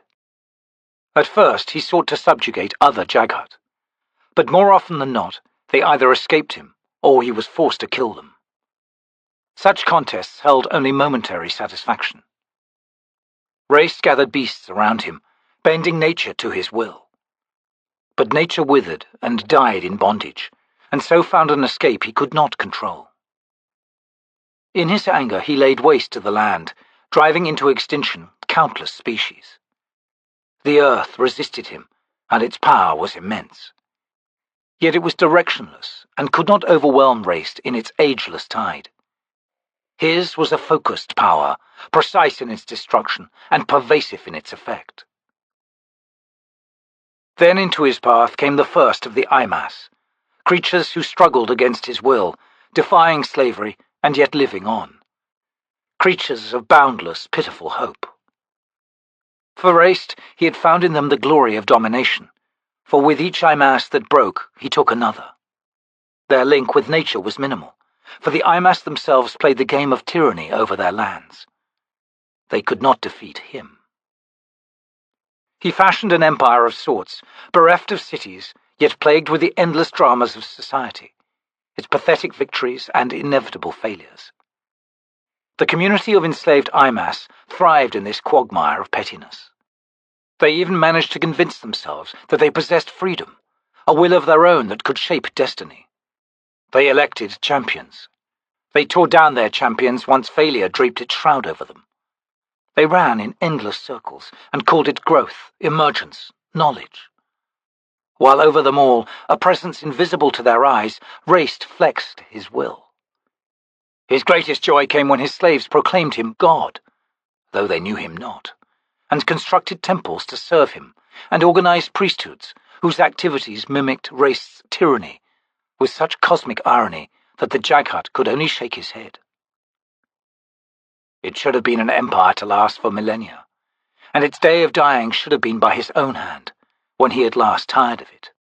Raest had never imagined that other Jaghut would find his activities abhorrent, that they would risk themselves and their own power on behalf of these short-lived, small-minded Imas. Yet what astonished Raest more than anything else was that when the Jaghut came, they came in numbers, in community. A community whose sole purpose of existence was to destroy his empire, to imprison him. He had been unprepared. The lesson was learned, and no matter what the world had become since that time, Raest was ready for it. His limbs creaked at first, throbbing with dull aches bridged by sharp pangs. The effort of digging himself from the frozen earth had incapacitated him for a time, but finally he felt ready to walk the tunnel that opened out into a new land. Preparation. Already he had initiated his first moves. He sensed that others had come to him, had freed the path of Omto's Felak wards and seals. Perhaps his worshippers remained, fanatics who had sought his release for generations, and even now awaited him beyond the barrow. The missing Finnist would be his first priority. Much of his power had been stored within the seed, stripped from him and stored there by the Jaghut betrayers. It had not been carried far, and there was nothing that could prevent his recovering it. Omto's Felak no longer existed in the land above. He could feel its absence like an airless void. Nothing could oppose him now. Preparation. Raest's withered, cracked face twisted into a savage grin, his lower tusks splitting desiccated skin.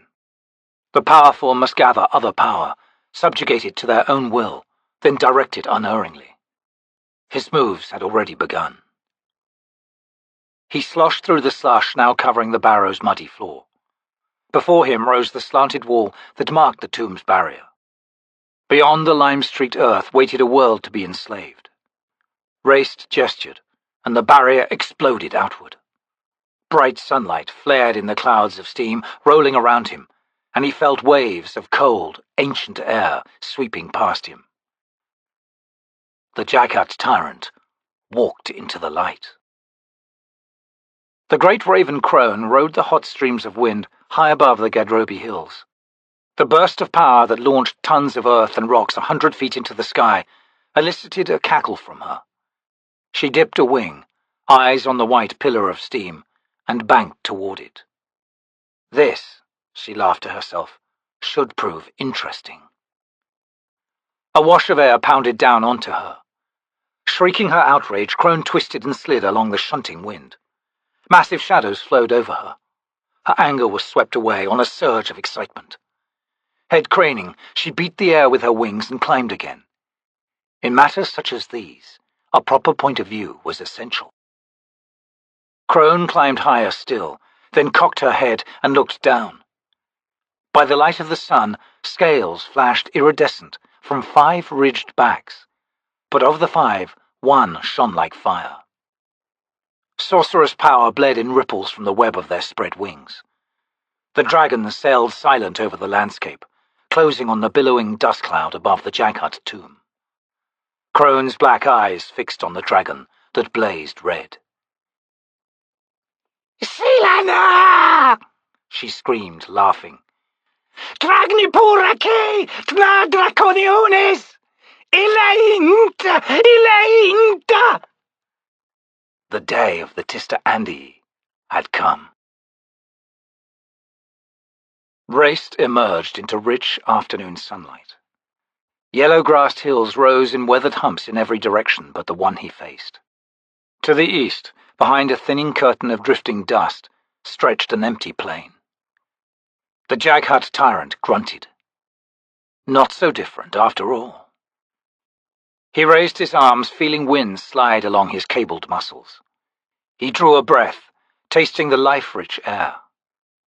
He quested lightly with his power and exulted in the waves of fear that answered it. Answers that came from the mindless life beneath his feet or hiding in the grasses around him.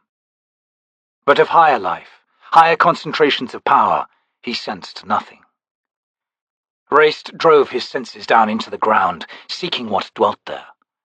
Earth and bedrock, the sluggish molten darkness beneath, down, down to find the sleeping goddess. Young as far as the Jaghut Tyrant was concerned. "Shall I wake you?" he whispered. "Not yet, but I shall make you bleed." His right hand closed into a fist. He speared the goddess with pain, driving a fissure through the bedrock, feeling the gush of her blood, enough to make her stir but not awaken. The line of hills to the north lifted skyward. Magma sprayed into the air amid a rising pillar of smoke, rock, and ash. The earth shuddered even as the sound of the eruption swept over Raest in a fierce, hot wind. The Jaghut Tyrant smiled. He studied the shattered ridge and breathed the heavy, sulphurous air, then turned about and strode west toward the highest hill in that direction. His finis lay beyond it, perhaps 3 days' walk. He considered opening his warren, then decided to wait until he reached the hill's summit. From that vantage point, he could better judge the finist's location. Halfway up the slope, he heard distant laughter. Raest stiffened just as the day darkened suddenly around him.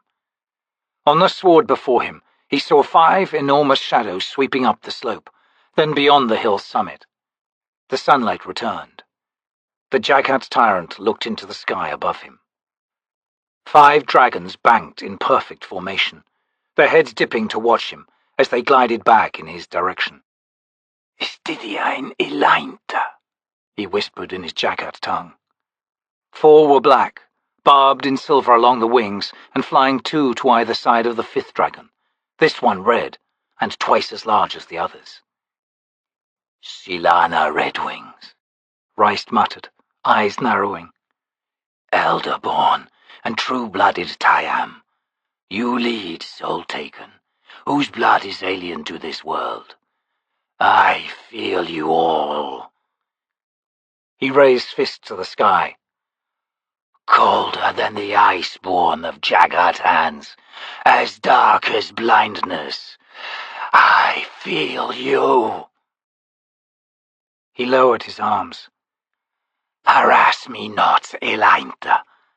I cannot enslave you, but I will destroy you. Know that.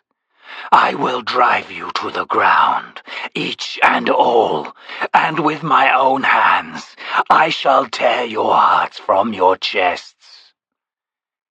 His eyes narrowed on the 4 black dragons. "Soul Taken, You would challenge me at the command of another. You would battle with me for no reason of your own. But if I were to command you, I would not throw your lives away so carelessly. I would cherish you, soul taken. I would give you causes worth believing in, show you the true rewards of power. Raest scowled as the derision swept through his mind. So be it. The dragons passed low overhead in silence, banking once again and disappearing behind the hills to the south. Raest spread his arms wide and unleashed his warren. His flesh split as power flowed into him. His arms shed skin like ash. He both felt and heard hills crack all around him, the snapping of stone, the sundering of crags. To all sides the horizon blurred as dust curtained skyward. He faced south. This is my power! Come to me! A long minute passed. He frowned at the hills before him, then cried out and whirled to his right, just as Silana and the 4 black dragons, all less than 10 feet above the ground, plunged over the summit of the hill he had been climbing. Raest screamed at the whirlwind of power battering him, his shrunken eyes locked on Silana's blank, empty, deadly gaze, eyes as large as the Jaghut's head, as it bore down upon him with the speed of a springing viper. The red dragon's jaws opened wide, and Raest found himself staring down the beast's throat. He screamed a second time and released his power all at once. The air detonated as the warrens collided. Jagged shards of rock ripped in all directions. Starvald Demelain and Curald Ghilain warred with Omtos Felak in a savage maelstrom of will. Grasses, earth, and rock withered to fine ash on all sides, and within the vortex stood Raest, his power roaring from him. Lashes of sorcery from the dragons lanced into his body, boring through his withered flesh. The Jaghut Tyrant flayed his power like a scythe. Blood splattered the ground, sprayed in gouts. The dragons shrieked. A wave of incandescent fire struck Raest from the right, solid as a battering fist. Howling, he was thrown through the air, landing in a bank of powdery ash. Silana's fire raced over him, blackening what was left of his flesh. The tyrant clambered upright, his body jerking uncontrollably, as sorcery gouted from his right hand. The ground shook as Raest's power hammered Silana down, driving the dragon skidding and tumbling across the slope. The tyrant's exultant roar was cut short as talons the length of a forearm crunched into him from behind. A second clawed foot joined the first, snapping through the bones of Raest's chest as if they were twigs. More talons flexed around him as a second dragon sought grip. The tyrant twisted helplessly as the claws lifted him into the air and started ripping his body apart. He dislocated his own shoulder in reaching round to dig his fingers into a sleek, scaled shin. At the contact, Omtos Felak surged into the dragon's leg, shattering bone, boiling blood. Raest laughed as the claws spasmed loose and he was flung away. More bones snapped as he struck the ground. But it did not matter. His power was absolute. The vessel that carried it had little relevance. If need be, the tyrant would find other bodies in the thousands. He climbed once more to his feet. Now, he whispered, I deliver death. Chapter 21. The flowering of light from darkness brought into my sight there on the field a host of dragons caught like a crest of wind before the eternal flame. I saw the ages in their eyes, a worldly map inscribed in each world scale on their hides. Their sorcery bled from them like the breathing of stars, and I knew then that dragons had come among us. Anomander Rake, Fisher, birthdate unknown. Shadows crowded the garden's undergrowth. Adjunct Lorne rose from her crouch and brushed the dirt from her hands. Find an acorn, she smiled to herself. Plant it. Somewhere beyond the heavily wooded garden, servants shouted at each other as they scrambled about making last-minute arrangements. She hitched her cloak's tail into her belt and quietly slipped among the boles of vine-wrapped trees. A moment later, the back wall came into view. An alley lay beyond, narrow and choked with the leaves and fallen branches from the gardens rising above the walls on its either side. Her route in, and now out, was a thing of ease. She scaled the rough stoned wall, grasping vines when necessary, then slid over the top. She landed with a soft crunch of twigs and dry leaves, within shadows as deep as those in the garden. She adjusted her cloak, then walked to one end of the alley, where she leaned against a corner, crossed her arms, and smiled at the crowds passing to and fro on the street before her. 2 tasks left to perform, then she would leave this city. One of those tasks, however, might prove impossible. She sensed nothing of Sorry's presence. Perhaps the woman was indeed dead. Under the circumstances, it was the only explanation. She watched the sea of people, its tide of faces swirling past. The latent madness there made her uneasy, especially with the city's guards maintaining an aloof distance. She wondered at the taint of terror in that multitude of faces, and how almost every face seemed familiar. Darujhistan blurred in her mind, becoming 100 other cities, each rising out of her past as if on parade. Joy and fear, agony and laughter, the expressions merged into one, the sounds coming to her no different from each other. She could distinguish nothing, the faces becoming expressionless, the sounds a roar of history, without meaning. Lorne passed a hand over her eyes, then staggered back a step and reeled into the alley's shadows behind her. She slid down one wall into a sagging crouch. A celebration of insignificance. Is that all we are in the end? Listen to them. In a few hours, the city's intersections would explode. Hundreds would die instantly, thousands to follow. Amid the rubble of shattered cobbles and toppled buildings would be these faces, locked-in expressions somewhere between joy and terror. And from the dying would come sounds, hopeless cries that dwindled in the passing of pain. She had seen them all before, those faces. She knew them all, knew the sound of their voices, sounds mired in human emotions, sounds clear and pure with thought, and sounds wavering in that chasm between the two. Is this, she wondered, my legacy? And one day, I'll be just one more of those faces, frozen in death and wonder. Lorne shook her head, but it was a wan effort. She realized with sudden comprehension that she was breaking down. The adjunct was cracking, its armor crumbling, and the luster gone from its marbled grandeur. A title as meaningless as the woman bearing it. The Empress. Just another face she had seen somewhere before, a mask behind which someone hid from mortality. No use hiding, she whispered, frowning down at the dead leaves and branches around her. No use. A few minutes later, she pushed herself upright once again. She brushed the dirt meticulously from her cloak. One task remained within her abilities. Find the coin-bearer, kill him, and take Opon's coin. Make the god pay for its intrusion in Empire affairs. The Empress and Tattersail would see to that. The task demanded concentration, fixing her senses upon one particular signature. It would be her last act, she knew, but she would succeed.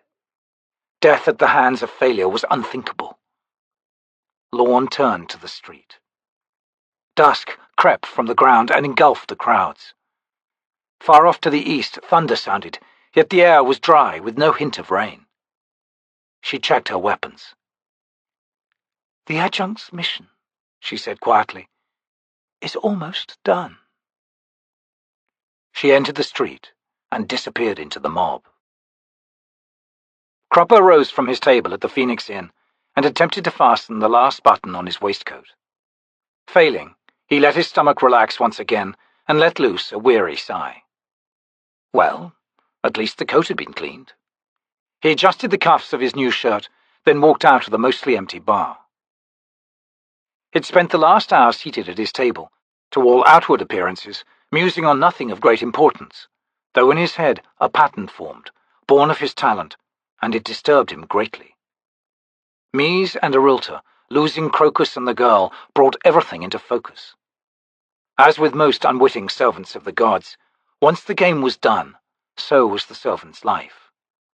The coin might be gambled in a single contest, but to have it floating around indefinitely was far too dangerous. No, Crokus would find his luck abandoning him when he needed it most, and it would cost the lad his life.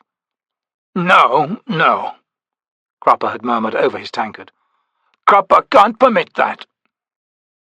Yet the pattern of success remained elusive. He felt certain he had covered all the potential threats regarding the lad, or rather, someone was doing a good job of protecting Crokus. That much the pattern showed him. He experienced a nagging suspicion that the someone wasn't himself, or any of his agents, and he'd just have to trust in its integrity. Circlebreaker had come through yet again, and Cropper was still confident that Turbanor's hunt for the man would prove fruitless. The eel knew how to protect his own. In fact, Circlebreaker was due for retirement, for the man's own safety, and Cropper intended to deliver the good news this very night, at Lady Simtal's fete. Circlebreaker deserved no less after all these years. The pattern also told him something he already knew. His cover was blown. The spell he had cast on Marilia wouldn't last much longer, nor was it required to. Cropper had wanted his freedom unimpeded this day. After that, well, things would fall as they would fall, and the same applied for his meeting with Baruk. If anything gave Cropper pause, it was the pattern's abrupt ending. Beyond tonight, the future was blank. Clearly, a crux had been reached, and it would turn, he knew, at Lady Simtal's fate. Cropper now entered the higher estates district, with a generous nod at the lone guard stationed near the ramp. The man scowled, but otherwise made no comment. The fete was set to begin in 30 minutes, and Cropper planned on being one of the first to arrive. His mouth watered at the thought of all those pastries, fresh and dripping with warm, sweet liquids. He removed his mask from inside his coat and smiled at it. Perhaps, among all those attending, High Alchemist Baruk alone would appreciate the irony of this moulded visage. "Ah, well," he sighed, "one is more than enough, given who that one is. After all, is Cropper greedy?" His stomach rumbled in answer. Crokus strained his eyes toward the darkening east. Something like lightning flashed every now and then beyond the hills, each one closer than the last. But the thunder's rumble, which had begun early that afternoon and still continued, sounded somehow wrong, its timbre unlike the normal bass that rolled through the earth. It seemed almost brittle. The clouds that had appeared over the hill earlier had been an eerie ochre color, sickly, and those clouds now approached the city. "When are we leaving?" Absalar asked, leaning on the wall beside him. Crokus shook himself. "Now. It's dark enough." "Crokus, what will you do if Chalice Dahl betrays you a second time?" He could barely see her face in the gloom. Had she meant that to cut? It was hard to tell from her voice. "She won't," he said, telling himself that he believed it. "Trust me," and he turned toward the stairwell. "I do," she said simply. Crokus winced. Why did she make things seem so easy for her? Hood's breath, he wouldn't trust him. Of course, he didn't know Chalice very well. They'd only had that one confusing conversation. What if she called the guards? Well, he'd make sure Absalar got away safely. He paused and grasped her arm. "Listen." His own voice sounded unduly harsh, but he pushed on. "If something goes wrong, go to the Phoenix Inn, right? Find Mies, Arilta, or my friends Cropper and Murillo. Tell them what happened." "All right, Crokus." "Good." He released her arm. "Wish we had a lantern," he said, as he stepped into the darkness, one hand reaching before him. Why? Apsala asked, slipping past him. She took his hand and led him down. I can see. Don't let go of my hand. That might be a hard thing to do, even if he desired it, he realized. Still, there were a lot of rough calluses on that small hand. He let them remind him of what this woman was capable of doing, though the effort embarrassed him in some vague way. Eyes wide yet seeing nothing, Crokus allowed himself to be guided down the stairs. The captain of Simtal's house guard viewed Whiskeyjack and his men with obvious distaste. I thought you were all barghast. He stepped up to Trots and jabbed a finger into the warrior's massive chest. You led me to believe you were all like you, Niganga. A low, menacing growl emerged from Trots, and the captain stepped back, one hand reaching for his short sword. Captain, Whiskeyjack said, if we were all barghast. The man's narrow face swung to him with a scowl. You'd never be able to afford us. The sergeant finished with a tight smile.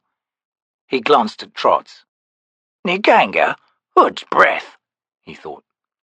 Niganga is my second in command, Captain. Now, how would you like us positioned? Just beyond the fountain, he said. Your backs will be to the garden, which has run wild of late. We don't want any guests getting lost in there, so you gently steer them back. Understood? And when I say gently, I mean it. You're to salute anyone who talks to you, and if there's an argument, direct them to me, Captain Stillis. I'll be making the rounds, but anyone of the house guard can find me. Whiskeyjack nodded. Understood, sir. He turned to survey his squad. Fiddler and Hedge stood behind Trots, both looking eager. Past them, Mallet and Quickben stood on the edge of the street, heads bent together in conversation. The sergeant frowned at them, noticing how his wizard winced with every boom of thunder to the east. Captain Stillis marched off after giving them directions through the estate's rooms, out to the terrace and garden beyond. Whiskeyjack waited for the man to leave his line of sight. Then he strode to Quickben and Mallet. What's wrong? He asked. Quickben looked frightened. Mallet said, That thunder and lightning, Sergeant. Well, it ain't no storm. Paran's story is looking real. Meaning we have little time, Whiskeyjack said. Wonder why the adjunct didn't show up. You think she's melting her boots, getting away from here? Mallet shrugged. Don't you get it? Quickben said shakily. He took a couple of deep breaths, then continued. That creature out there is in a fight. We're talking major sorceries, only it's getting closer, which means that it's winning. And that means... We're in trouble, Whiskeyjack finished. All right. We go as planned for now. Come on. We've been assigned right where we want to be. Quickben, you sure Kalam and Paran can find us? The wizard moaned. Directions delivered, Sergeant. Good. Let's move then. Through the house and eyes forward. He looks like he's going to sleep for days, Kalam said, straightening beside Cole's bed and facing the captain. Paran rubbed his red-shot eyes. She must have given them something, he insisted wearily, even if they didn't see it. Kalam wagged his head. I've told you, sir, she didn't. Everyone was on the lookout for something like that. The squad's still clean. Now, we'd better get moving. Paran climbed to his feet with an effort. He was exhausted, and he knew he was just an added burden. She'll turn up at this estate then, he insisted, strapping on his sword. Well, Kalam said as he walked to the door, that's where you and me come in, right? She shows up and we take her out, just like you wanted to do all along. Right now, Paran said, joining the assassin, the shape I'm in will make my role in the fight a short one. Consider me the surprise factor, the one thing she won't be expecting, the one thing that'll stop her for a second. He looked into the man's dark eyes. Make that second count, Corporal. Kalam grinned. I hear you, sir. They left Cole still snoring contentedly and went down to the bar's main floor. As they passed along the counter, Skirv looked at them warily. Kalam released an exasperated curse, and in a surge of motion reached out and grasped him by the shirt. He pulled the squealing innkeeper halfway across the counter until their faces were inches apart. I'm sick of waiting, the assassin growled. You get this message to this city's master of the assassins. I don't care how. Just do it, and do it fast. Here's the message. The biggest contract offer of the master's life will be waiting at the back wall of Lady Simtal's estate. Tonight. If the guildmaster's worthy of that name, then maybe, just maybe, it's not too big for the guild to handle. Deliver that message, even if you have to shout it from the rooftops, or I'm coming back here with killing in mind. Paran stared at his corporal, too tired to be amazed. We're wasting time, he drawled. Kalam tightened his grip and glared into Scurv's eyes. We'd better not be, he growled. He released the man by gently lowering him onto the countertop. Then he tossed a handful of silver coins beside Scurv. For your troubles, he said. Paran gestured and the assassin nodded. They left the Phoenix Inn. Still following orders, Corporal? Kalam grunted. We were instructed to make the offer in the name of the Empress, Captain. If the contract's accepted and the assassinations are done, then Lassine will have to pay up, whether we've been outlawed or not. A gutted city for Dujek and his army to occupy, with the Empress paying for it. She'll choke on that, Kalam. He grinned. That's her problem. Not mine. In the street, the grey faces moved through the noisy crowd like silent spectres, lighting the gas lamps with long-poled sparkers. Some people, brazen with drink, hugged the figures and blessed them. The grey faces, hooded and anonymous, simply bowed in reply and continued on their way once freed. Kalam stared at them, his brows knitting. "Something the matter, Corporal?" Paran asked. "Just something nagging me. Can't pin it down. Only it's got to do with those grey faces." The captain shrugged. "They keep the lanterns lit." "Shall we make our way, then?" Kalam sighed. "Might as well, sir." The black lacquered carriage, drawn by 2 dun stallions, moved slowly through the press.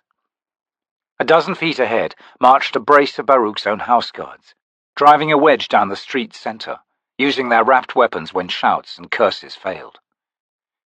In the plush confines of the carriage, the outside roar surged and ebbed like a distant tide, muted by the alchemist's sound-deadening spells. He sat with his chin lowered on his chest, his eyes, hidden in the shadow of his brow and half shut, studying the Tista Andi seated across from him. Rake had said nothing since his return to the estate, just minutes before their planned departure. Baruk's head throbbed. Sorcery shook the hills to the east, sending waves of concussion that struck every mage within range like mailed fists. He well knew its source. The Barrow Dweller approached, its every step contested by Anomander Rake's Tista Andi. It seemed that Mammot's prediction had been too generous. They didn't have days. They had hours. Yet despite the warring warrens, despite the fact that the Jaghut Tyrant's power was superior to Rake's mages, that the Barrow Dweller came on, relentless, unstoppable, a growing storm of Omtos Felak sorcery, the Lord of Moonspawn sat at ease on the padded couch, legs stretched out before him and gloved hands folded in his lap.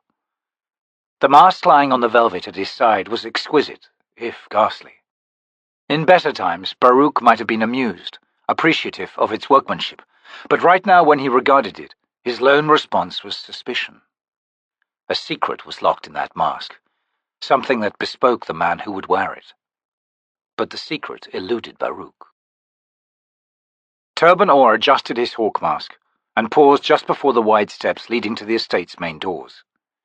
He heard another carriage arrive at the gates and turned. From the doorway at his back came the shuffle of footsteps. Lady Simtal spoke behind him. "I would rather you'd permitted one of my servants to inform me of your arrival, councilman. Allow me the privilege of escorting you into the main chamber." She slipped her arm through his. "A moment," he muttered, eyes on the figure now emerging from the carriage. "It's the alchemist carriage," he said. "But that's hardly Baruk now, is it?" Lady Simtal looked. "Drake unleashed," she gasped. "Who would that be?" "Baruk's guess," Orr said dryly. Her grip bit into his arm. "I'm aware of his privilege, Councilman. Tell me, have you seen this one before?" The man shrugged. "He's masked. How could I tell?" "How many men do you know, Turban, who are 7 feet tall and wear two-handed swords strapped to their backs?" She squinted. "That white hair, do you think it's part of the mask?" The councilman did not reply. He watched as Baruk emerged behind the stranger. The alchemist's mask was a conservative silver-inlaid half-shield that no more than covered his eyes. An obvious statement denying duplicity. Turbanor grunted, knowing well that his suspicions about the alchemist's influence and power were accurate. His eyes returned to the stranger. His mask was that of a black dragon, lacquered with fine silver-traced highlights. Somehow the dragon's expression seemed sly. "Well," Lady Simtal demanded, "are we going to linger out here all night? And where's your dear wife, anyway?" "Ill," he said distractedly. He smiled at her. "Shall we introduce ourselves to the alchemist's guest? And have I complimented you yet on your attire?" "You haven't," she said. "A black panther suits you, lady." "But of course it does," she replied testily, as Baruk and his guest strode down the paved walk toward them. She disengaged her arm and stepped forward. "Good evening, Alchemist Baruk. Welcome," she added to the black dragon masked man. "An astonishing presentation. Have we met?" "Good evening, Lady Simtal," Baruk said, bowing. "Councilman Turbanor. Permit me to introduce—" He hesitated, but the Tista Andi had been firm on this. "Lord Anomander Rake, a visitor to Darujhistan." The alchemist waited to see if the councilman would recognize the name. Turbanor bowed formally.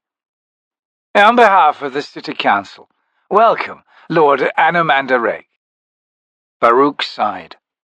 Anomander Rake, a name known by poets and scholars, but not, it appeared, by councilmen. Orr continued. "As a lord, I assume you hold title to land?" He almost stepped back as the dragon's visage swung to regard him. Deep blue eyes fixed on his. "Land? Yes, Councilman, I hold title. However, my title is honorary, presented to me by my people." Rake looked past Orr's shoulder to the room beyond the wide doorway. "It seems, lady, that the evening is well underway."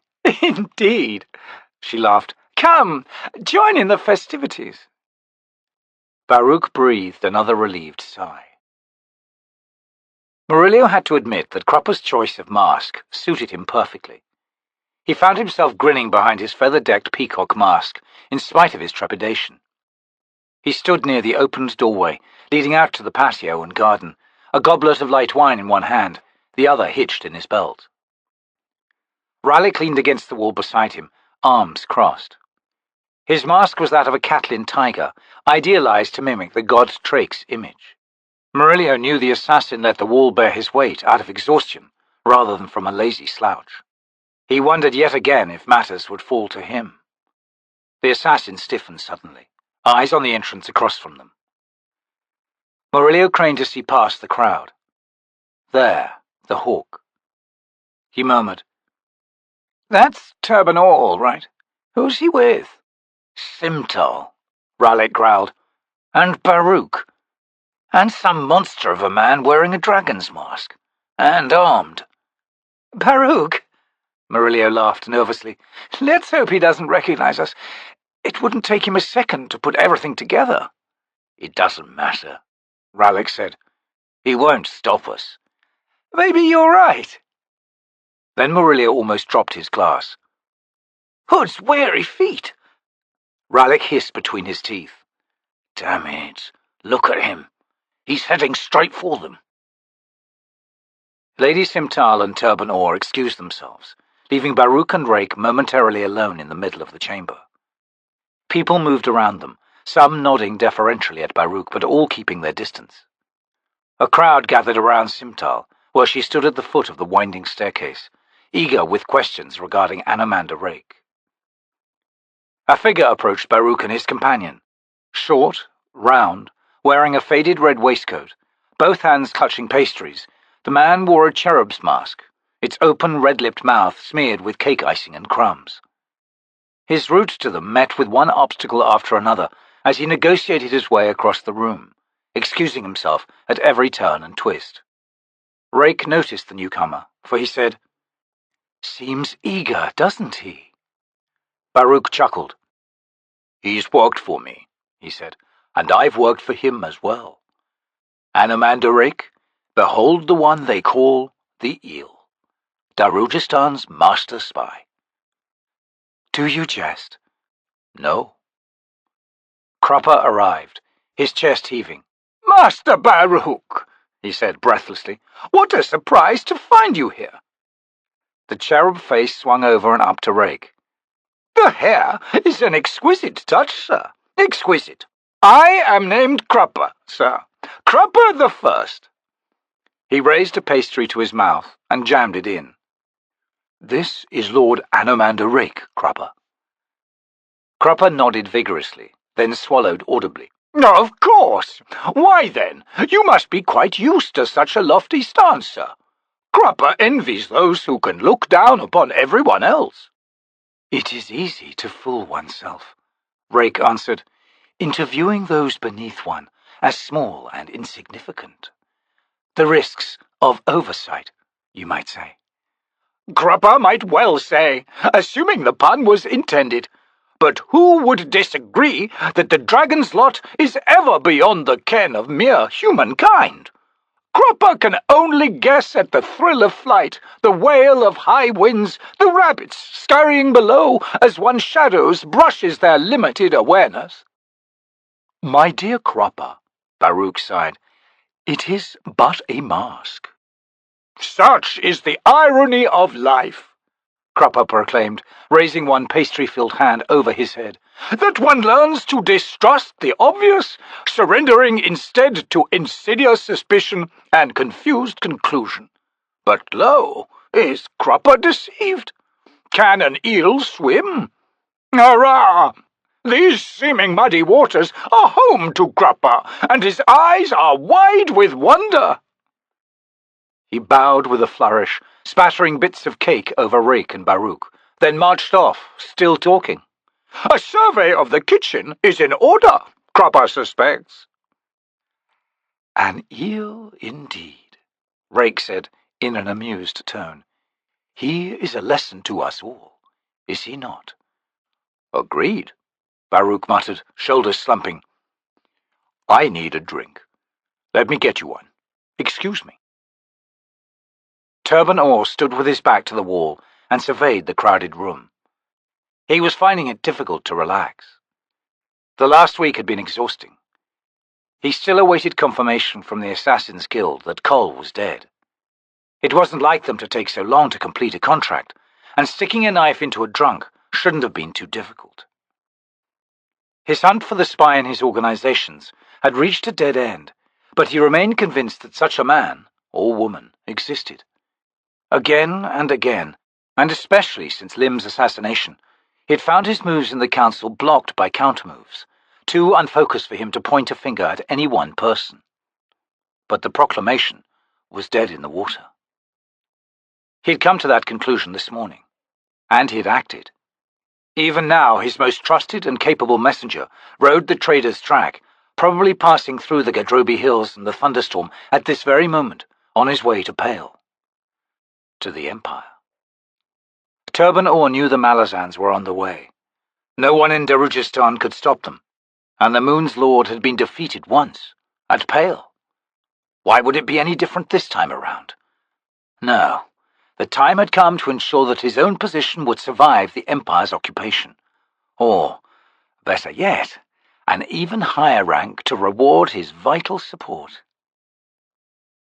His eyes fell casually on a guard stationed to one side of the spiral staircase. The man looked familiar somehow. Not his face, but the way he stood, the set of his shoulders. Was the man's usual station at Majesty Hall? No. The uniform was that of a regular, while Majesty Hall was the domain of the elites. Turbanor's frown deepened behind the hawk mask. Then the guard adjusted his helmet strap, and Turbanor gasped. He leaned back against the wall, overcome by trembling. Despot's Barbican! All those nights, night after night for years, that guard had witnessed his midnight meetings with his allies and agents. There stood his spy. He straightened, closing one hand over the pommel of his dueling sword. He'd leave no room for questions, and damn Simtal's sensibilities, and damn this party.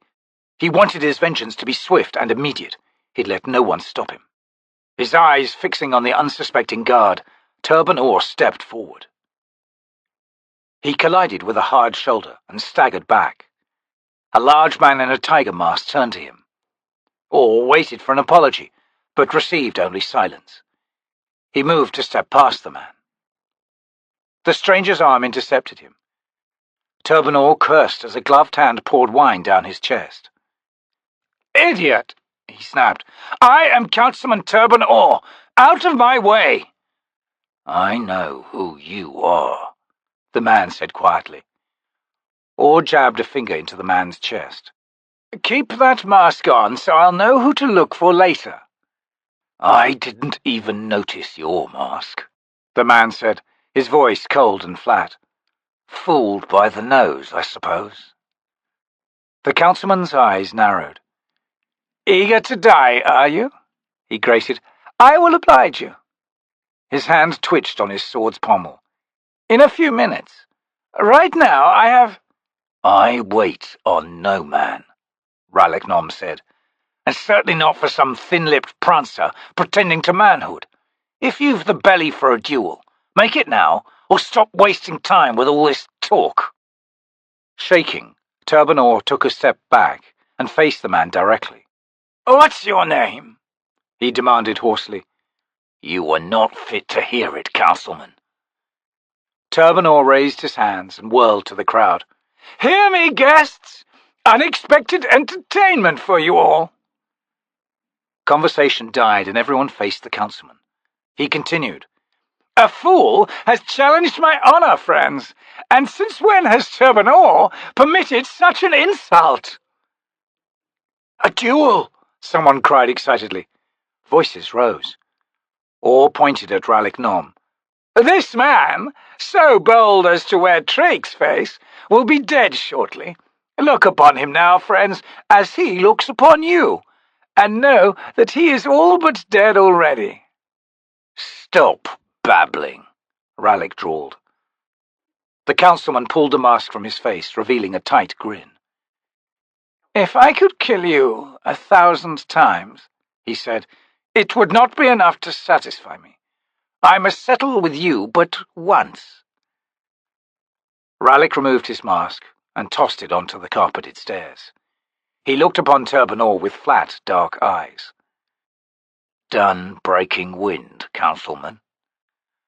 "Unmasked, and still a stranger," Orr said, scowling. "So be it. Find yourself a second." A thought struck him, and he turned back to the crowd, searching it. Toward the back, he saw the mask he sought, that of a wolf. His choosing of a second could well have political benefits, assuming the man accepted. And in this crowd, he'd be a fool to deny Orr. "For myself," he said loudly, "I would be honored if Councilman Istrasian Dahl act as my second." The wolf started. Beside him stood 2 women, one no more than a girl. Dahl's wife was dressed as a veiled woman of Kalos, while the girl had selected, outrageously, the minimal garb of a Barghast war maiden. Both wife and daughter spoke to Istrasian. He stepped forward. "The honor is mine," he rumbled, completing the ritual acceptance. Turbanor felt a surge of triumph. To have his most powerful enemy in the council at his side for this duel would send a message mixed enough to panic half the council members present. Pleased at his coup, he faced his nameless opponent again. "And your second?" Silence fell over the room. "I haven't much time," Lady Simtal said in a low voice. "After all, as the hostess for this fete—" "It's your duty," murmured the man before her, "to satisfy your guests." He reached forth and brushed the hair from her forehead. "Which is something I'm certain you can do, and do well." She smiled and walked to the door. She locked its latch, then spun to face the man again. "Perhaps half an hour," she said. The man strode to the bed and tossed down his leather gloves. "I'm confident," he said, "that those 30 minutes will be satisfying indeed, each more than the last." Lady Simtal joined him beside the bed. "I suppose," she whispered, as she slipped her arms around the man's neck and drew his face down to her lips, "that you've no choice now but to tell the Widow Lim the sad news." She touched her lips to his, then ran her tongue along the line of his jaw. "What sad news is that?" "Oh, that you found yourself a more worthy lover, of course." Her tongue reached into his ear. Abruptly she pulled back and met his eyes searchingly. "Do you hear that?" she asked. He brought his arms around her and drew her closer. "Hear what?" "That's just it," she said. "It's suddenly quiet downstairs. I'd better—" "They're in the garden, no doubt," the man said reassuringly. "The minutes are passing, lady." She hesitated, then made the mistake of letting him press his body against hers. Lady Simtal's eyes widened in near alarm. Her breathing changed. "So," she gasped, "what are we doing, still dressed?" "Good question," Murillo growled, pulling both of them onto the bed. In the silence following Turbanor's question, Baruk found himself preparing to step forward. Knowing well what that would reveal, he felt compelled, nevertheless. Ralik Nom was here to right a dreadful wrong. More, the man was a friend, closer to the alchemist than Crupper or Murillo, and in spite of his profession, a man of integrity. And Turbanor was Lady Simtal's last link to real power. If Ralik killed the man, she'd fall. Cole's return to the council was something Baruk and his fellow T'orrud mages greatly desired, and Turbanor's death would be a relief. More was riding on this duel than Ralik imagined. The alchemist adjusted his robe and drew a deep breath. A large hand closed on his upper arm, and before Baruk could react, Lord Anomander Rake stepped forward. "I offer my services as second," he said loudly. He met Ralik's eyes. The assassin betrayed nothing, not once looking at Baruk. He answered Rake's offer with a nod. "Perhaps," Turbanor sneered, "the two strangers know each other." "We've never met," Rake said. "However, I find myself instinctively sharing his distaste for your endless talk, councilman. Thus I seek to avoid a council debate on who will be this man's second. Shall we proceed?" Turbanor led the way out to the terrace, Astrasian Dal behind him. As Baruk turned to follow, he felt a familiar contact of energies at his side. He swung his head and recoiled. "Good gods, Mammot! Where did you get that hideous mask?"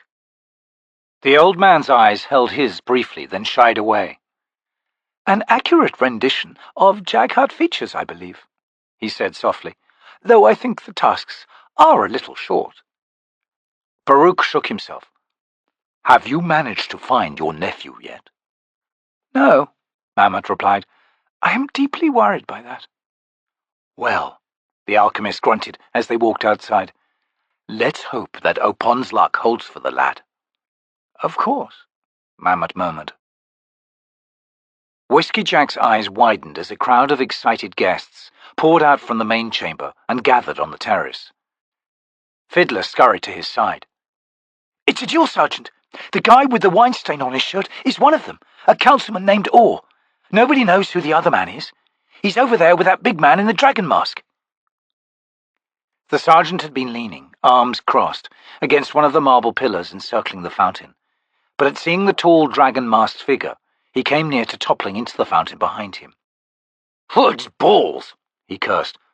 "Recognize that long silver hair, Fid?" The saboteur frowned. "Moonspawn," Whiskeyjack breathed. "That's the mage, the lord who stood on that portal and battled Tattersail." He reeled off an impressive list of curses, then added, "And he's not human." Fiddler groaned. "'Tis Andy! The bastard's found us! We've had it!" "Shut up!" Whiskeyjack was recovering from his shock. "Line everybody up the way that Captain Stillis wanted us. Backs to the woods, and hands on weapons. Move!" Fiddler scrambled. The sergeant watched the saboteur round up his men. Where in Hood's name was Kalam and Paran anyway? He caught Quickben's eye and gestured the mage over. "Fid explained it," Quickben said, leaning close. "I may not be much use, Sergeant. That barrow dweller's unleashing waves of nasty stuff. My head feels ready to explode." He grinned wanly. "And look around. You can pick out all the mages by the sick looks on their faces. If we all accessed our warrens, we'd be fine." "Then why don't you?" The wizard grimaced. "That Jaghut would fix on us as if we were a beacon of fire, and he'd take the weaker ones. Even from this distance he'd take them. And then there'd be Hood to pay." Whiskeyjack watched the guests create a space on the terrace, lining up on either side. "Check with Hedge and Fiddler," he ordered, eyes lingering on the Tista Andy.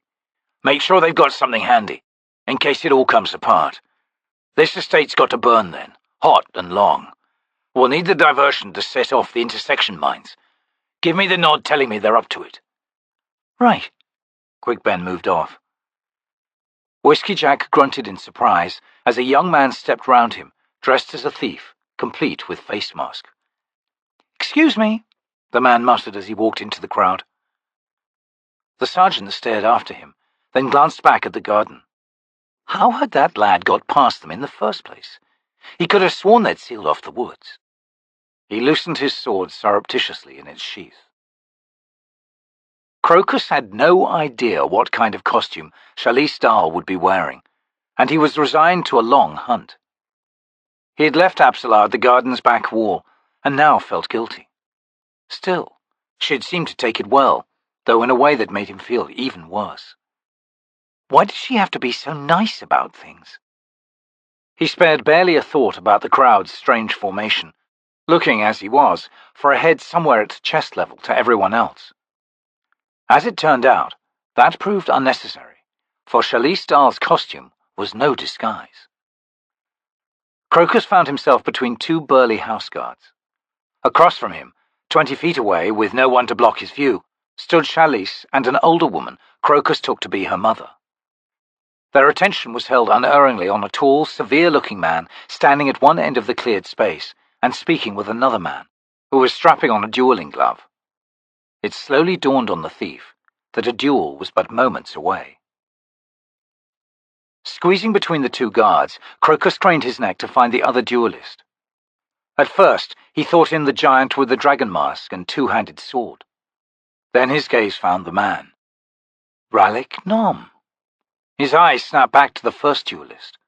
Familiar. He nudged the guard on his left. "Is that Councilman Turbanor?" "It is, sir," the guard replied, an odd tightness in his tone. Crokus glanced up to see the man's face wet with sweat, trickling down from under his peaked helmet. Strange. "So, where's Lady Simtal?" he asked casually. "Nowhere in sight," the guard answered, with obvious relief. "Otherwise, she'd stop this." Crokus nodded at that. "Well," he said, "Ralik will win." The guard's gaze was on him, his eyes hard and piercing. "You know the man?" Well. Someone tapped his back, and he turned to find a cherub's face smiling mindlessly at him. Why, Crokus, lad, what an inventive costume you're wearing. Crupper? Well guessed, Crupper replied. The painted wooden face swung to the guard. Oh, kind sir, I have a written message for you. Crupper placed a scroll into the man's hand. Compliments of a long-time secret admirer. Crokus grinned. These guards had all the luck when it came to noble ladies. Circlebreaker accepted the scroll and slid it from the silk tie. More than once he had sensed Turban Orr's eyes on him. First in the central chamber, when it looked as if the councilman might accost him directly, and now, while others argued over who should referee the duel. Circlebreaker prayed Ralik would kill Turban Orr. He felt his own fear racing through his body, and it was with trembling hands that he read the eel's message. The time has come for Circlebreaker to retire from active duty. The circle is mended, loyal friend. Though you have never seen the eel, you have been his most trusted hand, and you have earned your rest. Think not that the eel simply discards you now. Such is not the eel's way. The sigil at the bottom of this parchment will provide you passage to the city of Davran, where loyal servants of the eel have prepared your arrival by purchasing an estate and a legitimate title on your behalf. You enter a different world soon, with its own games. Trust your new servants, friend, in this and all other concerns. Proceed this very night to the Davran Traders' Pier in Lakefront. You seek the river longboat named Enscalada. Show the sigil to any crewman aboard. All are servants of the eel. The time has come, Circlebreaker. The circle is mended. Fare you well. Baruk threw up his hands in exasperation. Enough of this, he bellowed. I will referee this duel and accept all responsibility. Judgment of victory is mine. Accepted by both parties? Turban Orr nodded. Even better than Astrasian being his second. Baruk's proclaiming him victor in the duel would be a coup in its own right. I accept. As do I, Ralik said, his short cloak drawn about his body. A sudden wind thrashed the treetops in the garden, sweeping down from the east. Thunder boomed from this side of the hills. A number of onlookers seemed to flinch. Turban Orr grinned, stepping into the cleared area. Leaves skirled past, clattering like tiny bones. Before it rains, he said. His allies in the crowd laughed at this. Of course, Orr continued. It might prove more entertaining to draw things out. A wound here, a wound there. Shall I cut him to pieces slowly? He feigned dismay at the chorus of eager assent. Too eager for blood, friends. Must the ladies dance on slick flagstones once darkness falls? We must consider our host. And where was Simtal? His imagination conjured an image in answer, and he frowned. No, indeed, he said coldly. It shall be quick. The councilman unsheathed his sword and fastened his gloves' leather straps to the ornate grip behind the bell guard. He scanned the faces of his audience, even now seeking some betrayal of expression. He had friends who were enemies, enemies who would be friends. The game would continue beyond this moment, but it could prove a telling moment. He would recall every face later and study it at his leisure. Turban Orr assumed his stance. His opponent stood 10 feet away, both hands hidden beneath his cloak. He looked at ease, almost bored. What's this? Orr demanded. Where is your weapon? I'm ready, Ralik replied. Baruk placed himself equidistant between the two duelists, slightly off to one side. His face was pale, as if he had fallen ill. Comments from the seconds? He asked faintly. Rake made no reply. Astrasian Dahl cleared his throat. I hereby make it known that I oppose this duel as facile and trite. He stared at Turban Orr. I find the councilman's life irrelevant in the best of times. Should he die?" The tall man looked over to Ralik. "There will be no vengeance pact from the house of Dal. You, sir, are freed of that." Ralik bowed. Turbanor's smile tightened. The bastard would pay for that, he vowed. He lowered himself into a crouch, ready to launch an attack as soon as the duel began. Baruk said, "You have been heard, Estrasian Dal." The alchemist raised a handkerchief before him, then released it. Turbanor jumped forward and lunged in a single fluid motion. So fast he had fully extended his weapon before the handkerchief struck the paving stones. He saw his opponent's left hand dart under his blade, then twist up and outward, a short, curved knife flashing in its grip. The parry was a blur, yet all caught it and deftly disengaged, driving his point low and toward the man's midsection. He had no time even to notice the second knife, as Ralik turned his body sideways, the blade in his right hand guiding Turbanor's sword past him. The assassin stepped in then, his left hand moving in a high swing that buried its blade in the councilman's neck. Ralik followed this by driving his other knife into Orr's chest. The councilman staggered to one side, his sword clanging on the stones as he clutched at the gushing wound in his neck. The motion was reflex, for he was already dead from the wound in his heart. He toppled. Ralik stepped back, weapons once again hidden beneath his cloak. 1,000 other deaths, he whispered, so low that only Baruk and Rake heard him, would not have satisfied me. But I'll settle for this one. Baruk stepped close and made to speak, but then, at a gesture from Rake, he turned to see Estrasian Dal approaching. The councilman's heavy eyes held Ralik. "I might suspect," he said, "given your style, that we have witnessed an assassination. Of course, not even the Guild of Assassins is brash enough to commit public murder. Therefore I've no choice but to keep such suspicions to myself, and leave it at that. Good evening, gentlemen." He whirled and strode away. "I think," Rake said, his masked face swinging to the assassin, that was a rather uneven match."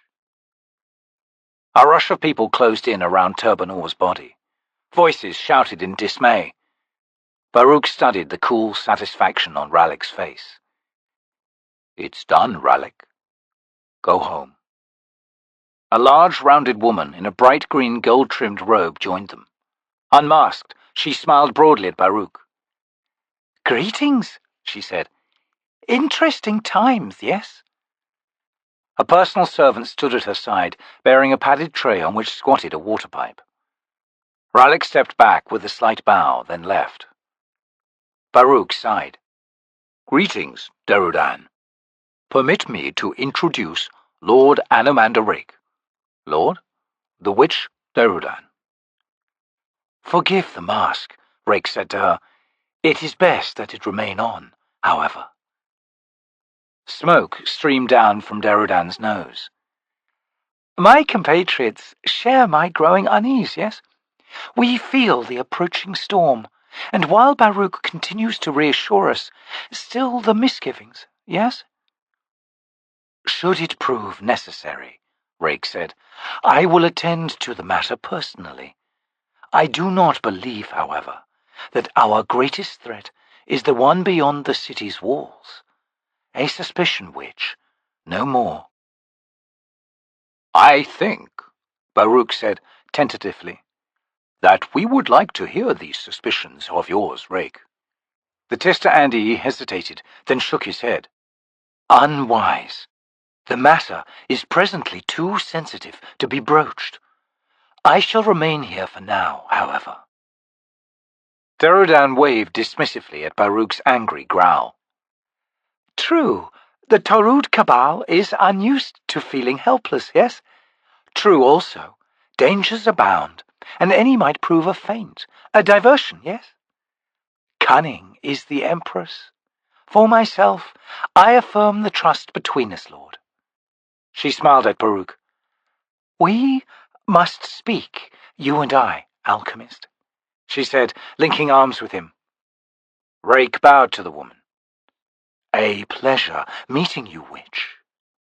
He watched the witch and the alchemist walk away, the servant scurrying at Derudan's heel. Cropper intercepted a servant burdened with delicious-looking savouries. Taking 2 handfuls at random, he turned back to resume his conversation with Crokus. He stopped. The lad was nowhere in sight. The crowd milled about on the terrace, some upset, although the majority appeared simply confused. Where was Lady Simtal? They asked.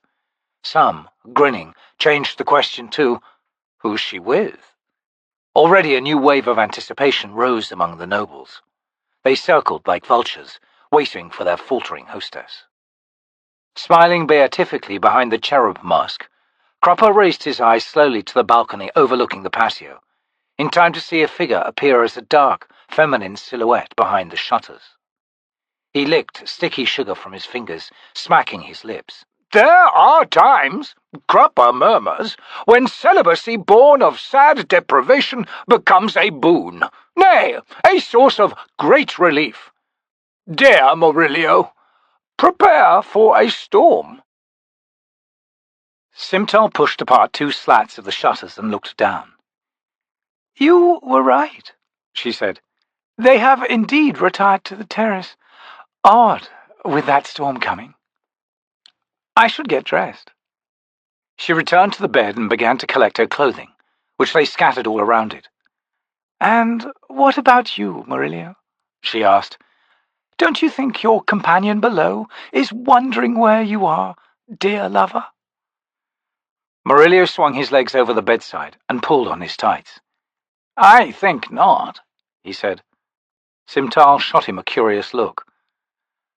"Who did you come with?" "Just a friend," he answered, buttoning his shirt. "I doubt you'd recognize the name." At that moment the door's lock snapped, and the door itself slammed inward. Dressed only in her underclothes, Simtal loosed a startled cry. Her eyes flashed at the tall, cloaked man standing in the doorway. "How dare you enter my bedroom? Leave at once, or I'll call the—" "Both guards patrolling this hallway have departed, lady," Rallick Nom said, stepping into the room and closing the door behind him. The assassin glanced at Murillo. "Get dressed," he snapped. "Departed?" Simtal moved to place the bed between herself and Rallick. "Their loyalty has been purchased," the assassin said. "The lesson shouldn't be lost on you." "I need only scream, and others will come." "But you haven't," Rallick grinned, "because you're curious." "You don't dare harm me," Simtal said, straightening. "Turbanor will hunt you down." The assassin took another step forward. "I'm here only to talk, Lady Simtal," he said. "You won't be harmed, no matter what you deserve." "Deserve? I've done nothing. I don't even know you." "Neither did Councilman Lim," Rallick said quietly. "And tonight the same could be said for Turban Orr. Both men paid for their ignorance, alas. Fortunate that you missed the duel, lady. It was unpleasant, but necessary." His eyes hardened on the pale woman. "Allow me to explain. Turban Orr's offer of contract to the Assassin's Guild is now officially cancelled. Cole lives, and now his return to this house is assured. You're done with, Lady Simtal. Turban Orr is dead." He turned and walked from the room, closing the door behind him. Murillo rose slowly. He looked into Simtal's eyes, seeing there a growing terror. Undermined by the stripping away of her links to power, her once secure defences collapsed. He watched as she seemed physically to contract, her shoulders drawing inward, her hands clasped at her stomach, knees bending. Then he could look no longer. The Lady Simtal was gone, and he dared not study too closely the creature in her place. He unsheathed his ornamental dagger and tossed it on the bed. Without another word or gesture, he left the room, knowing with certainty that he would have been the last man to see her alive. Out in the hallway he paused. "Maori," he said softly, "I'm not cut out for this." Planning to reach this point was one thing. Having now reached it was another. He hadn't considered how he'd feel. Justice got in the way of that. A white fire he had had no reason to look behind or push aside. Justice had seduced him, and he wanted what he had just lost. He wondered at the death he felt spreading within him. The regret following in that death's wake, so unanswerable it was, threatened to overwhelm him. "Maori," he whispered, a second time, as close to praying as he had ever been. "I think I'm now lost. Am I lost?" Crokus edged round a marble pillar, his eyes on the rather short Barghast war maiden sitting on the fountain's rim. Damn those guards at the wood's edge anyway. He was a thief, wasn't he? Besides, they all looked pretty distracted. He waited for his opportunity, and when it came he darted for the shadows between the first line of trees. No shout of alarm or call to halt sounded behind him. Slipping into the darkness, Crokus turned and crouched. Yes, she still sat there, facing in his direction. He drew a deep breath, then stood straight, a pebble in one hand. Eyeing the guards, he waited. Half a minute later he found his chance. He stepped forward and flung the pebble into the fountain. Shalistal jumped, then looked round as she wiped droplets of water from her painted face. His heart sank as her gaze passed over him, then her head whipped back. Crokus gestured desperately. This was it. This was when he'd find out where she stood as far as he was concerned. He held his breath and gestured again. With a backward glance toward the patio, Chalice rose and ran to him. As she came close, she squinted at him. "Go, lass, is that you? I've been waiting all night." Crokus froze. Then, without thinking, he lunged forward and clasped a hand over her mouth, his other arm encircling her waist. Chalice squealed, trying to bite his palm, and struggled against him, but he dragged her into the darkness of the garden. Now what? He wondered. Circlebreaker leaned against the marble pillar just inside the estate's main chamber. Behind him, guests milled around Turbanor's body, arguing loudly and voicing empty threats. The air hung heavy over the garden, smelling of blood. He wiped at his eyes, trying to calm his heart. It's over. Queen of Dreams, I'm done. I can rest now. Finally rest. He straightened slowly, taking a deep breath, adjusted his sword belt and glanced around. Captain Stillis was nowhere in sight, and the chamber was almost empty except for a knot of servants outside the kitchen entrance. Lady Simtal was still missing, and confusion now seeped into the void of her absence. Circlebreaker looked one last time at the guests in the garden, then he made his way to the doors. As he passed the long table on which sat the remnants of pastries and puddings, he heard faint snoring. Another step forward brought him to the table's end, and into view of the small, round man seated in a plush antique chair.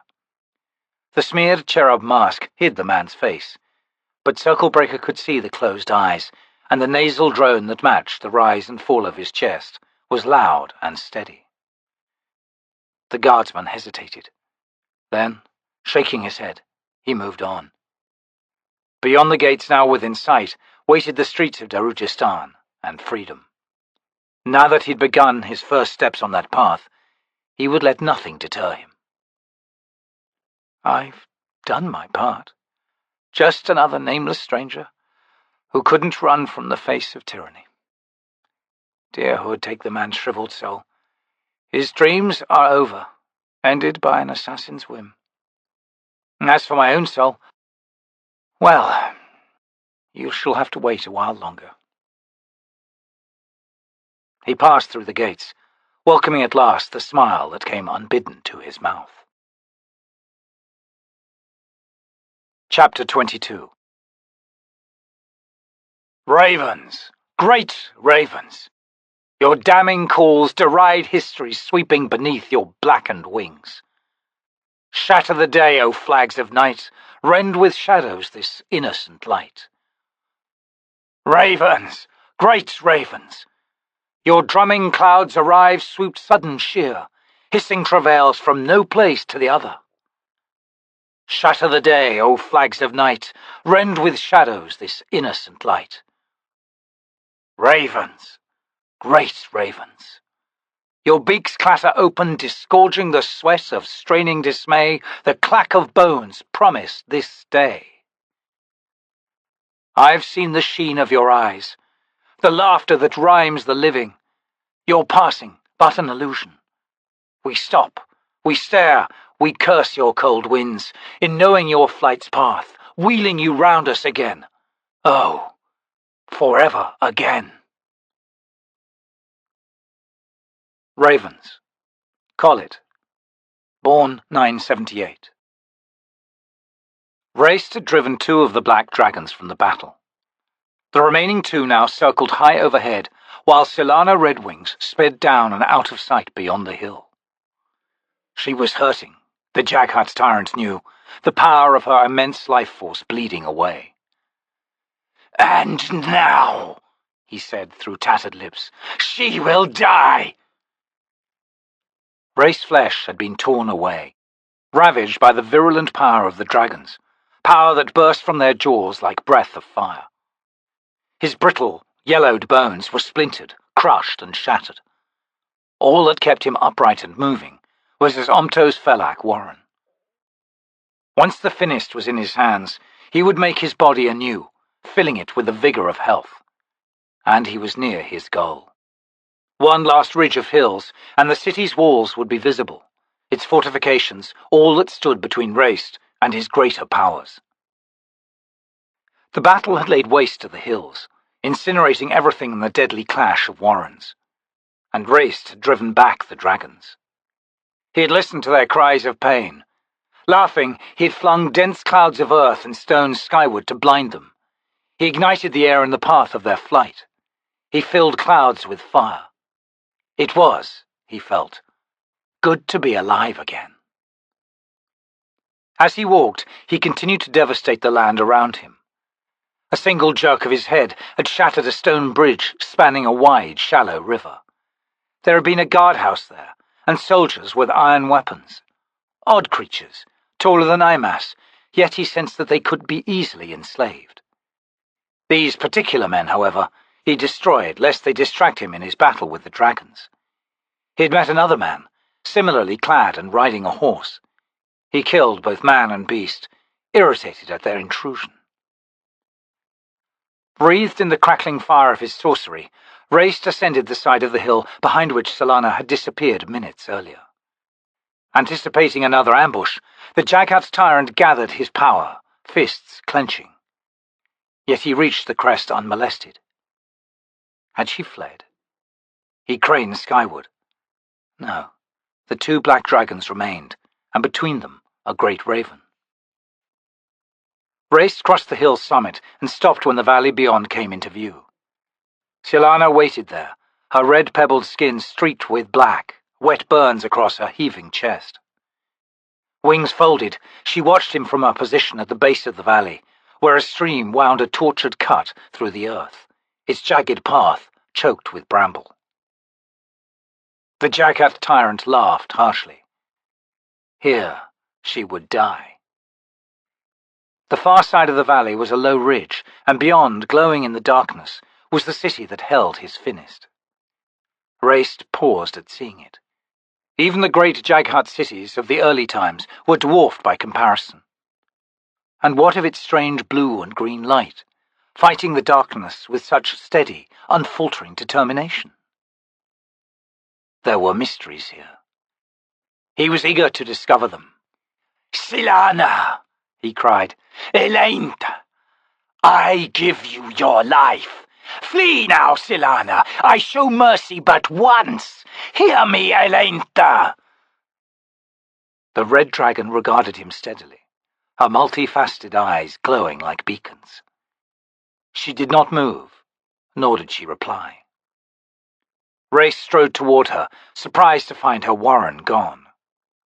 Was this surrender, then? He laughed a second time. As he neared, the sky above him changed, filling with a sourceless mercurial glow.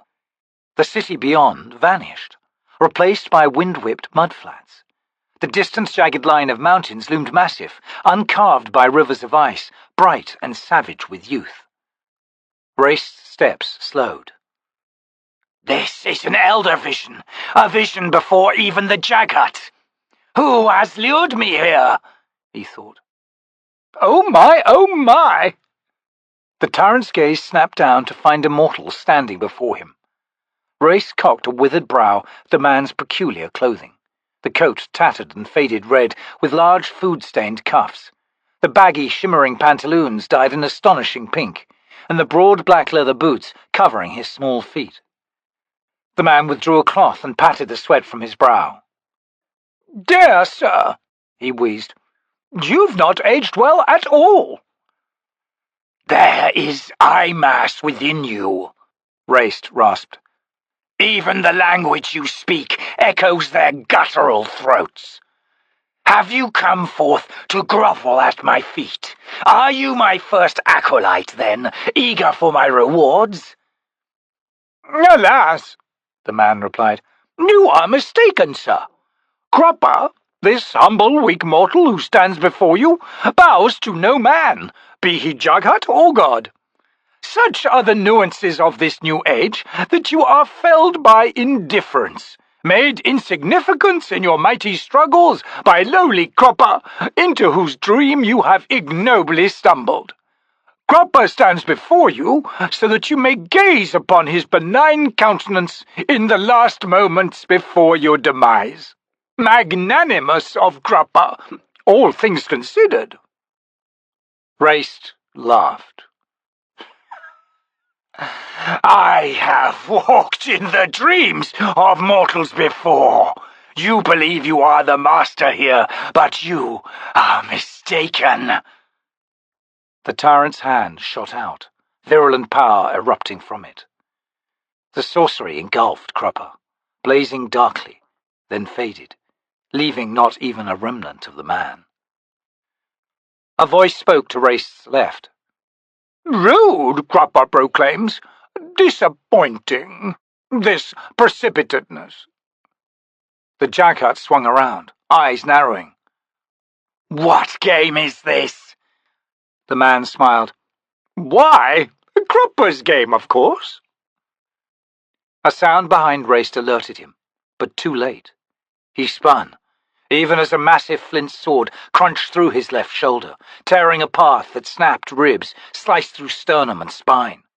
The blow dragged the tyrant down and to one side. Raest sprawled, pieces of his body striking the ground around him. He stared up at the T'orrud mass. Cropper's shadow moved over Raest's face, and the tyrant met the mortal man's watery eyes. "He is clanless, of course, unbound and beyond binding, yet the ancient call commands him still, to his dismay.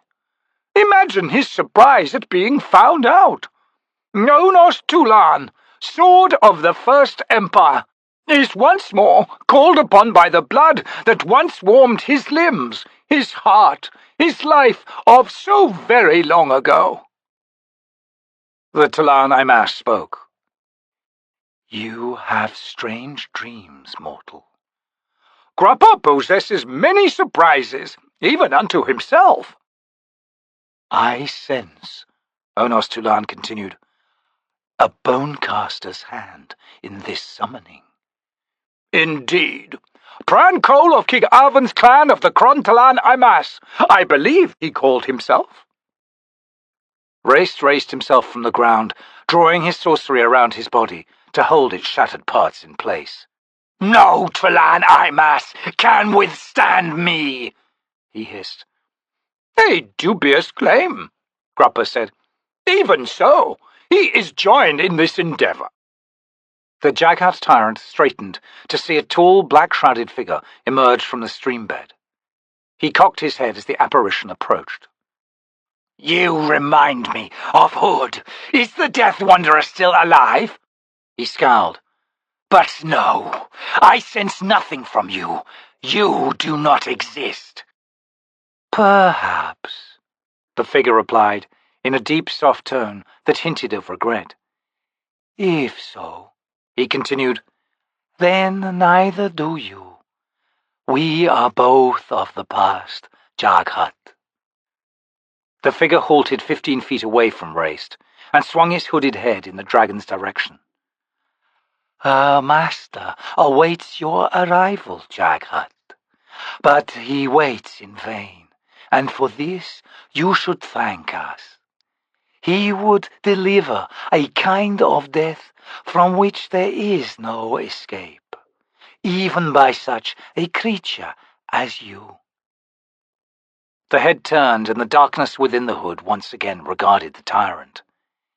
Here, within a mortal's dream, we bring an end to your existence. Raest grunted. In this age, there are none who can defeat me. The figure laughed a low rumble. You are a fool, Raest. In this age, even a mortal can kill you.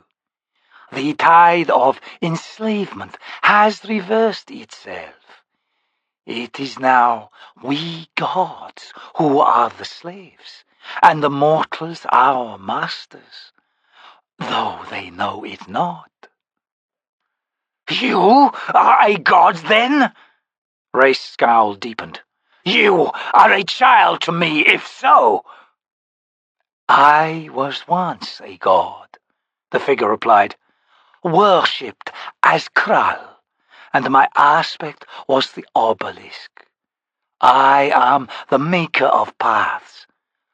Do you find significance in that ancient title? Raest took a step back, raising his desiccated hands. Impossible, he breathed. You passed into the realms of chaos, returned to the place of your birth. You are among us no more. As I said, things have changed, Kral said quietly.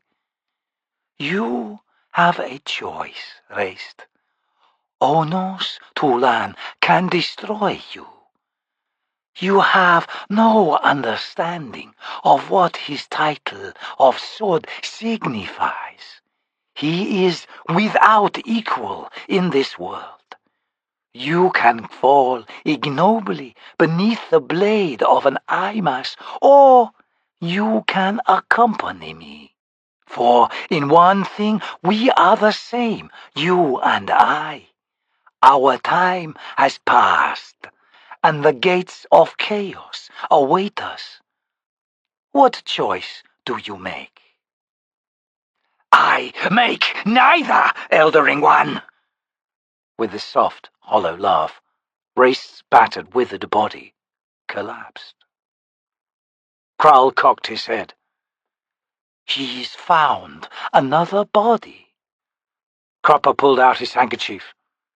Oh my, he said. Kalam gestured sharply, and Paran ducked down. The captain's mouth was dry. There was something very wrong with this garden. He wondered if it was simply the exhaustion he felt. The garden's air itself rubbed his senses raw. He thought he could see the darkness pulse, and the smell of decay had thickened to a stench. Kalam reached for his knives. Paran tensed, unable to see anything beyond the assassin. Too many trees, not enough light. Somewhere ahead flickered gas lamps, and people were gathered on the terrace. But civilization seemed 1,000 leagues away. Here, the captain felt as if he was within a primordial presence, breathing slowly and heavily on all sides. Kalam gestured that Paran remain where he was, then slipped into the shadows to their right. Crouching low, the captain edged forward to where the assassin had been standing moments earlier. There looked to be a glade, or clearing, just ahead. He couldn't be certain, however, nor could he see anything amiss. Yet his feeling of wrongness now ached in his skull. He took another step. Something occupied the glade's center, blockish, like a dressed stone or an altar, and before it stood a small woman, almost wraith-like in the darkness. Her back was to Paran. One moment she stood alone, the next Kalam rose behind her, knives glimmering in his hands. He drew back his arms. The woman moved in a blur, one elbow driving backward into the assassin's stomach. She twisted round and drove her knee into the man's crotch. A shout burst from Kalam as he reeled back a step, then fell to the ground with a heavy thump. Paran's sword was in his hand. He dashed into the clearing. The woman saw him and voiced a surprised, frightened yelp. "No!" she cried. "Please!" The captain stopped at that girlish voice. Kalam sat up. He groaned, then said, "Damn it, sorry. Wasn't expecting you. We figured you were dead, girl." The woman eyed Paran warily as he approached cautiously. "I should know you, shouldn't I?" she asked Kalam. Then, as Paran came closer, she raised a frightened hand between them and stepped back. I killed you." With a soft moan, she fell to her knees. "Your blood was on my hands. I remember it." A fire of rage flared in Paran. He raised his sword and moved to stand over her. "Wait," Kalam hissed. "Wait, Captain. Something's not right here." With great difficulty, the assassin climbed to his feet, then prepared to sit down on the stone block. "Don't!" the girl gasped. "Can't you feel it?" "I can," Paran growled. He lowered his weapon. "Don't touch that thing, Corporal." Kalam stepped away. "Thought it was just me," he muttered. "It's not stone at all," the woman said, her face free of the anguish that had twisted it a moment before. "It's wood." She rose and faced Kalam. "And it's growing." A suspicion came to Paran. "Girl, do you remember me? Do you know who I am?" She frowned at him, then shook her head. "I know Kalam," she said. "He's an old friend, I think." The assassin choked on something, then coughed loudly, wagging his head. The woman pointed at the wooden block. "See, it's growing again." Both men looked. A haze blurred the block's edges, swelling and shifting, then vanished, yet it was clear to Paran that the thing was now bigger. "It has roots," the woman added. Paran shook himself. "Corporal, remain here with the girl. I won't be long." He sheathed his sword and left the glade. After winding through the undergrowth for a minute, he came to its edge and looked out on a terrace crowded with guests. A low-walled fountain rose from the paving stones to his left, encircled by marble pillars spaced about a yard apart. The captain saw that Whiskeyjack and the squad had arrayed themselves in a rough line a dozen feet from the garden's edge, facing the terrace. They looked tense. Paran found a dead branch and snapped it in half. At the sound, all 6 men turned. The captain pointed at Whiskeyjack and Mallet, then stepped back between the trees. The sergeant whispered something to Quickben. Then he collected the healer, and they came over. Paran pulled Whiskeyjack close. "Kalam's found sorry, and something else besides," he said. "The girl's not all there, Sergeant, and I don't think it's an act. One minute she remembers killing me, the next she doesn't.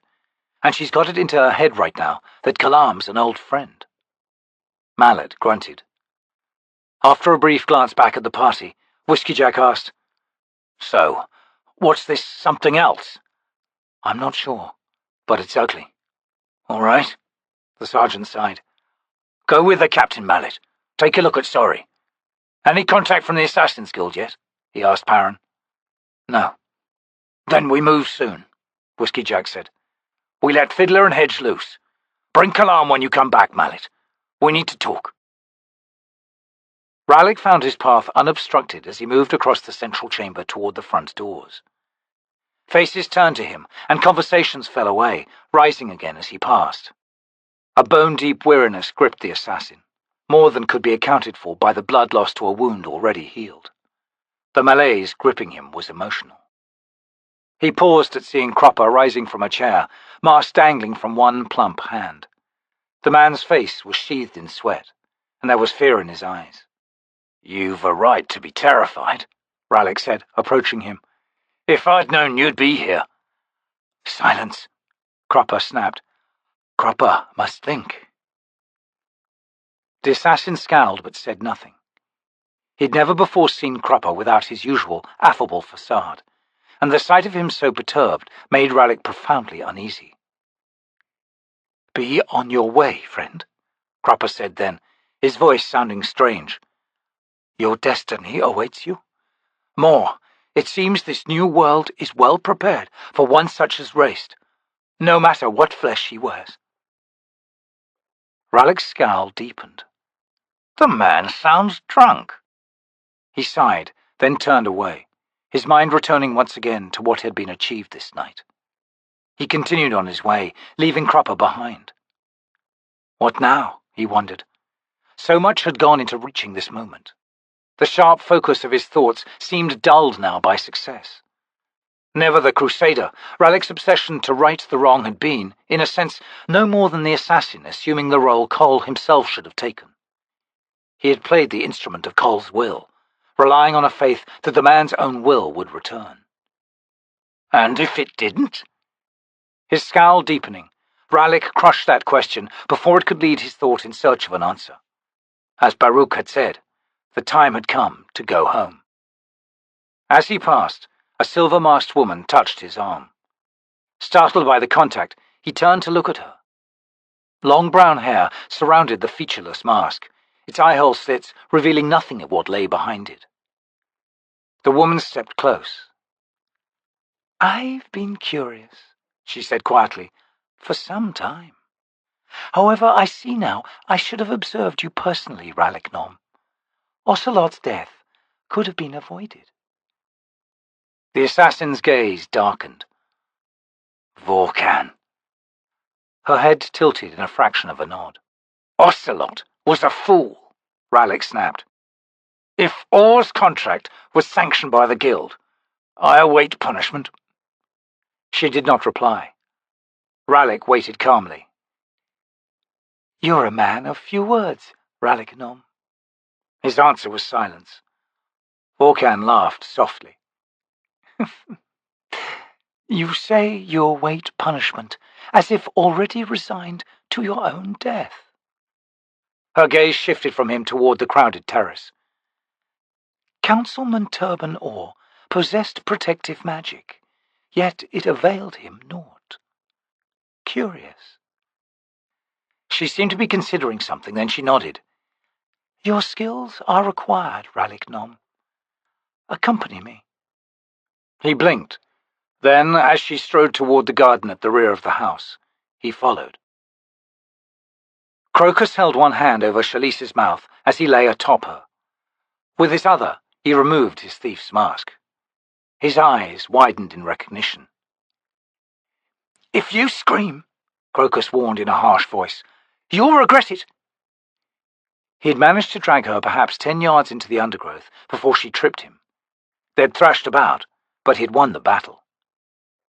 "I just want to talk to you," Crokus said. "I won't hurt you, Chalice, I swear it. Unless you try something, of course. Now, I'm going to remove my hand. Please, don't scream."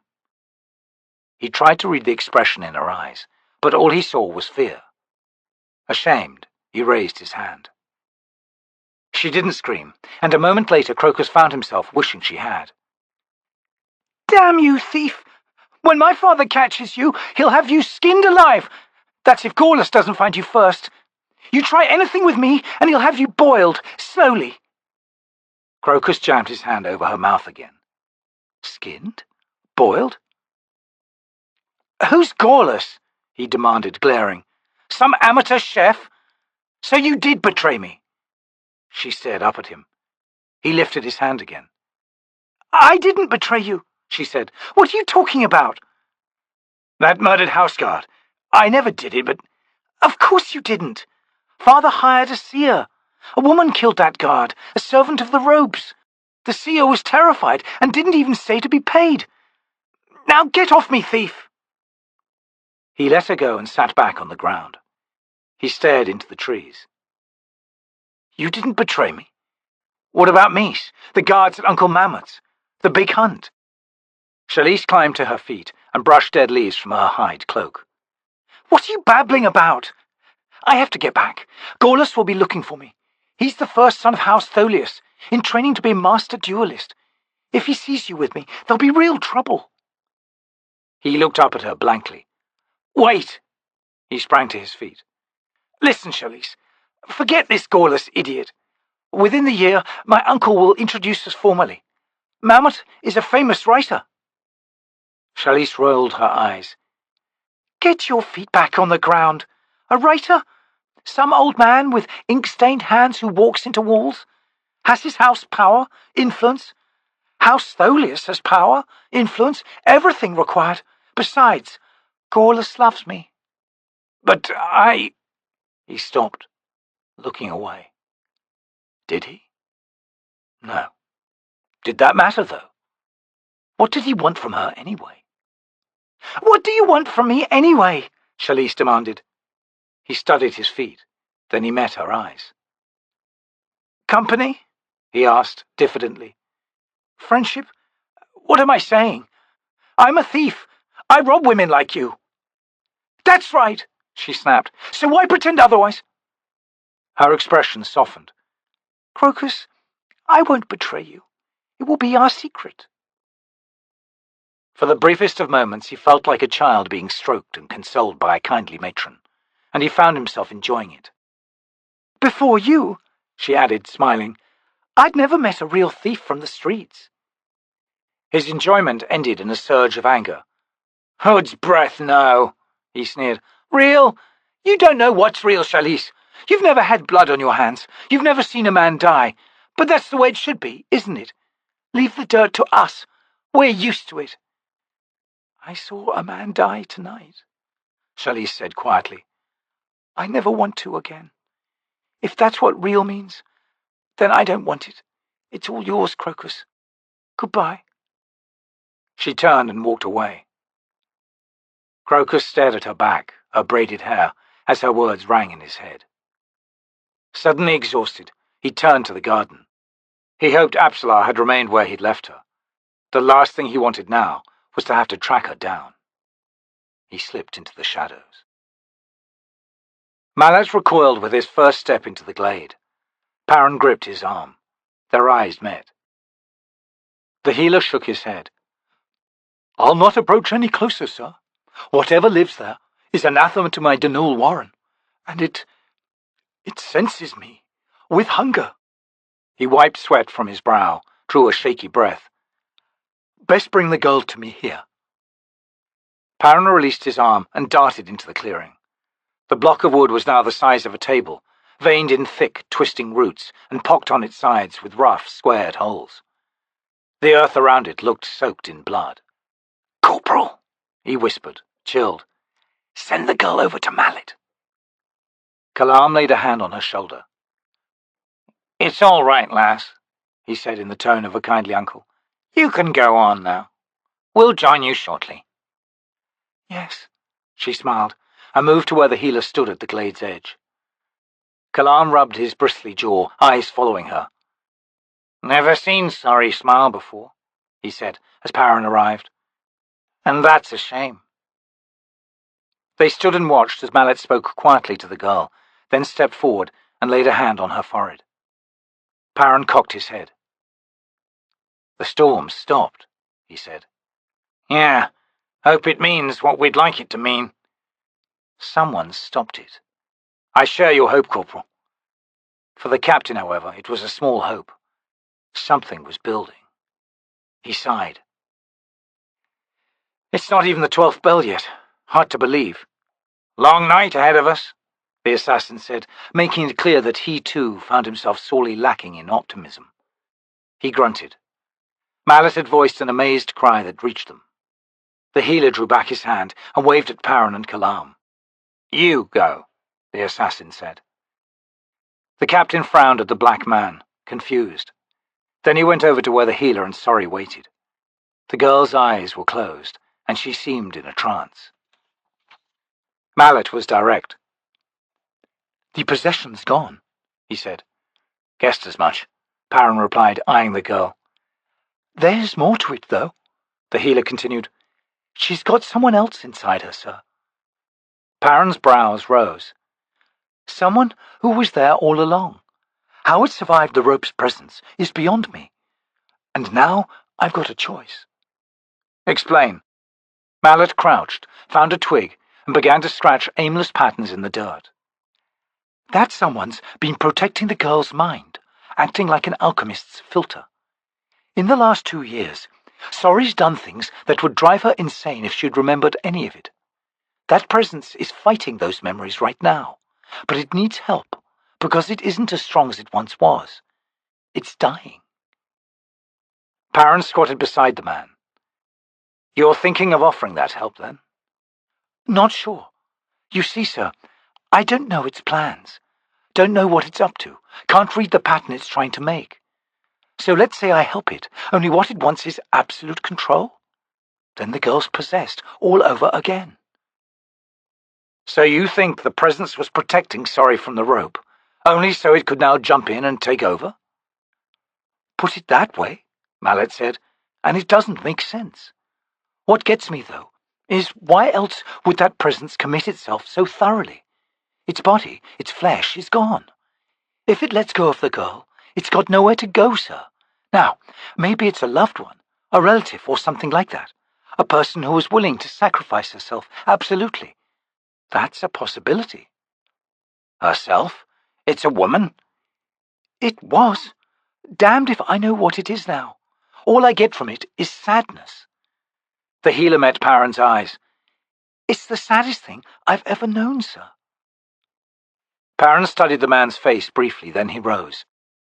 I'm not going to give you an order on what to do, healer. But for what it's worth, I say do it. Give it what it needs, so it can do what it wants to do. Mallet puffed out his cheeks, then tossed down the twig and straightened. My instinct too, sir. Thanks. Kalam spoke loudly from the glade. Far enough! Show yourselves! The 2 men spun around to see Kalam looking into the woods to their left. Paran grasped Mallet's arm and pulled him into the shadows. The healer dragged Sorry with them. 2 figures entered the glade, a woman and a man. Crokus snaked closer through the vines and mulch of the forest floor. For an off-limits garden, this was a busy tangle of wood. The voices he had heard in his search for Absalom now revealed themselves as 2 men and 1 silver-masked woman. All 3 were looking at an odd, blurry tree stump in the center of the glade. Slowly, Crokus let out a breath. One of the men was Rallick Nom. There is ill in this, the woman said, stepping back. A hunger. The large, black-skinned man at her side grunted. Wouldn't argue with you on that, Guildmaster. Whatever it is, it ain't Malazan. The thief's eyes widened. Malazan spies! Guildmaster! Vorkan! Seemingly impervious to the strangeness around her, the woman now turned to Rallick. How does it affect you, Rallick? It doesn't, he said. Approach it, then. The assassin shrugged and walked up to the writhing, knotted block. Its blurred movement stopped. Vorkan relaxed. You seem to damage its efforts, Rallick. Curious. The man grunted. Ototeral dust. What? I rubbed it into my skin. Vorkan stared. The other man's eyes narrowed on Rallick. I remember you, assassin. Our quarry when we first sought to make contact, the night of the ambush from above. Rallick nodded. Well, the Malazan continued, I'm surprised you survived. He is a man of many surprises, Vorkan said. Very well, Corporal Kalam of the Bridgeburners. Your request for an audience reached me, and I have granted it. Before we begin, however, I would appreciate it if the rest of your party were to join us. She turned to the trees on her right. Crokus's head was already reeling. Bridgeburners! But it felt moments away from bursting when he saw 2 men emerge from the shadows, with Absalom between them. She looked drugged, and her eyes were closed. One of the men said, Guildmaster, I am Captain Paran of the 9th Squad. He drew a deep breath, then continued. In this matter, however, Kalam speaks for the Empire. Vorkan turned back to the black man. Then the audience is begun. We both know, Guildmaster, that the City Council is not Darujhistan's true power base. And since you're not either, we've concluded that the city's mages operate covertly, keeping the status quo intact being their overriding interest. Whoever they are, they're good at hiding themselves. Now, we might just decide to kill every mage in Darujhistan, but that would take too long, and it might prove messy. Instead, Guildmaster, the Malazan Empire has issued a contract on Darujhistan's true rulers.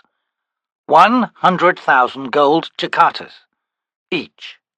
More, the Empress offers the mantle of the city's control, accompanied with the title High Fist and all the privileges that come with it. He crossed his arms. Vorkan was silent. Then she said, Empress Lassine is willing to pay 900,000 ducatas to me? If that's the number, yes.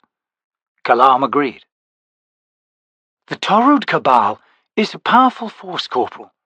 But before I answer, I would know of the creature who approaches from the east. Her face tightened fractionally. 5 dragons opposed it for a time, presumably hailing from Moonspawn. I assume that Master Baruk and his cabal have sealed an agreement with the Son of Darkness. Kalam looked stunned, then recovered quickly. Guildmaster, the approaching force was not of our making. We'd welcome its destruction at the hands of the Son of Darkness. As for your hidden question, I would assume that the alliance between the Tista Andi and the Cabal will become void with the death of the Cabal's members. We're not asking you to try to kill the Lord of Moonspawn. Paran cleared his throat. Guildmaster, Moonspawn and the Malazan Empire have clashed before. The pattern indicates that the Son of Darkness is likely to retreat rather than stand against us alone. Accurate, Vorkan agreed. Corporal Kalam, I have no wish to waste the lives of my assassins on such an effort. Only an assassin who is a high mage could hope to succeed. Therefore, I accept the contract. I will conduct the assassinations. Now, as to the matter of payment. Delivered by Warren upon completion of the contract, Kalam said. You may know this already, Guildmaster, but the Empress was once an assassin. She abides by the rules of conduct. The gold shall be paid. The title and rule of Darujhistan given without hesitation. Accepted, Corporal Kalam. Vorkan turned to Ralik. I begin immediately. Ralik Nom, the task I now give you is vital. I have considered your strange ability to negate the growth of this ill thing. My instincts are such. It must not be permitted to continue growing.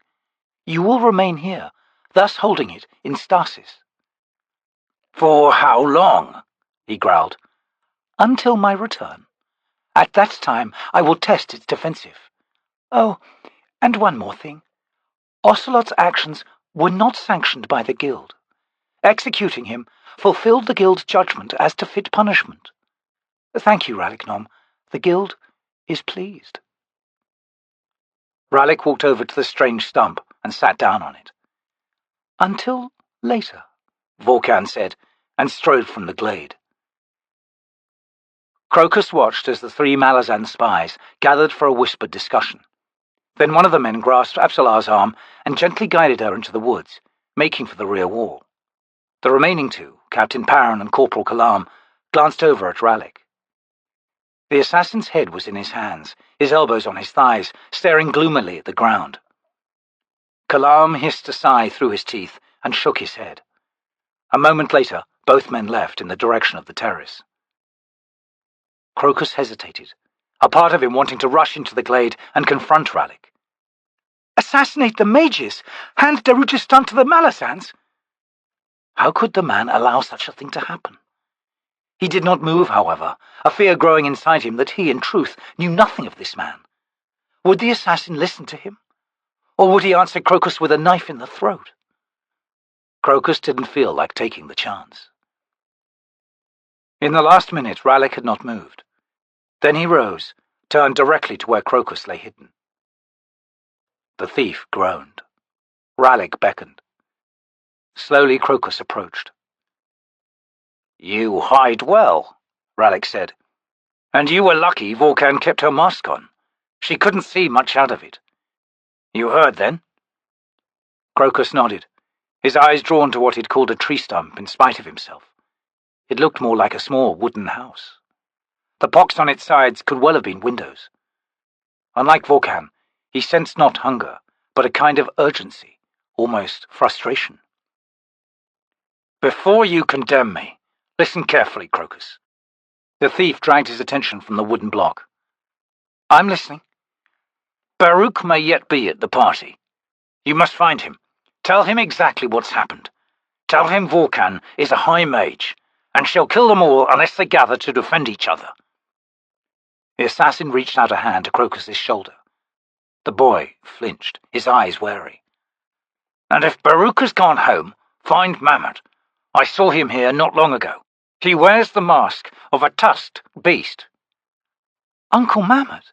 But He's a high priest of Driss, Crokus, and a member of the T'orrud Cabal. Now hurry, there's no time to waste." You mean you're going to stay here, Ralik? Just sit there on that stump?"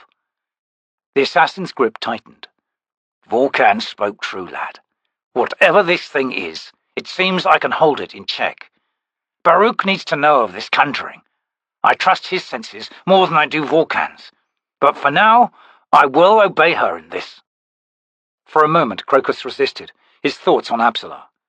They'd done something to her, he was certain. And if they'd harmed her, he'd make them pay. But Uncle Mammot? Volcan was planning to kill his uncle?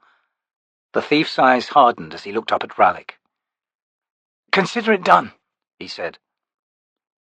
At that instant, a roar of rage and agony, coming from the terrace, shook the trees.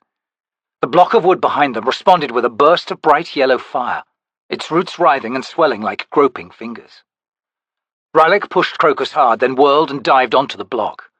The yellow fire winked out, and cracks opened in the earth, spreading in all directions. "Go!" yelled Ralik. The thief, his heart hammering, turned and sprinted for Lady Simtal's estate. Baruk's hand snapped out and yanked savagely on the bell cord. Above him, he heard the wagoner cry out. The carriage skidded to a halt. "Something's happened," he hissed to Rake. "We left too early, damn it." He moved on the seat to the window and opened its shutters. "A moment, alchemist," Rake said levelly, his brows knitted and his head cocked as if listening for something. "The tyrant," he pronounced, "but he is weakened, and enough mages remain to deal with him." He opened his mouth to add something, then shut it again. His eyes deepened to azure as he studied the alchemist. "Baruk," he said quietly, "return to your estate. Prepare for the Empire's next move. We'll not have long to wait." Baruk stared at the Tista Andii. "Tell me what's happening," he said angrily. "Will you challenge the tyrant or not?" Rake tossed his mask onto the floor between them and clasped the collar of his cloak. "If it proves necessary, I shall." Fists pounded on the carriage, and voices shouted good-naturedly. The crowds around them pushed in on all sides, rocking the carriage. The festival approached the 12th bell, the hour of ascension as the Lady of Spring took to the sky in the coming of the moon. Rake continued. "In the meantime, the city streets must be cleared," he said. "I imagine it's your desire to minimize the loss of life." "And this is all you give me, Rake?" Baruk gestured sharply. "Clear the streets? How in Hood's name do we manage that? There are 300,000 people in Darujhistan, and they're all in the streets." The Tista Andii opened the door beside him. "Then leave that to me. I need to find a high vantage point, alchemist. Suggestions?" Baruk's frustration was so great that he had to fight the desire to defy Anomander Rake. "Kral's Belfry," he said. "A square tower near Worry Gate." Rake stepped out of the carriage. "We'll speak again at your estate, alchemist," he said, leaning back inside. "You and your fellow mages must prepare yourselves." He faced the crowds, pausing for a moment, as if smelling the air. "How far to this belfry?" 300 paces. Surely you don't mean to go on foot? "I do. I am not yet ready to unveil my warren." "But how?" Baruk fell silent, as Anomander Rake provided the answer to his question. Standing head and shoulders above the jostling crowds, he unsheathed his sword. "If you value your souls," the Son of Darkness bellowed, "make way!" Raised high, the sword groaned awake, chains of smoke writhing from the blade. A terrible sound as of wheels creaking filled the air, and behind it arose a chorus of moaning, filled with hopelessness. Before Lord Anomander Rake, the crowd in the street shrank back. All thoughts of festivity swept away. "Gods forfend," Baruk whispered. It had begun innocently enough. Quickben and Whiskeyjack stood together near the fountain. Servants scurried, as despite the night's bloodshed and the hostess's absence, the party's energy burgeoned anew as the 12th bell approached. They were joined by Captain Paran. "We have met with the guildmaster," he said. "She has accepted the contract." Whiskeyjack grunted. "Where would we all be without greed?" "I just noticed something," Quickben said. "My headache's gone. I'm tempted to access my warren, Sergeant. See what I can see." Whiskeyjack thought briefly. "Go ahead." Quickben stepped back into the shadow of a marble pillar. Before them, an old man wearing a ghastly mask drifted toward Whiskeyjack's line of men. Then a large, buxom woman with a water pipe approached the old man. Her servant followed half a step behind. Trailing smoke as she walked, she called to the old man. The next moment, the night was shattered as a wave of energy flowed like a stream of water between Whiskeyjack and Paran, striking the old man in the chest. The sergeant's sword was in his hand as he turned to find his wizard, magic swirling from him, pushing him to one side and racing for the woman. "No!" Quickben screamed. "Stay away from him!" Paran too had unsheathed his sword in his hand, the blade keening as if filled with terror. He sprinted forward. A bestial roar of rage shook the air as the old man, his mask torn away, whirled. His burning eyes found the woman, and he flung a hand toward her. The surge of power that streamed from him was as grey as slate, crackling in the air. Whiskeyjack, frozen, watched in disbelief as Quickben's body hurled into the woman's. Both collided with the servant, and all three went down in a heap. The writhing stream of energy cut a swath through the stunned crowd, incinerating everyone it touched. Where men and women had stood a moment earlier, there was nothing but white ash. The attack branched out, ripping through everything in sight. Trees disintegrated, stone and marble exploded in clouds of dust. People died, some with parts of their bodies simply gone, blood spraying in black flecks as they crumpled. A lance of energy shot wildly skyward, flashing in the night sky within a heavy cloud. Another struck the estate with a rattling boom. A third snaked toward Paran as he closed the gap between him and the old man. The power struck the sword, and it and Paran vanished. The sergeant took a half-step forward, then something hard and massive struck a glancing blow to his shoulder. He was spun round, his right knee buckling inward as he fell. He felt the snap of bone, then the meaty tearing of flesh and skin as his weight bore him down. His sword clanged. Agony lancing through him, he rolled to free his pinned leg and came up against a toppled pillar. An instant later, hands grasped his cloak. "I got you!" Fiddler grunted. Whiskeyjack bellowed in pain as the saboteur dragged him across the paving stones. Then darkness swept in around him, and he knew no more. Quickben found himself buried beneath flesh, and for a second he could not breathe. Then the woman's hands pressed down on his shoulders, and she pushed herself off him. She shouted at the old man. "Mammot! Anikaleth Araista!" Quickben's eyes widened as he sensed the wave of power rise through her body. The air suddenly smelled of deep forest loam. "Araista!" she yelled, and the power burst from her in a virulent pulse.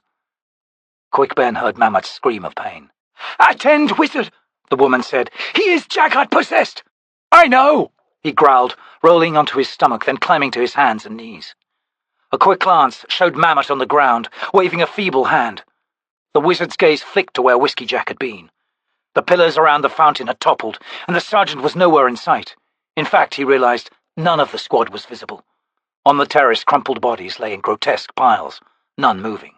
Everyone else had fled.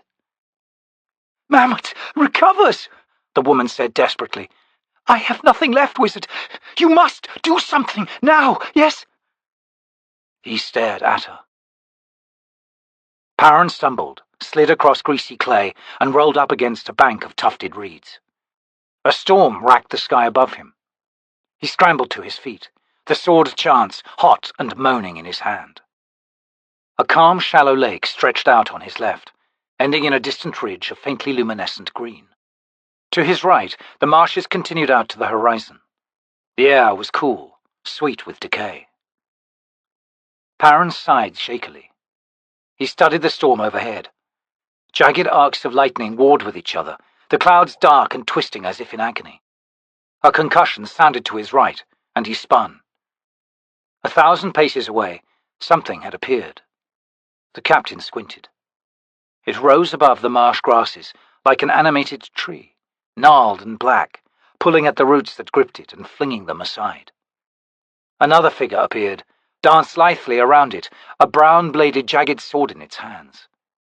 This figure was clearly in retreat, as the gnarled man-shape lashed at it with miasmic waves of power. They were approaching Paran's position.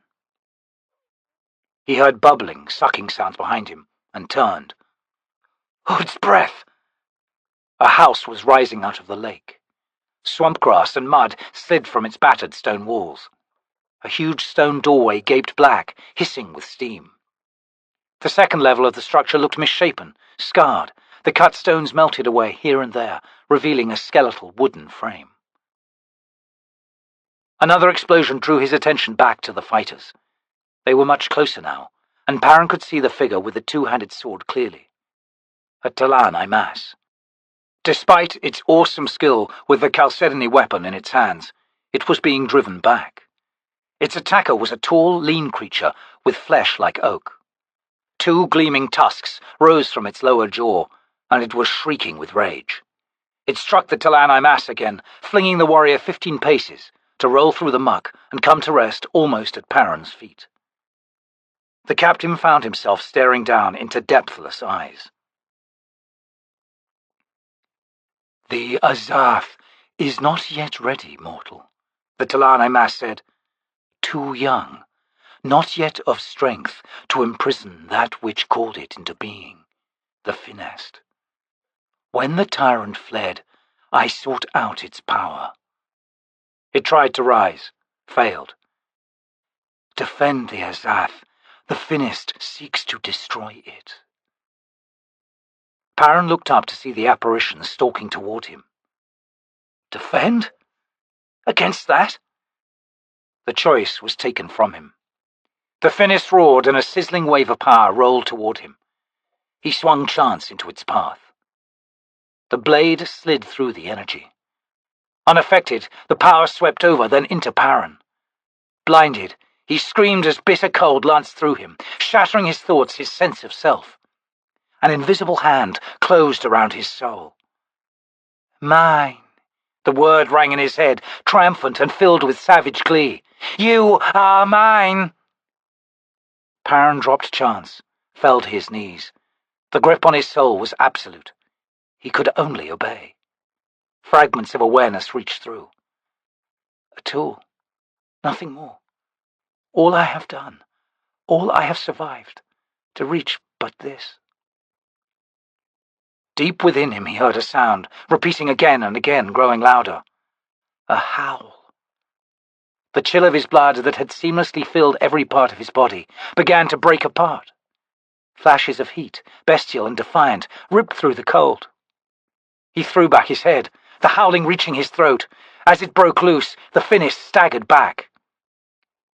Blood of a hound! Blood no one can enslave! Paran launched himself at the finest. His muscles filled with pain as overwhelming strength flowed into them. You dare!" He struck the creature, driving it to the ground, battering its oak flesh with his fists, sinking his teeth into the bark of its face. The Finist tried to push him away and failed. It screamed, flailing its limbs. Paran began ripping it methodically to pieces. A hand closed on the collar of his cloak, pulled him from the tattered body. Frenzied, Paran tried to twist round, to rend the creature holding him. The T'orrud mass shook him. "Cease." The captain blinked. "Cease. You cannot destroy the Finist, but you have held it long enough. The Azath will take it now. Do you understand?" Paran sagged, the fires within him ebbing.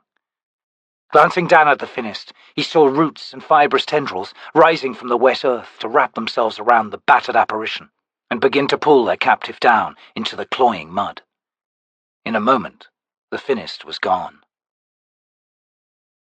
The T'orrud mass released Paran and stepped back. It regarded him steadily for a long moment. Paran spat blood and splinters from his mouth, wiped his lips with the back of a hand. He bent down and retrieved Chance. "Damned luck turned," he mumbled, sheathing the weapon. "Do you have something to say, Imas?" "You are a long way from home, mortal." Paran reappeared a moment later, staggering half-blind across the terrace, then collapsing in a heap. Quickben scowled. "What in hood's breath happened to him?" A Jaghut curse escaped Mammot, fierce as if ripped from the soul. The old man regained his feet, trembling with rage. Then his hooded eyes were on the wizard. "Awake the seven within me!" Quickben roared, then shrieked as 7 warrens opened within him. His agonized scream rode the cascading waves of power as they swept across the terrace. The Jaghut possessed threw up his arms before his face as the waves struck. Mammot's body withered beneath the clambering, frenzied attack. Flesh was ripped away, fires lancing, boring holes through him. He was driven to his knees, a vortex swirling like madness around him.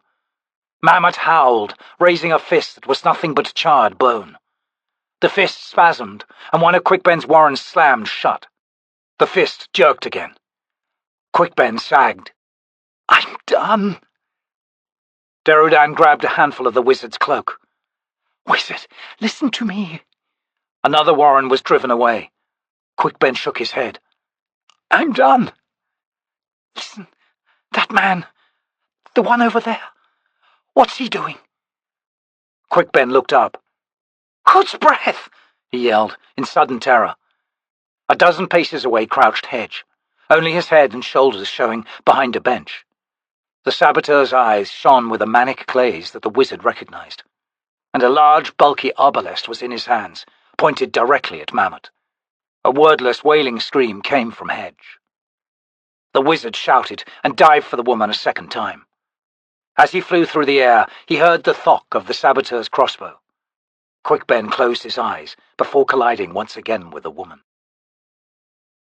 Crone flew tight circles over the plain where the Jaghut Tyrant had been. He had reached to within 50 paces of Solana, then vanished. Not a flight through a warren, but a vanishing more complete, more absolute, and all the more fascinating for that. It had been a glorious night, a battle worthy of remembrance, and its end proved no end at all. "Delicious mystery," she cackled. Crone knew her presence was demanded elsewhere, but she was reluctant to leave. "Such terrible energies I have witnessed." She laughed. "I mock the waste, the sheer foolishness.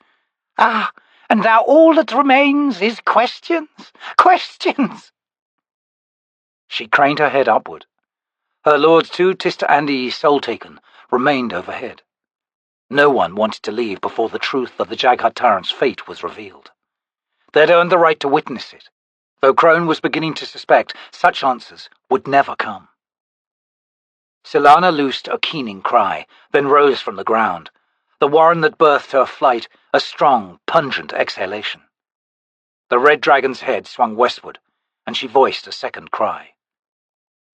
With a mad flap of wings, Crone brought her descent under control, then skirted the tattered ground. She climbed skyward again and saw what Solana had seen. Crone shrieked in joy and anticipation, and surprise. "And now it comes! It comes!" As he shut his eyes, Quickben relinquished the last of his warrens. The woman's arms closed around him as he struck her. She grunted loudly and collapsed beneath his momentum. The detonation snatched the air from his lungs. The stones under them jumped, and a flash of fire and flying masonry filled their world to the exclusion of all else. Then everything was still. Quickben sat up. He looked to where Mammot had been standing.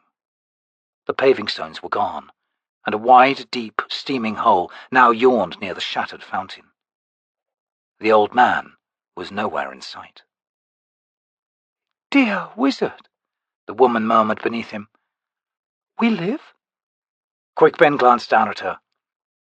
"You had closed your warren. Very clever." "Closed? Yes, but not by choice. Why clever?" "Mourned munitions are mundane weapons which, opened warrens, draw their explosive force. That tyrant is dead. Obliterated." And then Hedge was beside them, his leather cap half blown away and flash burns covering one side of his face. "You all right?" he gasped. The wizard reached out and cuffed the man. "You idiot! How many times have I—" "He's dead, ain't he?" Hedge retorted, hurt. "Just a smouldering hole in the ground. Best way to deal with mages, right?" They saw Captain Paran rise shakily from the rubble-strewn terrace. He scanned the scene, his gaze finding the wizard. "Where is Whiskeyjack?" he demanded. "In the woods," Hedge answered. Paran stumbled in that direction. "Big help he was," Hedge muttered. "Quick!" The wizard turned to see Kalam approach. The assassin paused as he skirted the edge of the crater. Then he said, "Something's moving down there." Paling, Quickben rose, then helped the witch to her feet. They approached the crater. "Impossible," the wizard breathed. A man-shaped form had coalesced at the base of the pit. "We're dead. Or worse." Thrashing from the garden drew their attention. The three froze as strangely blurred roots broke free of the undergrowth and snaked hungrily toward the crater. The Jaghut possessed straightened, spreading grey, swirling arms. The roots closed around the creature. It shrieked in sudden terror. "Azathi Diaman! No, you've taken my finished, but leave me, please!" Tendrils clambered in a frenzy, entwining its limbs. The Omto's Felak power writhed in a panicked effort to escape, to no avail. The roots pulled the apparition down, then dragged it screaming into the garden. "Azath," Quickben whispered. "Here?" "None, I would swear," Darujhistan said, her face white. "It said they arise where unchained power threatens life," the wizard finished. "I know where it is," Kalam said. "Quickben, will that Jaghut escape?" "No." "So, we're done with it. What of the Azath?" Quickben hugged himself. "Leave it, Kalam." "I must leave," Darujhistan said hastily. "Again, my gratitude for twice saving my life." They watched her rush away. Fiddler joined them, looking distracted. "Mallet's tending to the sergeant," he said, closing the straps on a bulky bag he carried. "We're off then." He nudged Hedge. "Got a city to blow." "Whiskeyjack's hurt?" Quickben asked. "Broken leg," Fiddler answered. "Pretty bad." At a surprised cry from Darujhistan, who had gone to the opposite side of the fountain, they all turned. She had walked onto a black-clad youth, who must have been crouching behind the fountain's stone wall. Darting like a rabbit, the boy leaped the fountain and raced toward the estate. "What do you think he heard?" Fiddler wondered. "Nothing that would mean much to him," said Quickben, recalling their conversation. "You and Hedge going to do the deed?" "Sky high," Fiddler grinned. The two saboteurs checked their equipment one last time, then turned to the patio. Meanwhile, Kalam stood glowering into the pit. Ancient copper water pipes streamed water down its ragged sides. For some reason, a memory of the grey faces flashed into his head. The assassin crouched, seeing one pipe that leaked no water. He sniffed the air, then lay flat on the ground and reached down to lay his hand over the pipe's broken end. "Oh, Cirque," he breathed. He rolled and gained his feet, then asked Quickben, "Where are they?" The wizard's expression was blank. Who? Kalam roared, "The saboteurs, damn it!" Just left, Quickben replied, bemused. through the estate. "To the back wall, soldier," the assassin snapped. "Find the others. Paran's taking command. Tell him to pull out. Find a place I know. I'll meet you there." Where are you going? "After the saboteurs." Kalam wiped sweat from his face. "Pull out the city map when you can, Quickben." The assassin's eyes were tight with fear. "Check the legend on it. We've planted mines at every major intersection. It's the main valves, don't you see?" He waved an arm. "The grey faces. The gas, Quickben." Kalam whirled and crossed the patio. A moment later he disappeared into the estate house. Quickben stared after him. The gas. His eyes widened. We'll all go sky high, he whispered. The whole damn city. Chapter 23. It was said she turned the blade on herself then, to steal the magic of life. Call to Shadow. Book 9, Chapter 2. Felician, born 1146. Exhausted, Paran made his way through the undergrowth. He ducked beneath a tree into shadow, and the world shifted. Jaws closed on his left shoulder, teeth grinding through chain, and lifted him from the ground. A surge of unseen muscle flung him through the air. He landed heavily, rolled to his knees, and looked up in time to see the hound close once again. Paran's left arm was numb. He reached vainly for his sword as the hound opened its maw and closed it around his chest. Mail popped, flesh tore, and blood sprayed as the hound lifted Paran once again. The captain hung in the giant beast's mouth. He felt Chance slide free of its scabbard, its weight pulling it away from his twitching hand. The hound shook him. Blood spattered the ground. Then it dropped him and stepped back, looking almost baffled. It whined, began to pace back and forth, eyes darting again and again to the captain. Pain surged through Paran in growing waves. His limbs shook uncontrollably. He could barely draw breath. It seems Rude must find someone to blame, a voice said. Paran blinked, opened his eyes to see a black-cowled man standing above him.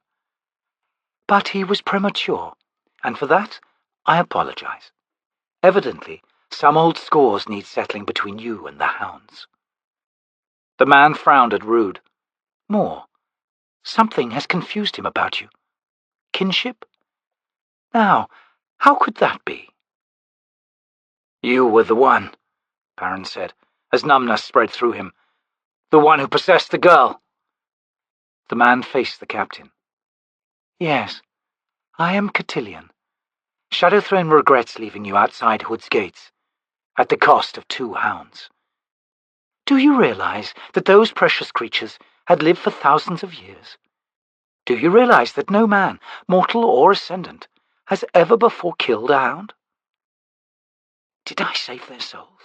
He thought. Wouldn't telling that story matter? No, too much like begging. Paran glanced at Brood. Kinship. What do you want from me? He asked Cotillion. My death? Leave me here then. It's almost done. You should have left us to our work, Captain, since you now hate the Empress so. What you did to the girl. What I did was merciful. I used her, yes, but she knew it not. Can the same be said for you?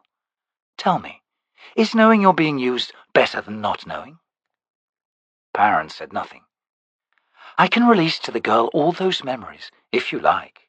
The memories of what I did, what she did, when I possessed her. No.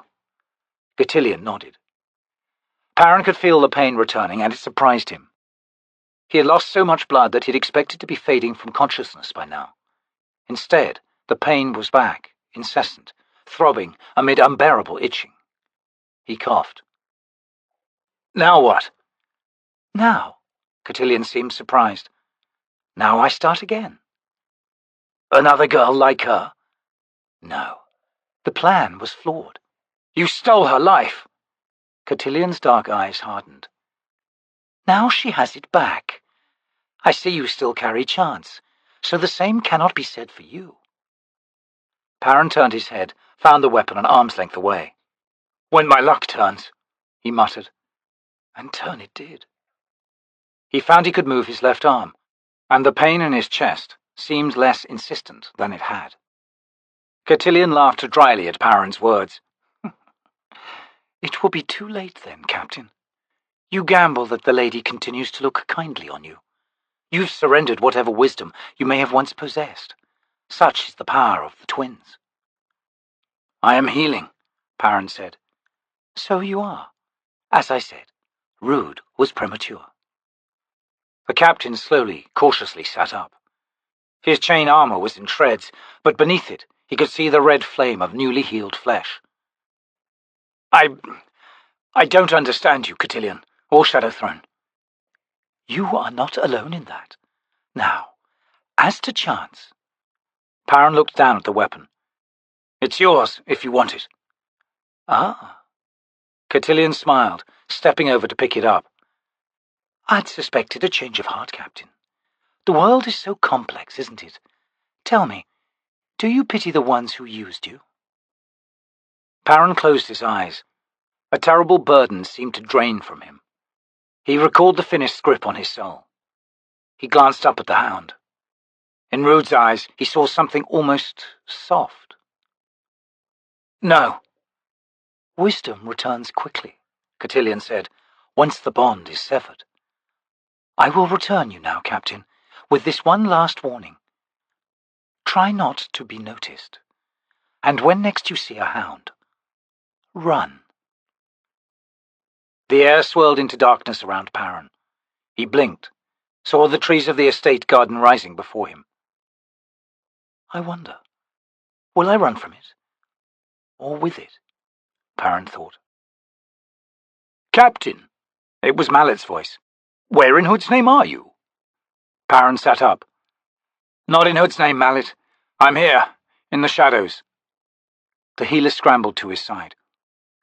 "We've got trouble everywhere. You look—" "Deal with it," the captain barked, climbing to his feet. Mallet stared at Paran. "Hood's breath! You look chewed to pieces, sir." "I'm going after Lorne. If we all live through this, we will meet at the Phoenix Inn. Understood?" Mallet blinked. "Yes, sir." Paran turned to leave. "Captain." "What?" "Don't treat her kindly, sir." Paran moved off. The images remained with Crokus, brutally sharp. They returned again and again, even as he tried to move away from them, his thoughts driven by panic and desperation. Uncle Mammot was dead. In the youth's head, a distant, steady voice told him that the man who had borne Mammot's face was not the man he had known all his life, and that what had been claimed by the roots was something else, something horrific.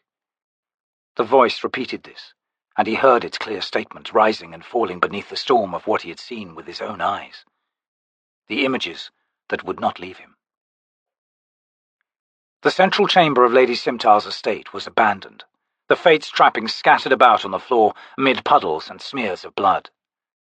The dead and those whom Mammot had hurt had been carried away by the guards.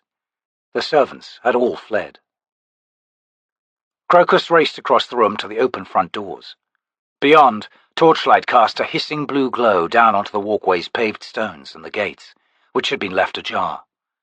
The thief leaped down the steps and hurried for the gate. He slowed as he approached it, for something was wrong in the street. Like Simtal's main floor, the street was empty, littered with pennants, banners, and fetishes. Eddies of dry wind whipped tatters of cloth and reed paper about in dancing circles. The air felt heavy and close. Crokus emerged onto the street. In either direction, as far as he could see, Not a single reveller was visible, and a thick silence hung over all. The wind curled round him, first from one direction, then from another, as if seeking escape. A charnel smell filled the air. Mammot's death returned to him. He felt utterly alone. Yet Ralik's words urged him on.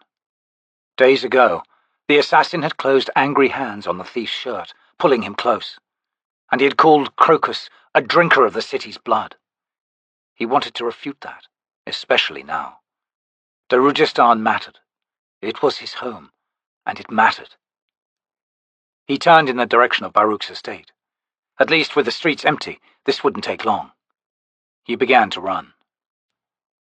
The gusting wind beat against him, whipping his hair into his face. Darkness hung low above the street's gas lamps. Crokus skidded to a halt on a corner. He had heard something. Cocking his head, he held his breath and listened. There. Again. Birds. Hundreds of them from the sound, murmuring, talking, clucking. And amid the charnel smell, he now detected the reek of birds' nests. Crokus frowned, thinking. Then he looked directly overhead. A shout broke from his lips, and he ducked instinctively. Above him, blotting out the night sky as stars, was a ceiling of jagged black stone, hanging so low as to seem inches from the highest buildings. He stared up at it, then pulled away his gaze as a wave of dizziness spun through him. The ceiling was revolving slowly. In its pocks, shelves, and crags, he had seen the restless motion of nesting ravens, oily blots against the grainy background. Moonspawn had arrived, to clear the streets, to silence the festival of rebirth. What could it mean? Crokus didn't know. But Baruk would, of course. The thief resumed his run, his moccasins a whisper on the cobbles. Cropper took an expansive breath, his eyes bright as he surveyed the hastily abandoned leavings in the kitchen. "Always the way of things," he sighed, patting his stomach.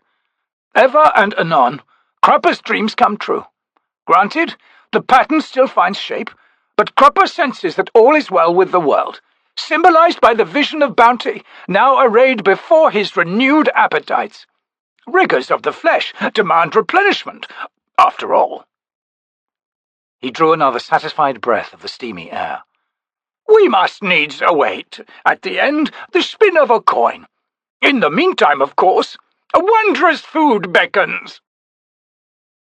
In an alley facing the gates of Lady Simtar's estate, Adjunct Lorne had watched the coin-bearer appear, and a slow, satisfied smile spread over her lips. Finding the boy had been one thing, but she had had no desire to enter the garden where she had buried the Finnist. Minutes earlier, she had sensed the death of the Jaghut Tyrant. Had the Lord of Moonspawn been drawn into the battle? She hoped so. It had been her hope that the Jaghut would reach the city, perhaps even retrieve the Finnist, thus challenging the Son of Darkness as an equal. In retrospect, however, she realized that the Lord would never have permitted that. Which meant that Whiskeyjack still lived. Well, there'd be another time for that, once the city was in the hands of the Empress and Tattersail. Perhaps then they'd find no need to disguise their efforts. They could make the arrest a public spectacle. With this coup, even Dujek could not challenge them. She had watched the coin-bearer race down the street, seeming not even to have noticed Moonspawn hanging so close overhead. A moment later, she followed. With the coin in her hands, the Empress would bring Opon to its knees. Like a drowning voice deep within her mind, came a question heavy with dismay and despair. "What of your doubts? What of the woman who'd once challenged Tattersail in Pale? Has so much changed? Has so much been destroyed?" The adjunct shook her head, dispelling the plaintive cries. She was the arm of the Empress. The woman called Lorne was dead, had been dead for years, and would remain forever dead. And now the adjunct moved through these hollow shadows in a city cowering in fear. The adjunct was a weapon. Its edge could bite deep, or it could snap, break. She might once have called the latter death. Now, it was no more than the misfortune of war, a flaw in the weapon's design. She paused and hid against a wall as the coin-bearer stopped on a corner, and realized for the first time what hovered above him. She considered attacking now, while he was so confused, possibly terrified. But then he continued on. The adjunct crouched down. Time for Tattersail's gambit. Hopefully the Jaghut Tyrant had managed to inflict damage upon the moon's lord. She removed a small flask from her shirt and held the patinated glass up to the shine of gaslight. The contents swirled like trapped smoke as she gave it a shake. She rose and threw it across the street. The flask struck a stone wall and shattered. Glowing red smoke curled upward, slowly taking shape. The adjunct spoke. You know your task, Lord of the Ghislaine. Succeed, and freedom will be yours. She unsheathed her sword and closed her eyes briefly, locating the coin-bearer in her mind. He was fast, but she was faster. The adjunct smiled again. Now the coin would be hers. When she moved, it was as a blur, quicker than any eye could follow, even that of a Ghislaine lord loose on the material plane. In his study, Baruk cradled his head in his hands. Mammot's death had come like a knife to his own heart, and he still felt its stabbing pain. He was alone in the chamber, having dismissed Roald earlier. Rake had suspected. He had refused to speak of it, considering it too sensitive a matter. The alchemist had wearily to admit that the Tista Andii had been correct. Would he even have believed Rake? Undoubtedly, the power possessing Mammot had shielded itself, defying detection. Rake had anticipated Baruk's anger at such a suggestion, and had, wisely and with compassion, chosen to say nothing. And now Mammot was dead, even as was the Jaghut Tyrant. Had it been Rake who had killed his old friend? If so, he hadn't used his sword. Yet another mercy granted both Mammot and Baruk. The alchemist had sensed, if anything, a kind of relief in Mammot's death cry. A soft cough at the door alerted him. Baruk rose swiftly and turned. His brows rose. Which Darujhistan? Her face was pale, her smile wan. I thought of you, upon Mammot's end. I am here, so. Alas, she said, as she strode to a chair by the fireplace and set a water pipe down on the floor beside it. My servant has taken the rest of the evening off. She removed the ash cup and tapped its contents into the unlit hearth. Such mundane exertions, she said, sighing. At first Baruk resented her intrusion. He preferred to mourn alone. But as he watched her, the supple grace of her movements, his thoughts changed. Her warren was Tenez, ancient and bound to the cycles of seasons, and among the handful of deities she could call upon was Tenarok, the boar of 5 tusks. Darujhistan's greatest power, the one she shared in any case, was the tusk named Love. He chastised himself. Slow had the realization come that she was bringing him a gift. Darujhistan replaced the ash cup and packed it with leaves. She closed a hand around it, and the contents glowed with sudden heat. A moment later the witch sat heavily in the chair. She drew deeply on the mouthpiece. Baruk strode to the other chair. Rake believes it isn't yet over, he said, sitting. She nodded. I was witness to Mammot's end, yes. He was opposed by myself, and a most remarkable wizard. The flesh that was Mammot was destroyed by mourned incendiary. The Jaghut spirit survived, but was taken by an Azath. Her heavy-lidded eyes appraised him. Azath? Here, in Darujhistan? Indeed, such mysterious conjurings, known for their hunger for mages, will impose upon our efforts a certain caution, yes? Where has it arisen? In the garden of Simtal's estate. Did I not also mention a mourned incendiary? Lady Simtal's fate had some unusual guests, yes? Malazans? Twice my life saved. The wizard of whom I spoke, who commands within him 7 warrens. 7? Baruk said, flinching. Hood's breath. Is that even possible? If they mean ill, it shall fall to the son of darkness to meet the challenge.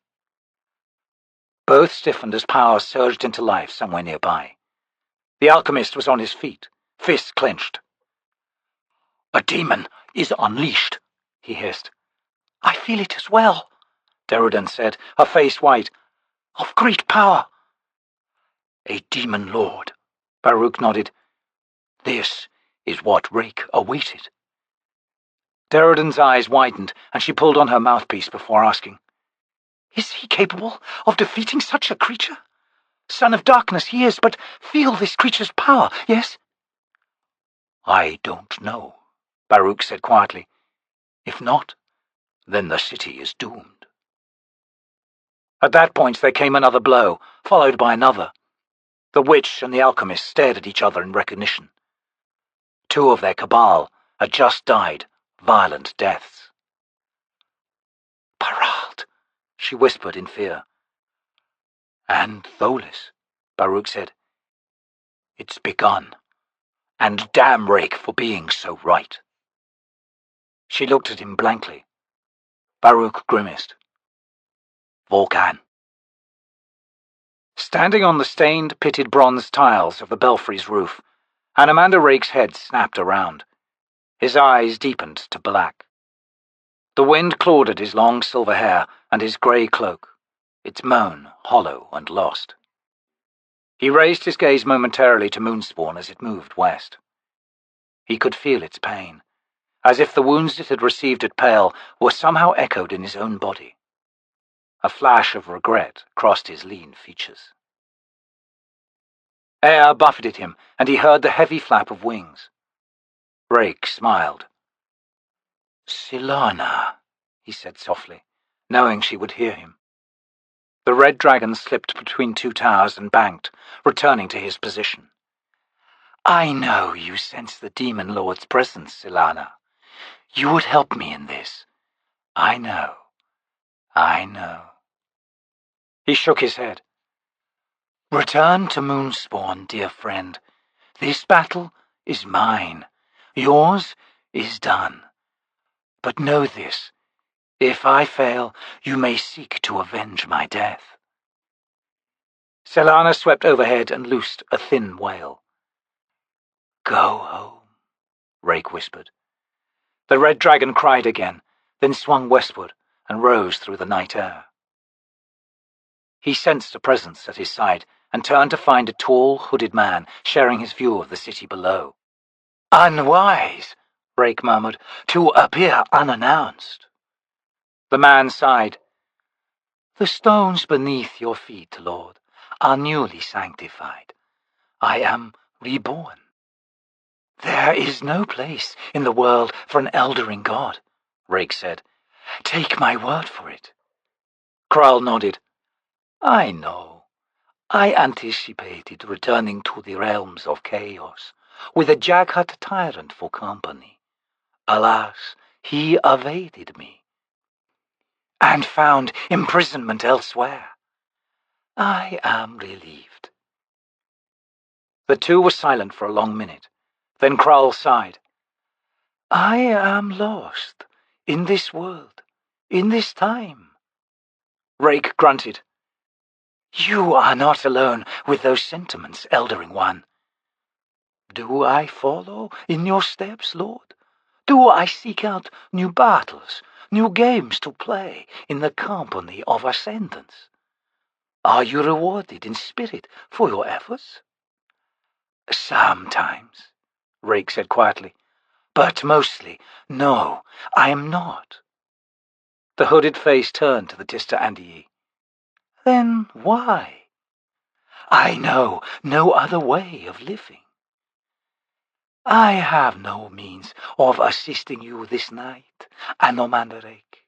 I am manifest in this sanctified place, and manifest in alone mortal streams, but nowhere else." "I will do my best then," Rake said, "to avoid damaging your temple." Kral bowed, then vanished. Alone once again, Rake turned his attention to the street below. An apparition arrived. It paused to sniff the air, then began changing, veering. A lord of the Ghislaine and a soul taken. "Well," the Lord of Moonspawn growled, "so am I." The Tister Andii spread his arms wide, then rose upward. Corralled Ghislaine's sorcery swirled around him, blending his clothing, his massive sword drawing all inward to the shape he now climbed toward. The veering was smooth, eloquent, as jet-black wings unfolded from his shoulders. Flesh and bone surged in size, changed in shape. As he flew higher, eyes fixed on the stars, Anomander Rake became a black dragon, silver-maned, and dwarfing even Solana. His eyes gleamed silver, the vertical slits of the pupils dilating. His breath gusted in heavy grunts, the snap of his wings loud amid the deep groan of muscle on bone. His chest swelled to draw in the cold, dry air, and power filled his being. Rake climbed ever higher, slipping through a stray cloud that scudded in darkness over the city. When he finally tilted his wings forward and caressed the surface of a wayward wind, he looked down on a city that glimmered like a mottled copper coin at the bottom of a pellucid pond. Sorcery flared occasionally, centered mostly in the estate district, and Rake sensed death within these emanations. He considered the message delivered by Serat, courtesy of a foul mage he'd thought 1,000 leagues away. Was the sorcery the work of these unwelcome intruders? He rumbled in frustration. He would deal with them later. Before him now was a battle. The Empress and her empire had challenged him again and again, willful in the desire to test his strength. Each time he'd withdrawn, unwilling to commit himself. "Very well, Empress. My patience is at an end." The membrane of his wings tautened, the joints creaking, as he grunted a straining breath. He hung almost motionless for a second, studying the great city beneath him. Then, tucking in his wings, Anomander Rake, the son of darkness and lord of Moonspawn, plummeted. Kalam knew the pattern of detonation the saboteurs would follow. He skirted one side of the street as he ran. So what if Moonspawn hung over them as if ready to descend on the city and crush the life from it like a god's heel? Fiddler and Hedge wouldn't give a damn. They had a job to do.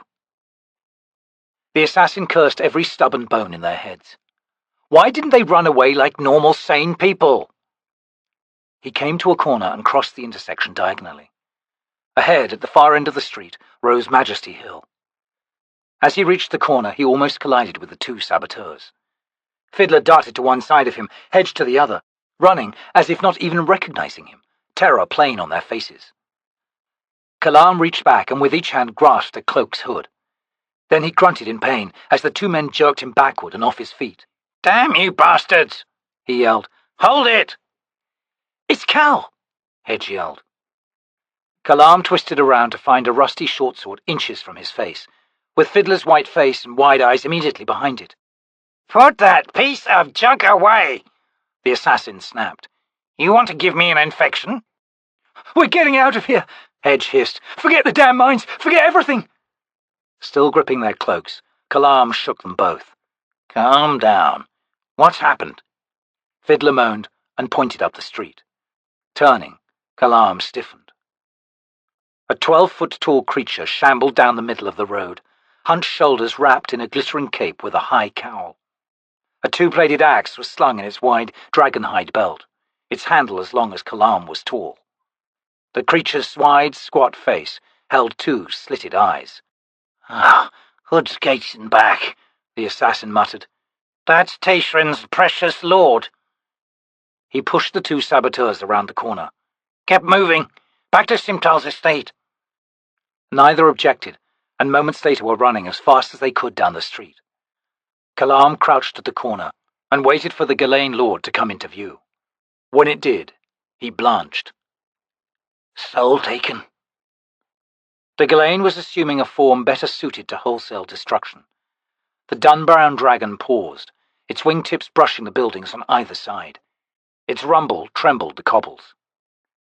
Kalam watched as the creature tensed its limbs, then rose upward on a wave of power. The darkness swallowed it. "Bird's breath," he said. "Now things are going to get messy." He whirled and ran to catch up with the saboteurs. The coin-bearer came to a street lined with walled estates. He slowed his pace, studying each structure he passed. The time had come, the adjunct knew, before the boy had a chance to get inside one of those places where he might find protection. She adjusted her grip on the sword, padding in silence, not 15 feet behind him. She drew a long, deep breath, then surged forward, sword's point extended. At the sharp ringing clang of metal immediately behind him, Crokus dived forward. He dipped a shoulder and rolled, regaining his feet. He cried out in shock. The woman who had attacked Cole in the hills was in a whirlwind exchange with a tall, round-shouldered man with 2 scimitars. The thief's jaw dropped as he watched the fight. As good as the woman had shown herself against Cole, she was now being driven back as a flurry of attacks swept around her. They both moved so quickly that Crokus could not even see the parries or the blades themselves, but as he watched, he saw the blossoming of wounds on the woman, her arms, legs, chest. Her expression held complete disbelief. Then a voice chuckled beside him. "He's good, ain't he?" Crokus whirled to see a tall, thin man wearing a grey and crimson longcoat, his hands in his pockets. He swung a narrow hatchet face to the thief and grinned. "You heading somewhere, boy? Somewhere safe?" Crokus nodded numbly. The man's grin widened. "I'll escort you then. And don't worry, you're covered from the roofs too. Cole's up there. Damn his snakeskin hide. But he's a powerful mage anyway. Surat was furious, I hear. Let's walk then." Crokus let the man take his arm and lead him away from the duel. The thief cast a glance over his shoulder. The woman was trying to disengage now, her left arm hanging useless and glistening in the gaslight. Her opponent continued pressing, silent as a ghost. Don't worry," the man beside him said, pulling him along. "That's Corporal Blues. He lives for this stuff." "Corporal?" "We've been covering your back, coin-bearer." The man's other hand reached up to his collar, which he turned back to reveal a brooch. "The name's Fingers. 6th Blade, Crimson Guard. You're being protected, boy. Compliments of Prince Kaz and Caladan Brood." Crokus stared, then he scowled. "Coin-bearer? What's that mean? I think you've got the wrong person." Fingers laughed dryly. We figured you was walking blind and dumb, boy. The only explanation. You've got other people trying to protect you too, you know. There's a coin in your pocket, probably 2-headed, right?" He grinned at the thief's stunned expression. "It's Opon's own. You've been serving a god and you didn't even know it. How's your luck been lately?" He laughed again. Crokus stopped at a gate. "This is the place, then?" Fingers asked, glancing at the estate rising behind the compound wall. "Well, there's a powerful mage living in there, ain't there?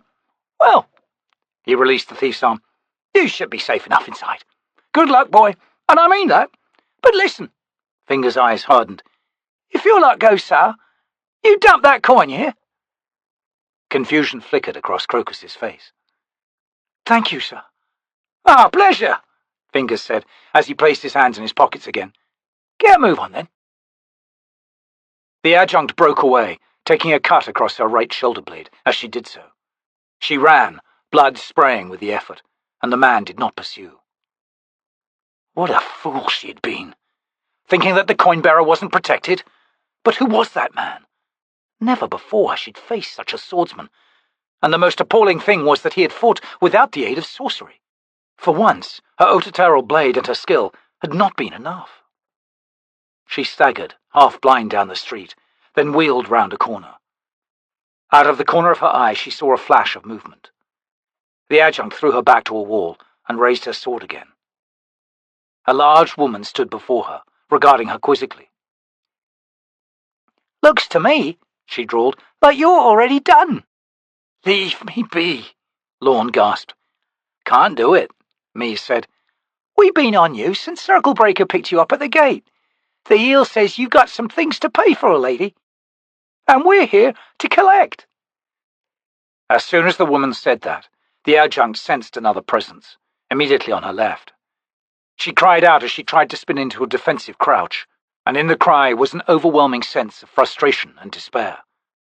What a waste, she cursed. No, not like this! Even as that thought thundered through her head, both women attacked. She parried the blade coming at her from the left, but could only watch in horror as the woman who'd spoken revealed two blades, both driving for her chest. The adjunct screamed in rage as the weapons punched into her. Her sword clanged and bounded as it struck the cobbles. Hands groping, Lorne slid down the wall. Who? She managed, a blind need behind the word. Who? One of the women bent low over her. What's that? Anguish filled Lorne's face, the corners of her mouth drooping as her eyes closed. Who? She asked again. Who is this eel? Let's go, Mies, the woman said, ignoring the body at her feet. Paran found her sprawled on the grimy cobbles of an alley mouth. Something had drawn him to her unerringly, a final closing of the mysterious link between them. The sword was beside her, the grip slick with blood, its edges gouged and nicked. The captain crouched beside her. You made it a hard fight, he whispered, for what that is worth. He watched her eyes flicker open. She stared up at him as recognition arrived. Captain Ganoes. Adjunct? They have killed me. Who? She managed a stained smile. I don't know. 2 women. Look like thieves. Thugs. Do you see the irony, Ganoes Paran? Thin-lipped, he nodded. No glorious end for the adjunct. If you'd come a few minutes sooner. The captain said nothing. He watched the life leave Lorne, feeling nothing. Ill luck knowing me, adjunct. I'm sorry for that. Then he collected the Ototero sword and slipped it into his scabbard. Above him, 2 voices spoke in unison. You gave him our sword! He straightened to find himself facing Opon. The rope took it from me, to be more precise. The twins could not conceal their fear. They looked upon Paran with something akin to pleading. Cotillion spared you, the sister said. The hounds spared you. Why? Paran shrugged. Do you blame the knife, or the hand wielding it?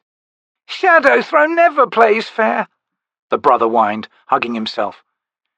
You and Cotillion both used mortals, the captain said, baring his teeth, and paid for it. What do you want from me? Sympathy? Help? That Ototero blade, the sister said, will not be used to do your dirty work, Paran finished. You'd best flee, Opon. I imagine even now Cotillion has given Shadowthrone the sword chance, and the 2 are putting their heads together to plan how best to use it. The twin jesters flinched. Paran laid a hand over the sword's sticky grip. Now, else I return Cotillion's favour. The gods vanished. The captain drew a deep breath. He turned once again to Lorne. Her armour removed, she proved light in his arms. The air roared around Anomander Rake as he plummeted, but he made no other sound, his warren drawn in tight around him. Below, now sweeping lazy circles over Darujhistan, was the dun dragon, Rake's equal in size, with the power to match. But it was a fool, hunting for him in the streets below. Rake carefully spread his wings, angling toward the Ghislaine Lord. His hind limbs reached down, talons spreading. He drew in the air around him, preparing for a burst of power. He was Curald Ghislaine, Tista Andi, and darkness was his home. The Ghislaine Lord was immediately beneath him now, growing larger with incredible speed. Rake opened his mouth, head snapping back as he bit into a wall of air. This sound brought the dun dragon's gaze upward, but it was already too late. Chapter 24. I am the house, imprisoning in my birth demonic hearts. So locked in each chamber, some trembling enraged antiquity. And these roots of stone spread the deepest cracks in parched ground, holding forever the dream of fruit. Ah, pilgrims, come to my door, and starve. Azath, Book 2, Chapter 3. Edaphon, birth date, unknown. The compound beyond the gate was empty.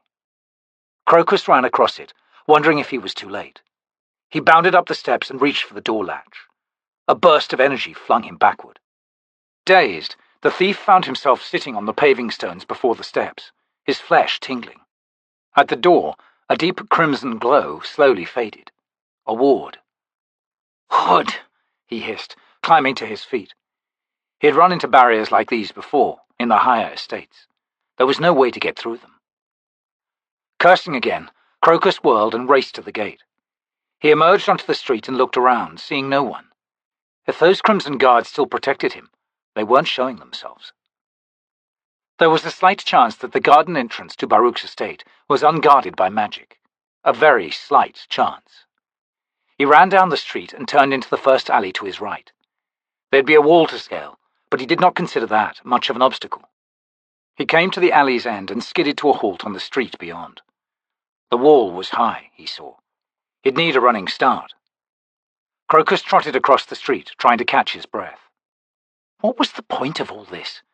Couldn't Baruk take care of himself, after all? Wasn't he a high mage?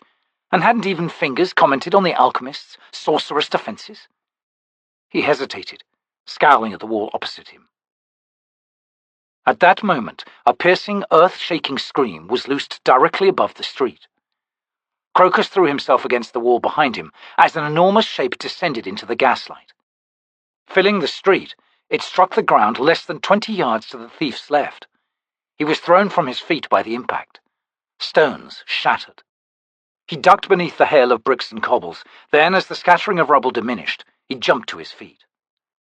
A dragon, its wings tattered and streaked with blood, slowly regained its feet in the street, wagging its massive wedge-shaped head from side to side. Along its brown flanks, scales had been torn away, revealing deep puncture wounds. Its neck and shoulders glistened with blood. Crokus saw that the wall beyond it, Baruk's, had been obliterated, opening the garden to his view. Snapped tree trunks rose amid steaming earth. A raised patio marked the approach of the estate's back entrance. 2 toppled statues lay in pieces before the doors. The dragon looked stunned. Crokus tensed. Now was the time to move. Almost disbelieving his own temerity, the thief darted into the street behind the creature, hoping to reach the cover of the garden. His gaze remained on the dragon as he ran, his thoughts on the coin of luck in his pocket. Then, before his eyes, the creature's shape changed, drawing into itself in a shimmering haze. Crokus slowed, then stopped, unable to pull away his attention. His heart hammered against his ribs, as if seeking escape. Each drawn breath was a painful gasp. His luck, he told himself in terror, had just ended. The shimmering faded, and a giant man-shaped apparition now stood on the street, cloaked and cowled. Crokus tried to will himself to move, but his body refused to obey. He stared, eyes widening, as the demon turned to him. It snarled and removed an enormous axe from its belt. Hefting the weapon, it spoke in a deep, soft voice. "What reason to continue this?" it asked reasonably. "The Empress permits your escape, Lord. Once again, she grants you mercy. Accept it and leave." "Good idea," the thief whispered. Then he frowned, for the demon's attention, he now saw, was directed past him. A man spoke behind him. "We run. No further, Ghislaine." A hand fell on the thief's shoulder, breaking the spell of immobility.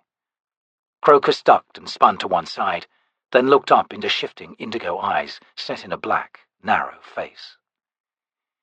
"Flee, mortal." The the silver-haired man said, drawing a two-handed sword from the scabbard slung between his shoulder blades. The black weapon seemed almost invisible, as if it swallowed all light that found it. "You are the Fate," Crokus blurted. The man's eyes flickered, as if seeing him for the first time. "Coin-bearer," he said with a wry smile. "Fear not. Brood has convinced me to spare you, at least for the moment. Begone, child."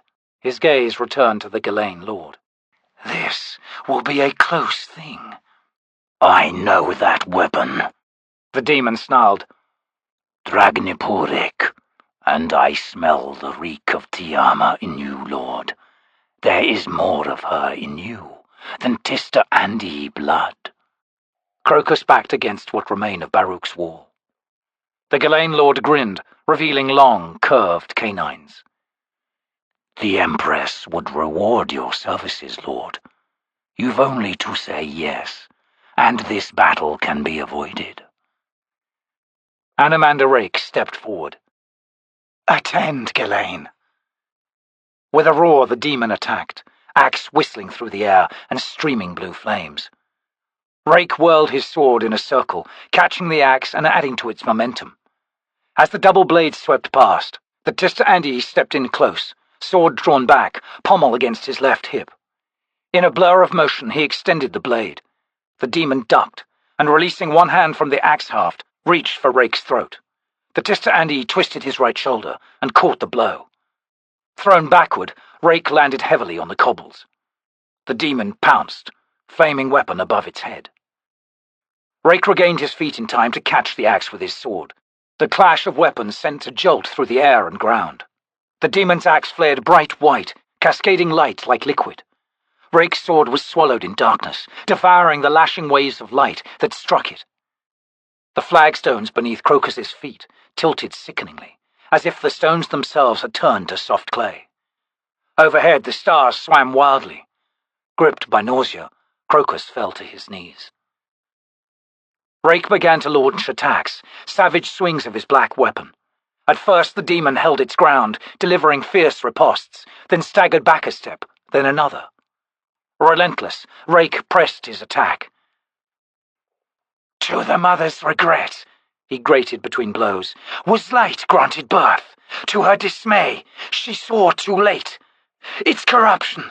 Ghislaine, you are the unintended victim to punishment long overdue." The demon reeled beneath the blows, desperately parrying every attack, no longer counterattacking. The light bleeding from the axe flickered, dimmed, flared fitfully as darkness closed in around the blade. Shrieking, the demon launched itself at Rake. As it descended over the Tista Andi, Crokus saw a streak of black burst from the demon's back, slicing through the cloak. The axe flew from the creature's hands, its fire dying as it clattered on the ground. Squealing in horror, the demon clawed at the sword, impaling it. Black smoke spread in swift tendrils from the weapon, engulfing the demon. The smoke twisted, became chains, drawing taut. The Ghislaine screamed in earnest. Rake regained his feet and pushed the sword through the demon's chest until the hilt jammed against bone. The demon sank to its knees, its black eyes locking with Rake's own. The swimming stars settled. The flagstones beneath the thief became solid once again, though warped and twisted. Crokus swallowed bile, his eyes fixed on the demon. It seemed to collapse in on itself, the chains of black smoke ever tightening, pulling the creature into the sword. It toppled backward, and Rake drove the weapon's point into the cobbled street, pinning the demon. Then the Tista Andi leaned heavily on the hilt, and Crokus now noticed the blood-soaked cloth surrounding Rake's shoulder, where the demon's hand had struck. Wearily, the Tista Andi swung his gaze to the thief. "Move quickly," he rasped. "The alchemist is in danger. I cannot protect him now.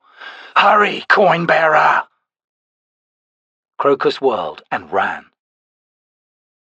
The death of Travail, third in the Cabal, still echoed in their thoughts.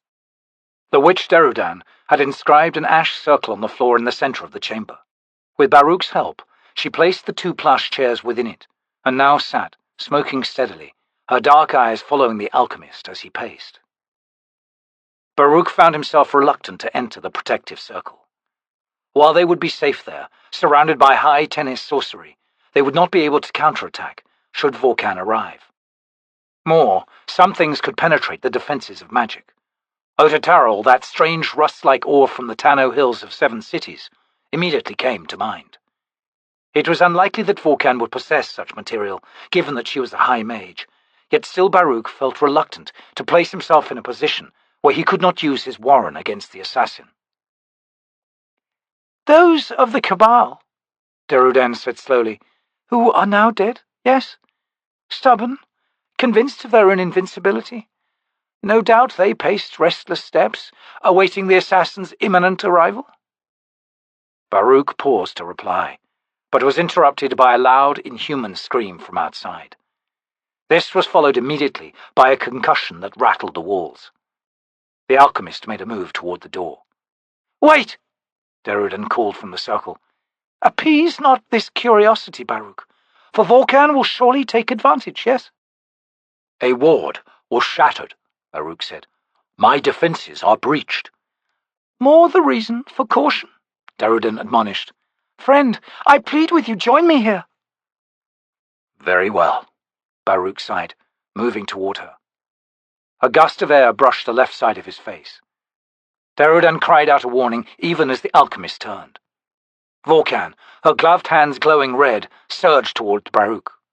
He raised his arms, knowing full well that he would be too late.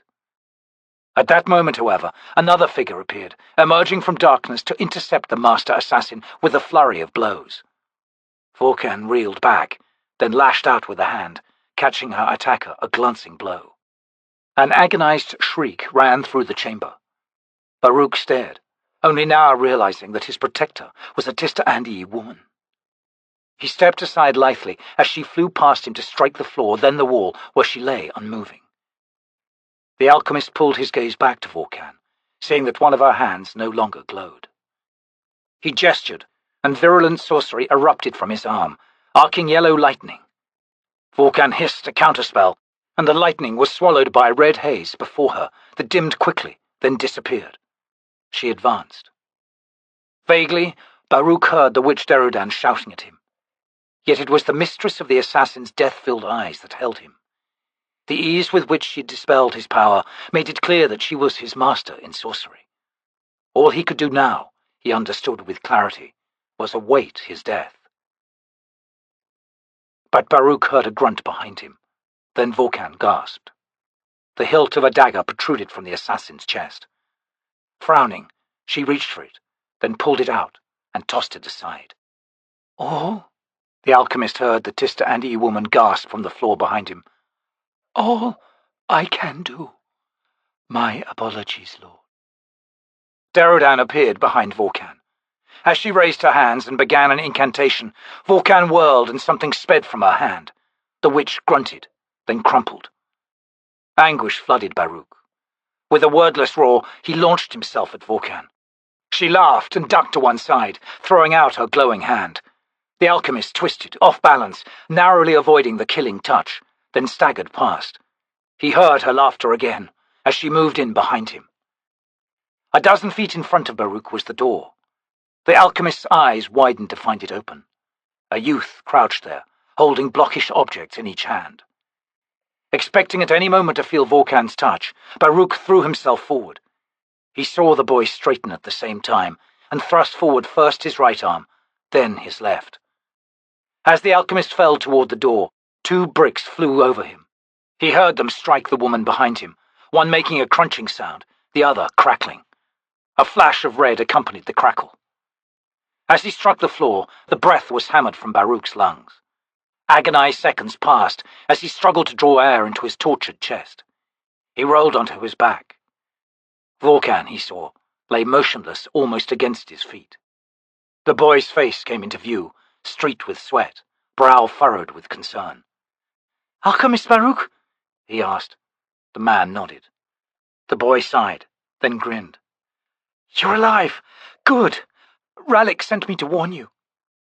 Baruk sat up, "The witch," he said hoarsely. He pointed. "Tend to her, please." He felt his strength returning as he watched the boy crouch beside Darujhistan.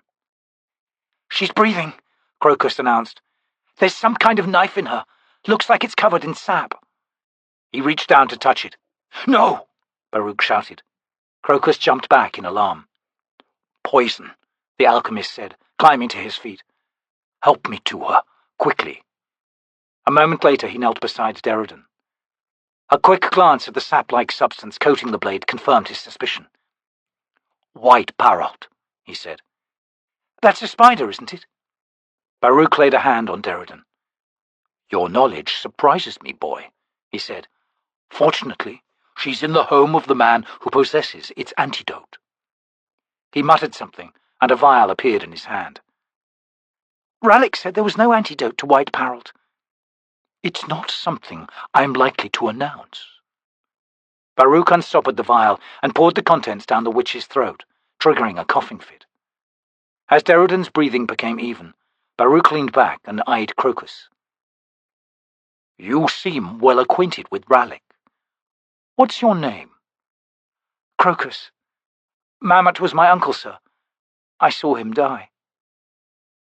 Darujhistan's eyelids flickered, then opened. She smiled lazily. "What I see pleases me," she said weakly. "Yes?" Baruk returned the smile. "Yes, my friend. But I make no claim for defeating Vorkan. That falls to Crokus, nephew of Mammot." Darujhistan's gaze swung to the youth. "Ah, the one I came near to treading on earlier this evening." The amusement left her expression. "I am sorry for Mammot, child." "So am I," he replied. Baruk rose and turned. He hissed a vehement curse. Vorkan's body was gone. "She's fled." He hurried over to the Tista Andii woman. He bent down and examined her. She was dead. "I will soon know your name," he whispered, "and I will remember it." "I have to go," Crokus announced. Baruk wondered at the sudden panic in the boy's face. "I mean," Crokus continued, "if everything's over here, that is." "I believe it is," the alchemist answered. "I thank you, Crokus, for your skill at throwing bricks." The boy went to the door. He paused, then tossed a coin into the air. He caught it and grinned tightly. "Just lucky, I suppose." Then he was gone. Captain Paran crouched beside Cole's bed. "Still asleep," he said, rising and facing Whiskeyjack. "Go ahead." Kalam and the two saboteurs had arrived minutes earlier. So far, the sergeant mused, no losses, though the captain's armour had taken a beating, and the look in his face when he'd entered the room with Lorne's body in his arms warned Whiskeyjack away from probing Paran's state of mind too deeply. The adjunct's body now occupied a second bed, motionless and pale, a strange, ironic smile curving her bloodless lips. The sergeant studied everyone in the small room, the faces he knew so well all watching him, waiting. His gaze held on Sorry, or Apsalar as she now called herself. Whatever Mallet had done to her, she was a changed woman from the one he had known. Less, and somehow more as well. Even Mallet was unsure of what he had done. Certain memories, skills had been freed, and with them a brutal knowledge. The pain was there in the woman's eyes, a pain layered in years of horror. Yet it seemed that she had it under control, that she had found a way, a strength to live with what she had been. Her only words upon meeting him had been, "I wish to return home, Sergeant." He had no objection, though he wondered how she planned to cross 2 continents and the ocean between them. Whiskeyjack reached for the wrapped forearm bones laying on the table. "Yes, sir," he said, in answer to Paran's command. The hot, sweaty air in the room thickened with tension. Whiskeyjack hesitated. There had been a battle in Darujhistan's streets, and Quickben had confirmed the Galen Lord's death. In fact, the Black Wizard seemed still in shock. The sergeant sighed under his breath and massaged his newly healed leg, then drove the forearm's blade into the tabletop. Contact was immediate. High Fist Dujak's gravelly voice filled the room. About time, Whiskeyjack. Don't bother telling me about the Ghislaine Lord. Tattersail's in a coma or something. Everyone in headquarters heard his scream. So Anomander Rake took out the beast. What else? Whiskeyjack glanced at Paran, who nodded deferentially. Adjunct Lorne's gambit failed, the sergeant said. She's dead. We have her body with us. The intersections remain mined. We're not detonating them, High Fist, since they're likely to open the gas caverns beneath the city and turn us all into ash. So. He took a deep breath, feeling a twinge from his leg. Mallet had done what he could, and that had been a lot, but some damage remained, and it made him feel fragile. So, he repeated softly, we're pulling out, High Fist. Dujek was silent. Then he grunted. Problems, Whiskeyjack. 1. We're about to lose Pale. As I suspected, Caladan Brood left the Crimson Guard to handle things up north, and marched down here with his Tister Andii. He's also got Rivy with him, and Jorix Bargast, who's just finished chewing up Gold Maranth. 2. It gets worse. The High Fist swallowed audibly. 7 cities is maybe a week away from open rebellion. The Empress knows it. Some claw from Genebaris arrived half an hour ago looking for Tattersail. My people got to him first. Whiskeyjack, he was carrying a handwritten message from the Empress to Tattersail. I've just been outlawed by the Empire. It's official, and Tattersail was to have effected my arrest and execution. We're on our own, friend. The room was silent. Whiskeyjack closed his eyes briefly. Understood, High Fist. So, when do you march? Seems the Black Maranth are with us, don't ask why. Anyway, I have a parley at dawn tomorrow with Caladan Brood and Calor. That will decide matters, I suspect. Either he lets us walk, or he kills us taking Pale. Everything's riding on what he knows about the Panian seer. Whiskeyjack said, We're rendezvousing with some Black Maranth in a couple of days, High Fist. Makes me wonder how much they'd guessed when that arrangement was made. Anyway, they'll take us to you, wherever you are. No, Dujek replied. We may be under siege here. The Black will drop you off on the Catlin Plain. Their orders are clear on this, but you're welcome to try overruling them. The sergeant grimaced. Not likely. Catlin Plain it is. Just means it'll take us longer to get to you, sir. The glow surrounding the burns flickered briefly, and they heard an echoing thump. Fiddler chuckled. Dujek had just pounded a fist on the table at his end of the conversation. Whiskeyjack shot the saboteur a ferocious look. Captain Paran, Dujek bellowed. Here, High Fist, Paran replied, stepping forward. What I'm about to say is to Whiskeyjack, but I want you to hear it, Captain. I'm listening. Sergeant, if you want to be in my army, you'd better get used to the new order. First, I'm placing the Bridgeburners under Captain Paran's command.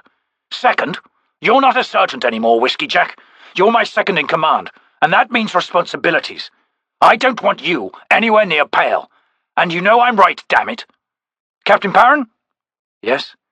Whiskeyjack's squad has earned the right to walk. Understood? If any of them elect to rejoin the Bridgeburners, fine. But I don't want any recriminations if they decide otherwise. I trust that's clear. Yes, High Fist.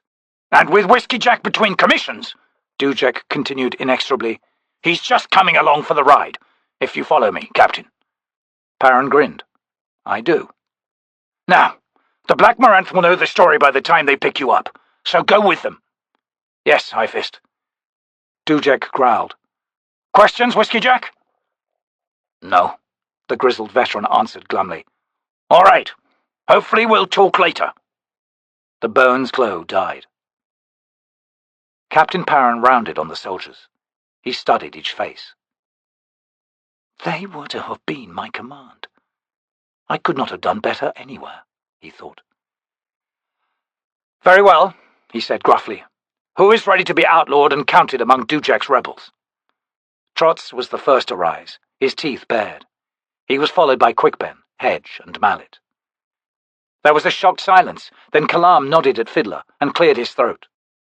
We're with you, only we're not going with you. Me and Fiddler, that is. Can you explain that? Paran asked quietly. Absalar spoke up, surprising everyone. They'll find that hard to do, Captain. And I admit, I'm not sure what they're up to, but they're coming with me. Back to the Empire. Home." With an uneasy shrug, Fiddler rose and faced Whiskeyjack. "We feel we owe it to her, sir," he said. He looked to the captain. "and we're settled on it, sir. But we're coming back, if we can." Bemused, Whiskeyjack pushed himself painfully to his feet. As he turned to face Paran, he froze. Behind the captain, Cole sat upright on the bed. Whiskeyjack said, gesturing. Tension burgeoned in the room once again as everyone swung to Cole. Paran stepped forward in genuine relief. "Cole, He stopped abruptly, then said tonelessly, "You've been awake for some time, I see." Cole's eyes flicked to the bones stuck in the tabletop, then returned to Paran. "Heard it all," he said. "So tell me, Paran, do you soldiers need any help getting out of Darujhistan?"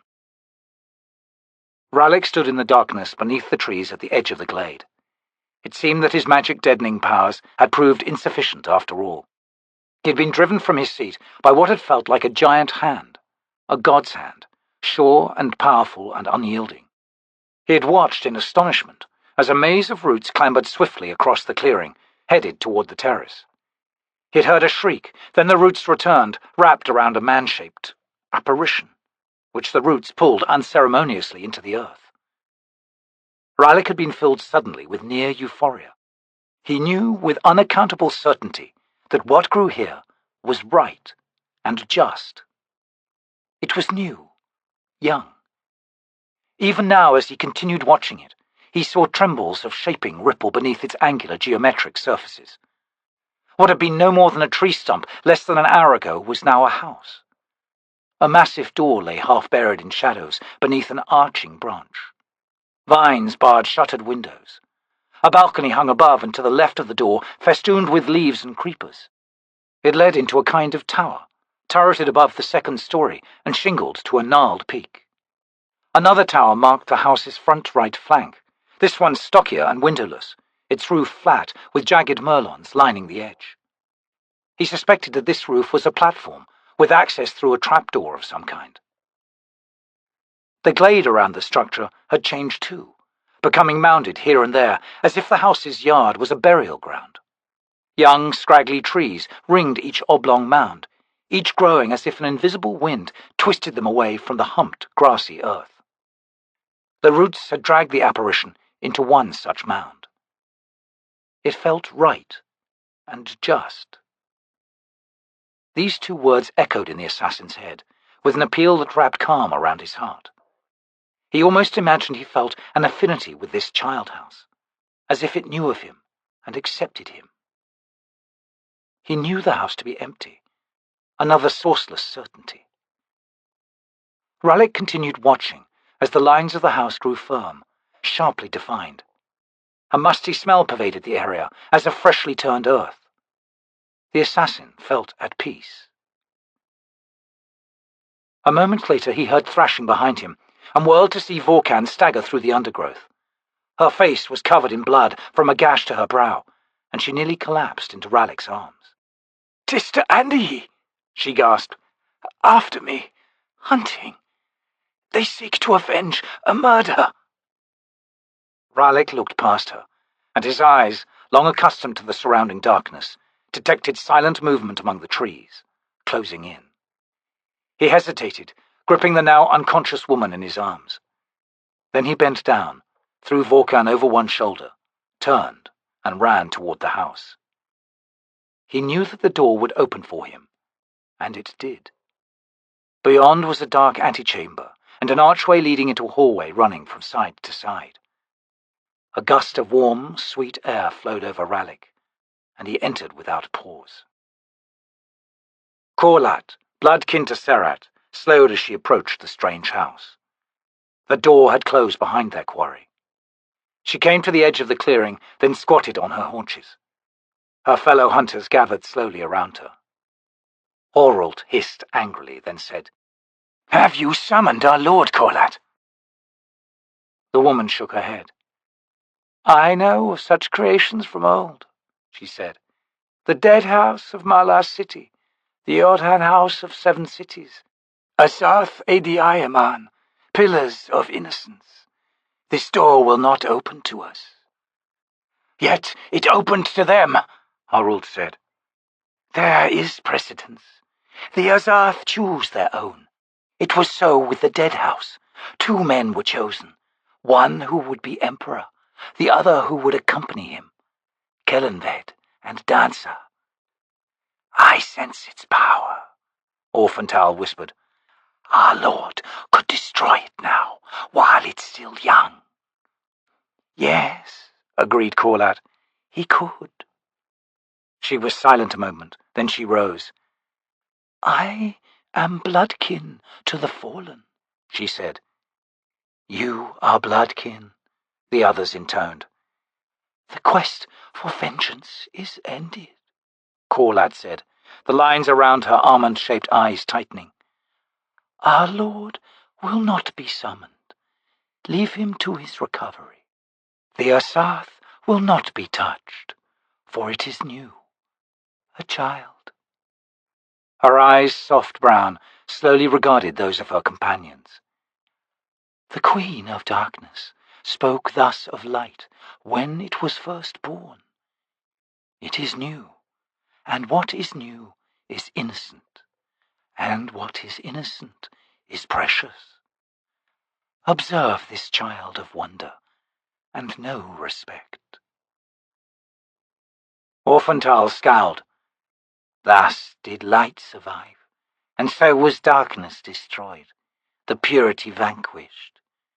And now you would have us flawed, as our queen was flawed. Light became corrupted, and destroyed our world, Corlat. Or have you forgotten? Corlat's smile was a sad one. Cherish such flaws, dear brother, for our queen's was hope, and so is mine. Now we must leave. Cropper's expression was benign as he watched Crokus approach, clearly exhausted by this night of endless running. He nudged Murillo and fluttered his fingers in the young thief's direction. The lad returns with undue haste, yet I fear such sad tidings as Cropper must bring. He's had a rough night all around, Murillo commented. He leaned against the gate's support wall outside the Simtal estate. The streets remained empty, the citizens shocked numb with the night's horrors. Cropper gestured at Moonspawn, now a league to the west, well beyond the city's walls. A remarkable contraption, that. However, Cropper is pleased that it has chosen to depart. Imagine, even the stars blotted out, leaving naught but dread in this world. I need a drink, Murillo muttered. Excellent idea, Cropper said. Shall we await the lad, however? The wait was not long. Crokus recognized them and slowed his frantic run. Hapsalah's been kidnapped by the Empire, he shouted. I need help. He wobbled to a halt before Murillo. And Ralik's still in the garden. Tut, tut, Cropper said. Easy, lad. Hapsalah's location is known to Cropper. As for Ralik, well... He faced the street and waved his arms expansively. Breathe the night air, Crokus. A new year has begun. Come, let us walk, the 3 of us, masters of Darujhistan. He linked arms with his comrades and pulled them forward. Murillo sighed. Ralik's missing, he explained. There's some kind of extraordinary house in Cole's garden now. Ah, so much unveiled in that single statement. Cropper leaned against Crokus. While no doubt the lad's secret, overriding concern at the moment regards the fate of a fair young maiden, whose life was saved at the last moment by a noble son named Gorlas, of all things. Saved, Cropper says, from a ton of masonry shrugged off a wall. 'Twas heroic indeed. The lass near swooned with satisfaction. What are you talking about? Crokus demanded. Who was saved? Murillo snorted. I think, dear Cropper, master of Darujhistan, you've got the wrong fair maiden in mind. She's not fair, anyway, Crokus asserted. Cropper's chest swelled slightly. You need but ask the gods, lad, and they'll tell that life isn't fair. Now, Are you interested in how Lady Simtal's estate has just this night become Cole's estate? Or is your mind so thoroughly enamoured of this new love of yours that even the fates of your dearest friends, Gruppa included, yield such lack of interest?" Crokus bridled. "Of course I'm interested." "Then the story begins, as always, with Gruppa." Murillo groaned. Thus spake the eel. Epilogue. I have seen a rumour born swathed in snug mystery, left lying under the sun in the hills of the Gadrobi, where the sheep have scattered on wolf-laden winds and the shepherds have fled a whispering of sands. And it blinked in the glare, a heart hardened into stone, while the shadow of the gates of nowhere crept across the drifting dust of home. I have seen this rumour born, 100,000 hunters of the heart, in a city bathed in blue light. Rumour born, Chapter 1, verses 1 through 4. Fisher, birthdate unknown. The sun lit the morning mists into a shield of white over the lake. Down on the beach, a fisher boat rocked in the freshening waves. Unmoored, it was moments before pulling free of the pebbles. Mallet helped Whiskeyjack to a dome of rock above the beach, where they sat. The healer's gaze hesitated on the figure of Quick Ben, standing with shoulders hunched and staring across the lake. He followed the wizard's gaze. Moonspawn hung low on the horizon, a gold cast to its ravaged basalt. Mallet grunted. "It's heading south. I wonder what that means." Whiskeyjack squinted against the glare. He began to massage his temples. "More headaches?" Mallet asked. "Not so bad lately," the grizzled man said. "It's the leg that worries me," the healer muttered. "I need to work on it some more, and you need to stay off it a while." Whiskeyjack grinned. "As soon as there's time," he said. Mallet sighed. "We'll work on it then." From the forested slope behind them, Hedge called, "They're coming in!" The healer helped Whiskeyjack stand. "God knows," he whispered. "It could have been a lot worse, right, Sergeant?" Whiskeyjack glared across the lake. 3 lost ain't that bad, considering. A pained expression crossed Mallet's face. He said nothing. "Let's move," Whiskeyjack growled. "Captain Paran hates tardiness, and maybe the Moranth have good news. Be a change, wouldn't it?" From the beach, Quick Ben watched Mallet supporting his sergeant up the slope. Was it time, he wondered? To stay alive in this business, no one could afford to let up. The best plans work inside other plans, and when it's right to faint, faint big. Keeping the other hand hidden is the hard part. The wizard felt a stab of regret. No, it wasn't time. Give the old man a chance to rest. He forced himself into motion. He wouldn't let himself look back. Never a good idea. The scheme was hatched. "Whiskeyjack's going to howl when he hears this one," he whispered to himself. Captain Paran listened to the others on the beach below, but made no move to join them. Not yet. His brush with Ascendance seemed to have left him with a new sensitivity, or perhaps it was the Otataral's sword scabbarded at his side. But he could sense her, now, already in her adolescence, plump as he knew she'd be, smiling with her heavy-lidded eyes deceptively sleepy as she studied the morning sky. "I will come to you," he promised her. "When this Panyan seer and his cursed holy war is crushed, I will come to you then, Tattersail." "I know." He stiffened. That voice in his head had not been his own. Or had it? He waited. Waited for more.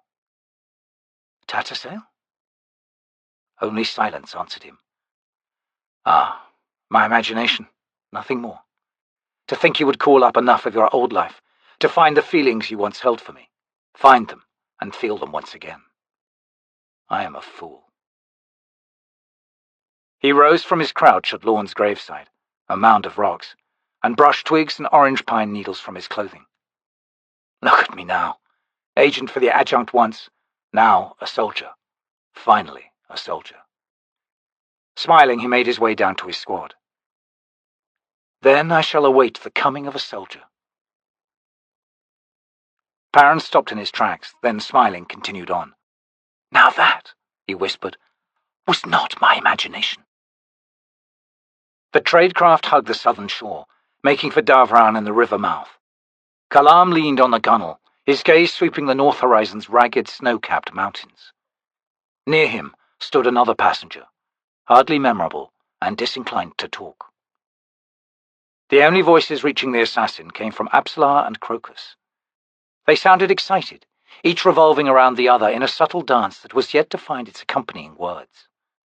A slow, half-smile curved Kalam's mouth. It had been a long time since he had heard such innocence. A moment later, Crokus appeared beside him, his uncle's demon familiar clutching his shoulder. "Cole says that the Empire's capital, Unta, is as big as Darujhistan. Is it?" Kalam shrugged. "Maybe. A lot uglier. I don't expect we'll have a chance to visit it, though. Itko Khan lies on the south coast, while Unta is on Khartoul Bay, the northeast coast. Missed Darujhistan already?" An expression of regret came over Crokus's face. He stared down into the waves. "Just some people there," he said. The assassin grunted. "Know how you feel, Crokus. Hood's breath. Look at Fiddler back there, mooning away as if somebody had cut off one of his arms and one of his legs." "Absalar still can't believe you'd go to all this trouble for her. She doesn't remember being much liked in your squad." "Wasn't her, though, was it? The woman here is a fisher girl from some two-copper village, and she's a long way from home." "She's more than that," Crokus muttered. He had a coin in his hand and was playing with it absently. Kalam threw the boy a sharp look. "Really?" he said, deadpan. Crokus nodded affably. He held up the coin and examined the face on it. "Do you believe in luck, Kalam?" "No," the assassin growled. Crokus grinned happily. "Me neither." He flipped the coin into the air. They watched it plummet into the sea, flash once, then vanish beneath the waves. From near the bow, Circlebreaker slowly nodded to himself. The eel would be delighted with the news, not to mention greatly relieved. Then he returned his attention to the west, and wondered what it would be like, no longer anonymous to the world. This ends the first tale of the Malazan Book of the Fallen. We hope you have enjoyed our presentation of Gardens of the Moon by Stephen Erickson. Copyright 1999 by Stephen Erickson. Performed by Ralph Lister. Directed by Michael Narramore. Performance copyright 2012 by Brilliance Audio, all rights reserved. For further information concerning this program or other Brilliance Audio titles, please call the following toll-free number, 1-800-222-3225, or visit our website at www.brillianceaudio.com. No part of this recording may be played for an audience or reproduced in any form. It may not be streamed, downloaded, broadcast, or copied without written permission. Address all inquiries to Brilliance Audio, P.O. Box 887, Grand Haven, Michigan 49417.